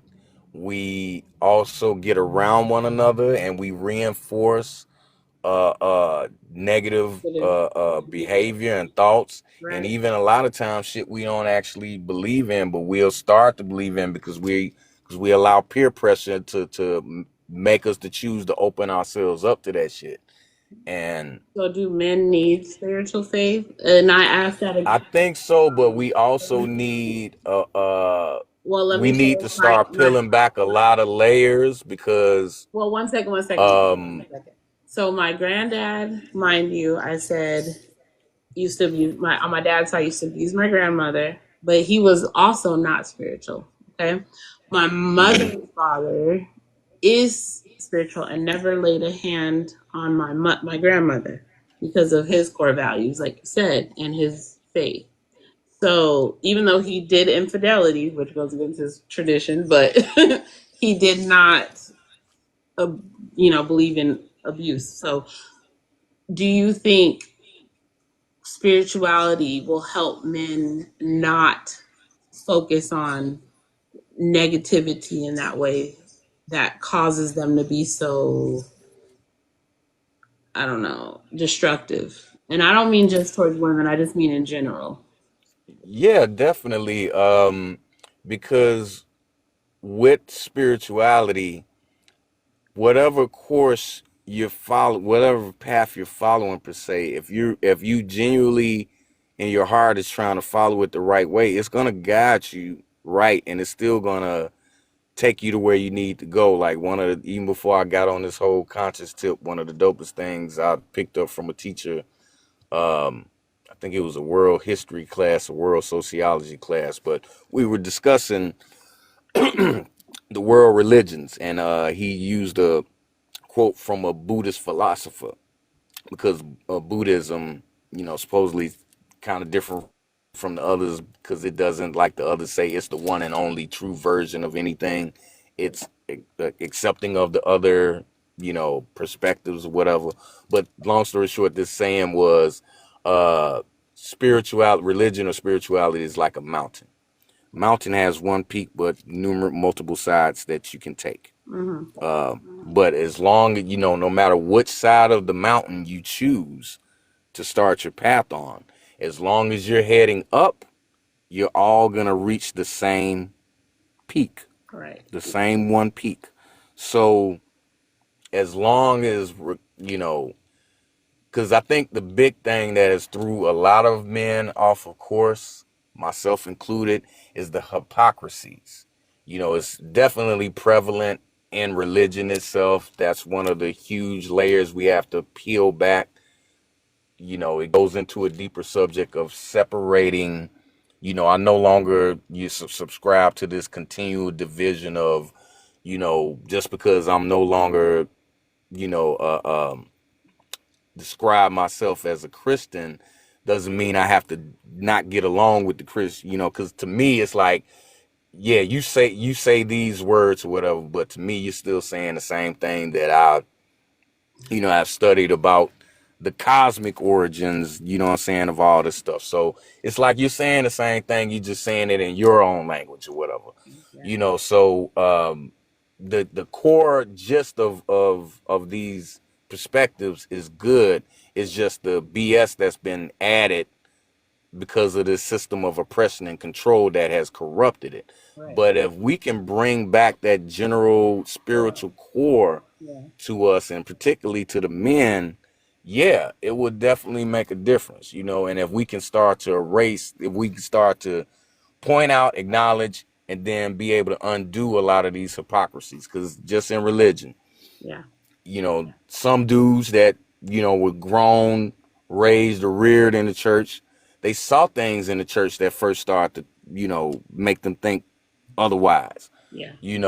There were many wholesome churches, but sadly, there were also many churches where the pastor sleeping with the mother of the church, or the deacon sleeping with this other deacon's wife, or all this kind of lady in the choir, is sleeping with the head of the usher board, and all of this kind of stuff. Yeah. And people see these things, and it messes up their perspective of everything. Yeah. Yeah. Myself included, when I got into the street pharmaceutical game and got to the point to where the people I was dealing with was like, you ain't got to keep coming to us as a middleman. We'll plug you with who we plug with. And, I told you how me and my grandmother, we went to church every Sunday faithfully, and my grandmother was mother of the church, so she used to go to other churches. So Yeah. I was familiar with a lot of church folk. And we grew up in a small town. It was a decent town, but so we had one funeral home that was black owned and serviced black people, ran by the West family. And they were also heavy in the church that they belonged to. Long story short, I go to meet the plug, and the plug is one of the younger West boys Yeah. that's a part of this Christian religious family that also runs the funeral home for the city. Yeah. And one of the, he one of the men. So that blew me right there. That, I still am thankful for my journey of knowledge, but I think that was one of the first things that turned me away from just religion, Yeah. and then when you add in other things as men in regards to our women that we see in the church or just in the religious community, is so much hypocrisy, because one of the things we do have to deal with, shout out to the men like your father that, would stand up men, but at the same time, we have to acknowledge those that weren't, those that made the mistakes. Like I say, my dad is a prime example. Besides that other advice that I said that I picked up from him indirectly, one of the other things I will always credit him for, the reason I didn't follow in his footsteps and just drop a whole bunch of kids, because I never wanted to do, like you say, your father, he experienced, so he never wanted to be that way. That showed him what not to do, what Yeah. not to be. Yeah. My dad, the same for me. I didn't want to be a dude that got children spread all over the place. You know what I'm saying? I didn't want to be the guy that has a child or children that years later find out about one another. Yeah. You know what I'm saying? I didn't want to be the guy that have a son and a daughter don't even know that they brother and sister going to the same school. I didn't want to do any of those things. I didn't want to be a guy that just had several women just hating my guts. You know what I mean? So it was like I didn't want to follow in those footsteps at all, and kind of the other core moral values that I picked up, help guide me. Yeah, I'll be lying saying I ain't, I did a lot of typical bad guy behavior per se. You know what I'm saying? But where I strayed from the path, I will say kind of having that core is what helped bring me back. So yeah, we definitely got to bring that back. And again, the fellas, we got to start by just even having more of these. Like, on the one hand, what I do like about some of these podcasts, like I can't remember what the brother name, but I will say that brother, I used to see him get shared, his stuff get shared a lot. That podcast, the brother with the glasses, with the light brown skin brother with the thick beard with the glasses, because he's very he brings a healthy, balanced perspective. Hmm. And I appreciate, like, the sister, I don't know her name, but she kind of has a deeper voice a little bit, but she be dropping a whole bunch of truth bombs too. But like the conversations I see, some of them because I've seen videos they share with dudes talking, and it's just his little part, and then you could tell, like, soon as he done talking, they back to some more ratchet shit. But if we could have more conversations with guys that are not, and we have to encourage this amongst ourselves, Maybe you should do a that are podcast. strong enough, huh? Wait, I what'd said you maybe, say? maybe you should do a podcast. Yeah, I'm trying to slowly work to that. It's that's definitely a goal.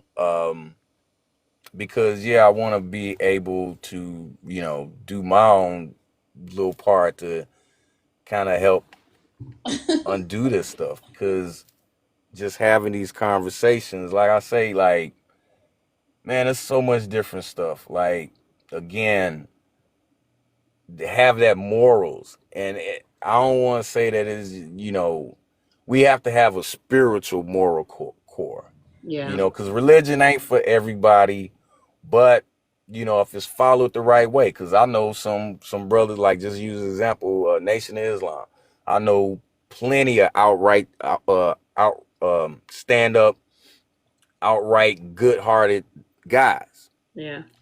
but I've met some dudes that are Muslim, part of the Nation of Islam, but they still have chauvinistic views. Yeah. And the aspects of Islam that can be interpreted in a chauvinistic manner, it's like they cling more to that, Yeah. than the other tenets that are more of a moral code, And it's crazy. You will see some of these same dudes down there. You could down there see them in the Miriam Mosque in Chicago listening to Farrakhan.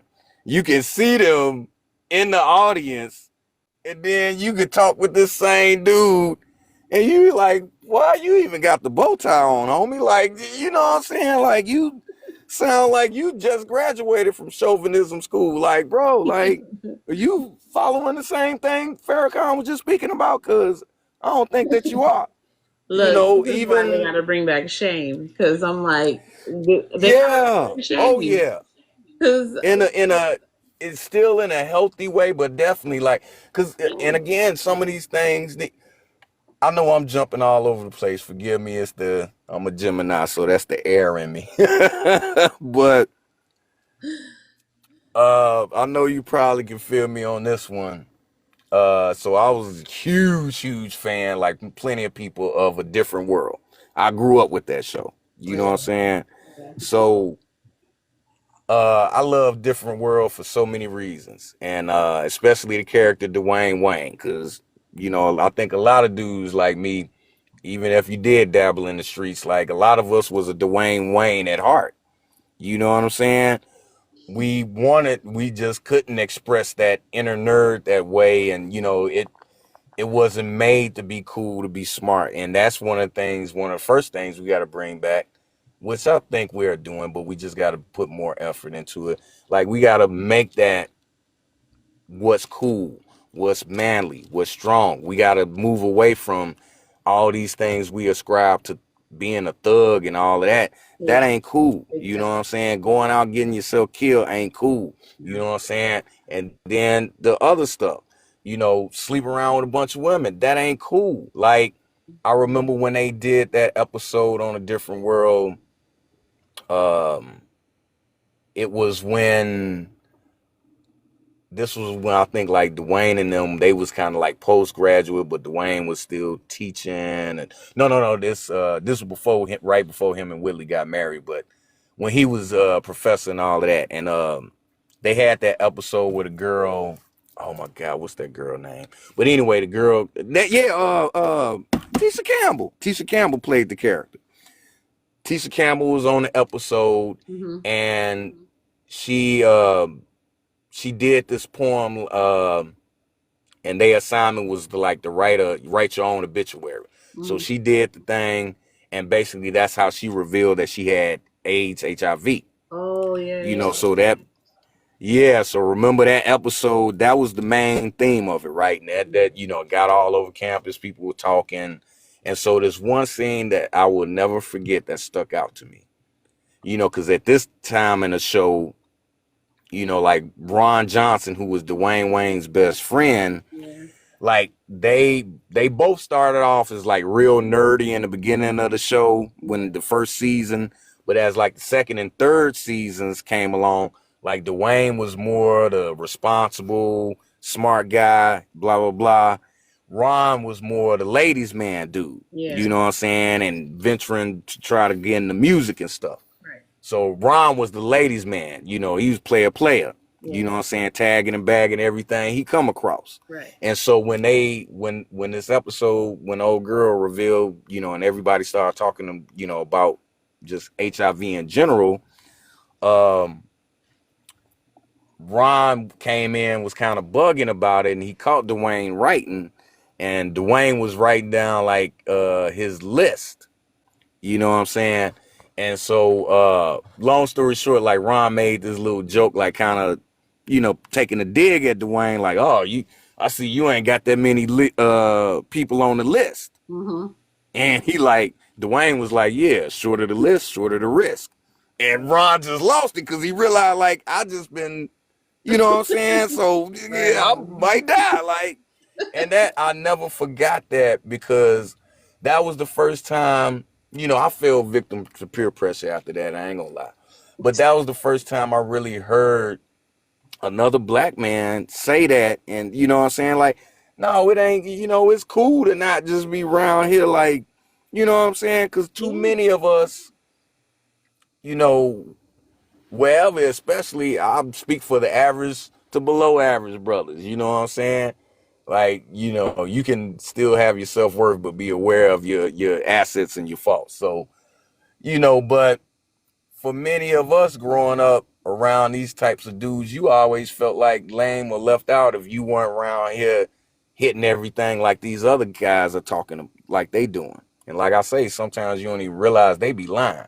But even if they not lying, that ain't cool. Yeah. You know what I'm saying? But we just made it through peer pressure, think that this is cool, and it's like, not only just in general, it ain't cool because, when you have that spiritual awareness and knowledge, to be mindful and protective and reserved with your energy. You don't just, it's sacred. So you ain't just finna spread it all willy-nilly. And then on top of that, we living in an age where it's not logic. It don't even make logical sense no more. Like, everybody, I love my man Kendrick. I've been rocking with Kendrick before this new wave, but I'm glad. Before you go to Kendrick, I wanted to point out also that you brought up uh what's the show? We just said it. Different world. Yes, thank you. So there was an episode on there where they had said one of the women was getting abused, right? And Yeah. do you remember that Gina. episode? Gina. Yeah. No. I think it was it Ron's girlfriend? The curly haired one? No. No, it was another black girl that looked another black girl. She was dark skinned. But anyway, she was getting abused and they found out about it. Like the boys found out about it. And it was one of their friends, but it wasn't like somebody who was like important on the show. It was just somebody they were using. Oh no, that's what I'm saying. That was her name was Gina. She came on, like, I forget the girl real name that played her, but her and like Jada Pinkett's character, they all started together. They was like the new They was the freshmen, Right, and right. she was dating the rapper dude, and he was And he kicking her was, ass. yeah, so they Yeah, went and talked to her and talked to him, and he ended, they like, cornered him or whatever, and they got into his butt about it. And I like episodes like that because it was like the men were holding the men accountable, for yeah. their actions. And I was like, they need to be more of that because now you see more of this. The men, when they gather, they're making excuses for what they do and protecting their bad behavior, and it's not making our community Hmm. get better, and it's making the women act worse, because Oh it's yeah. like you're giving Now them so much power to be afraid or be acting like all men want to harm women, even though we know that's not true. You know. facts.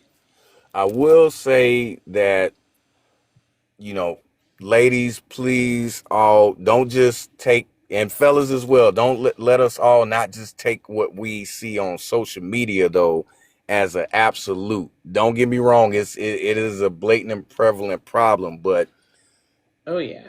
there are those of us that are still, fighting, still standing up, still um doing what we're supposed to do.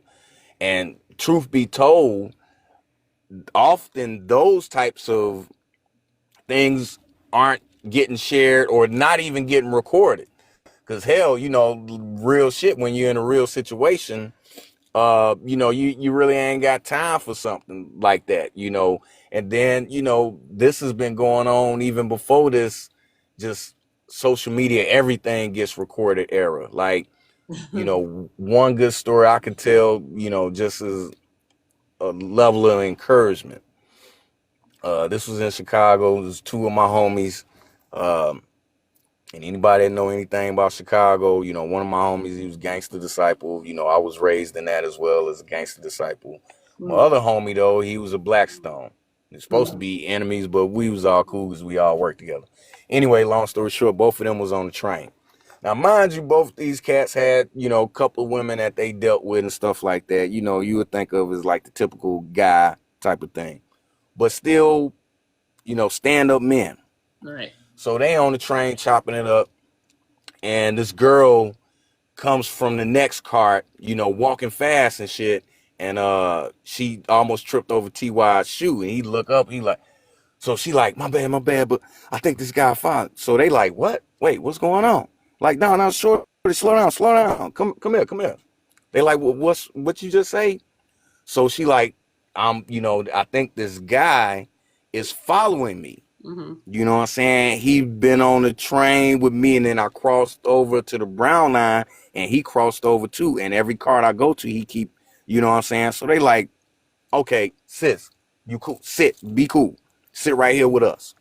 Right. So dude come in, you know what I'm saying? He walk up or whatever. He try to go past, um, go through the cart to the next one. So they look and they see him still in the next cart. So Tommy was like, told Ty, like, you get off. I'm gonna go up here, you get off and shit. He like, sweetie, just stay right here. He finna get right back on, but just you cool. You know Mm-hmm. what I'm saying? It's long story short, they did that, and then homie tried to pull his, try to make his little move. So they double right back. Cause Mm-hmm. Ty just went out of one door and came back in the other one, and then came back through the cart the other way, and then Tommy just came right back. And long story short, they whooped dude ass. You know what I'm saying? Cause he was on some shit. You Yeah. know what I'm saying? Another time, this was a block. I don't know nobody over there, but a block on 63rd, over near King Drive in Chicago. There was this pervert dude walking around flashing himself. You know what I'm saying? Um, and this was one of the times that social media worked out good. And the funny thing is, you stop seeing it getting shared, and I don't even think it was like in the original video. You could see, his package, which is gross, but you know what I'm saying. Like people still reshared it, and it was edited. But Yeah. then after a little bit, it just disappeared because it was an example of the men protecting the community. Because Yeah. this dude, one girl was like, she saw him following, and she looked back, and he had it out. You know what I'm saying? So she started running. Then this other lady, she was the one that was filming. She saw the girl running. So she saw her like just coming around the corner. She like, baby, what's wrong with you? And she Yeah. like, da da da da. So she bust the Yui ride back past, and dude still right there. So she going live, and he right there, and then he see her like, yeah, and he holding it like, yeah, you know. So Yeah. she like, okay.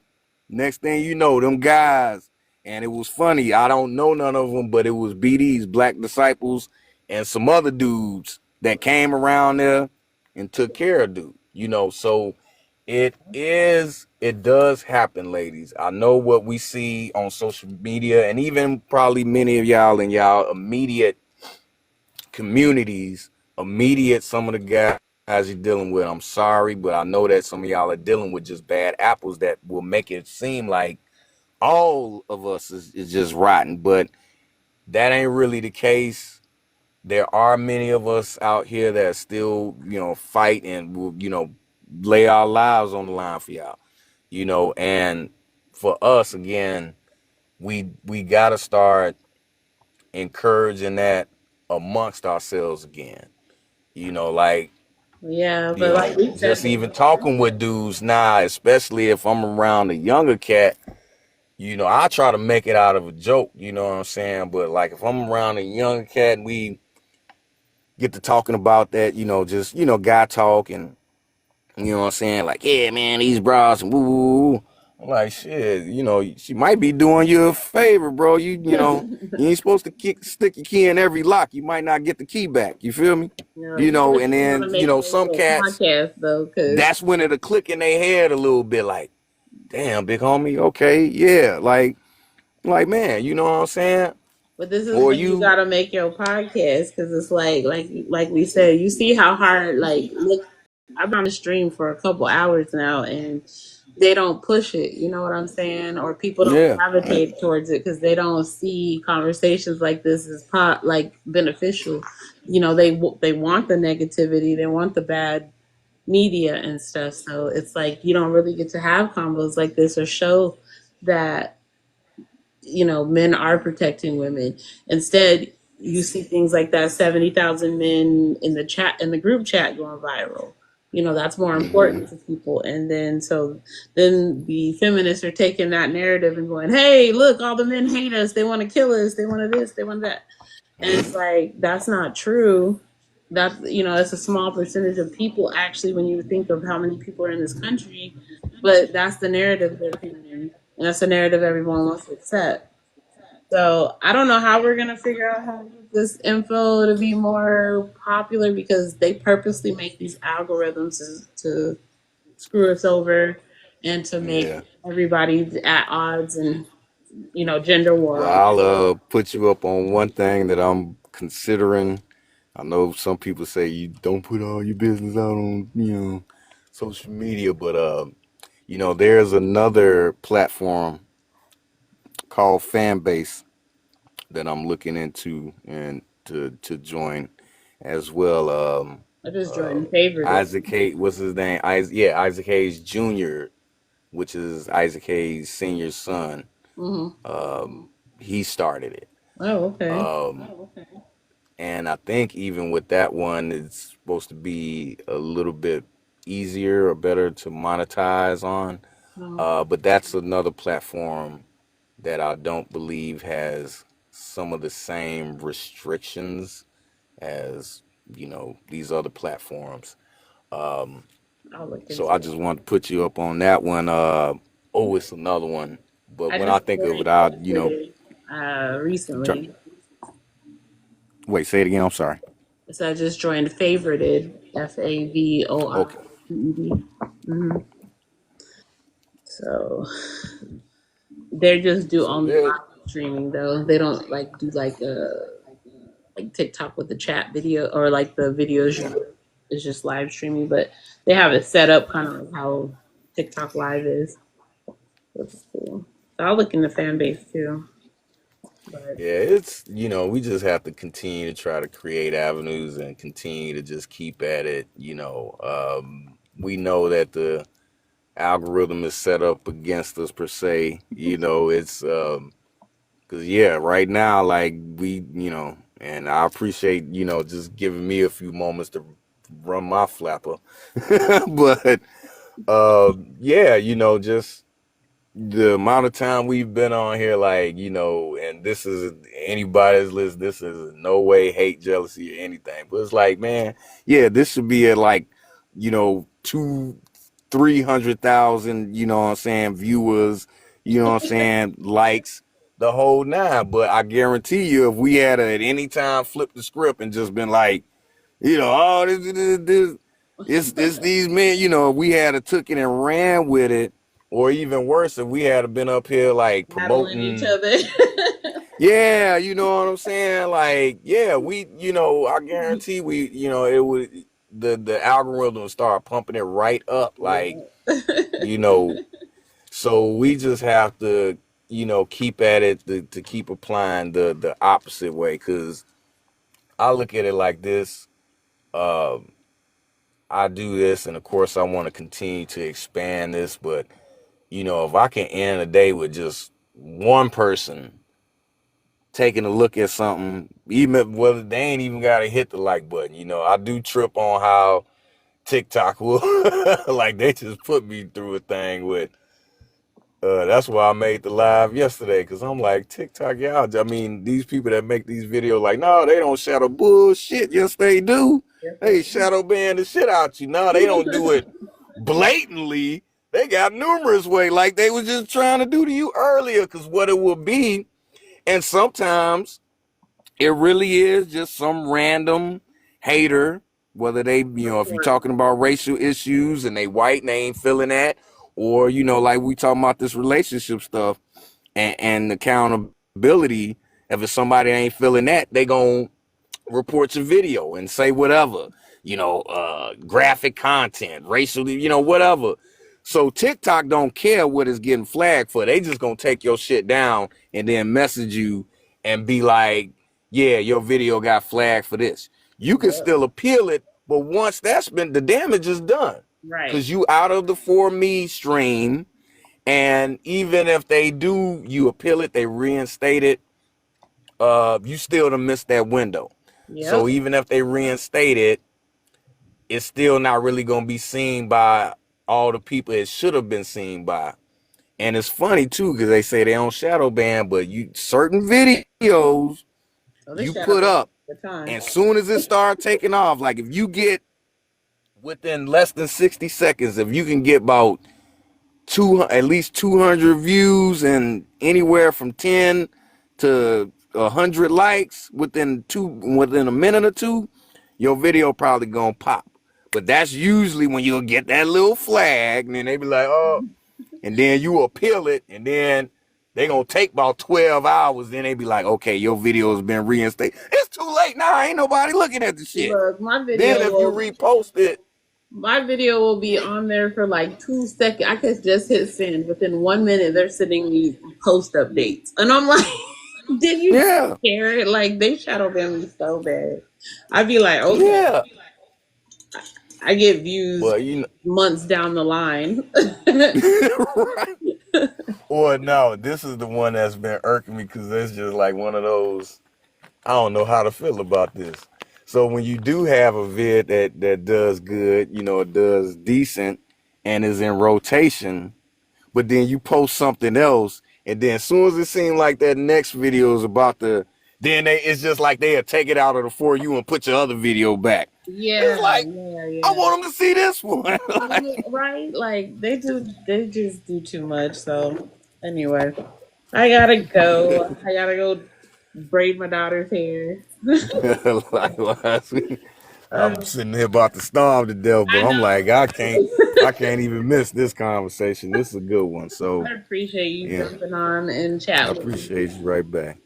And Yeah, I feel like if nothing else, we touch somebody out there. Somebody may have at least listened enough to take something to heart. So I'm gonna it clip it was a up good day. and share it. So you'll probably see something out there with your voice on it. No doubt, that's what's up. All right. My Well, sister, it was a pleasure. yeah, pleasure. Likewise. You take care, and I'll catch you on the next one. No doubt, we'll do. You too. All right. Bye. Blessings. Bye bye.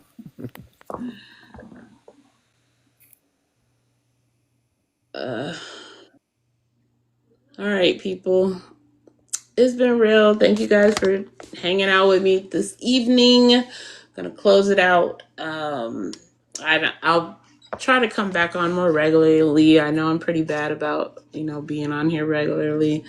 But I'm gonna come on here and do more topics, get you guys used to me, and hopefully you guys will come and do more work with me.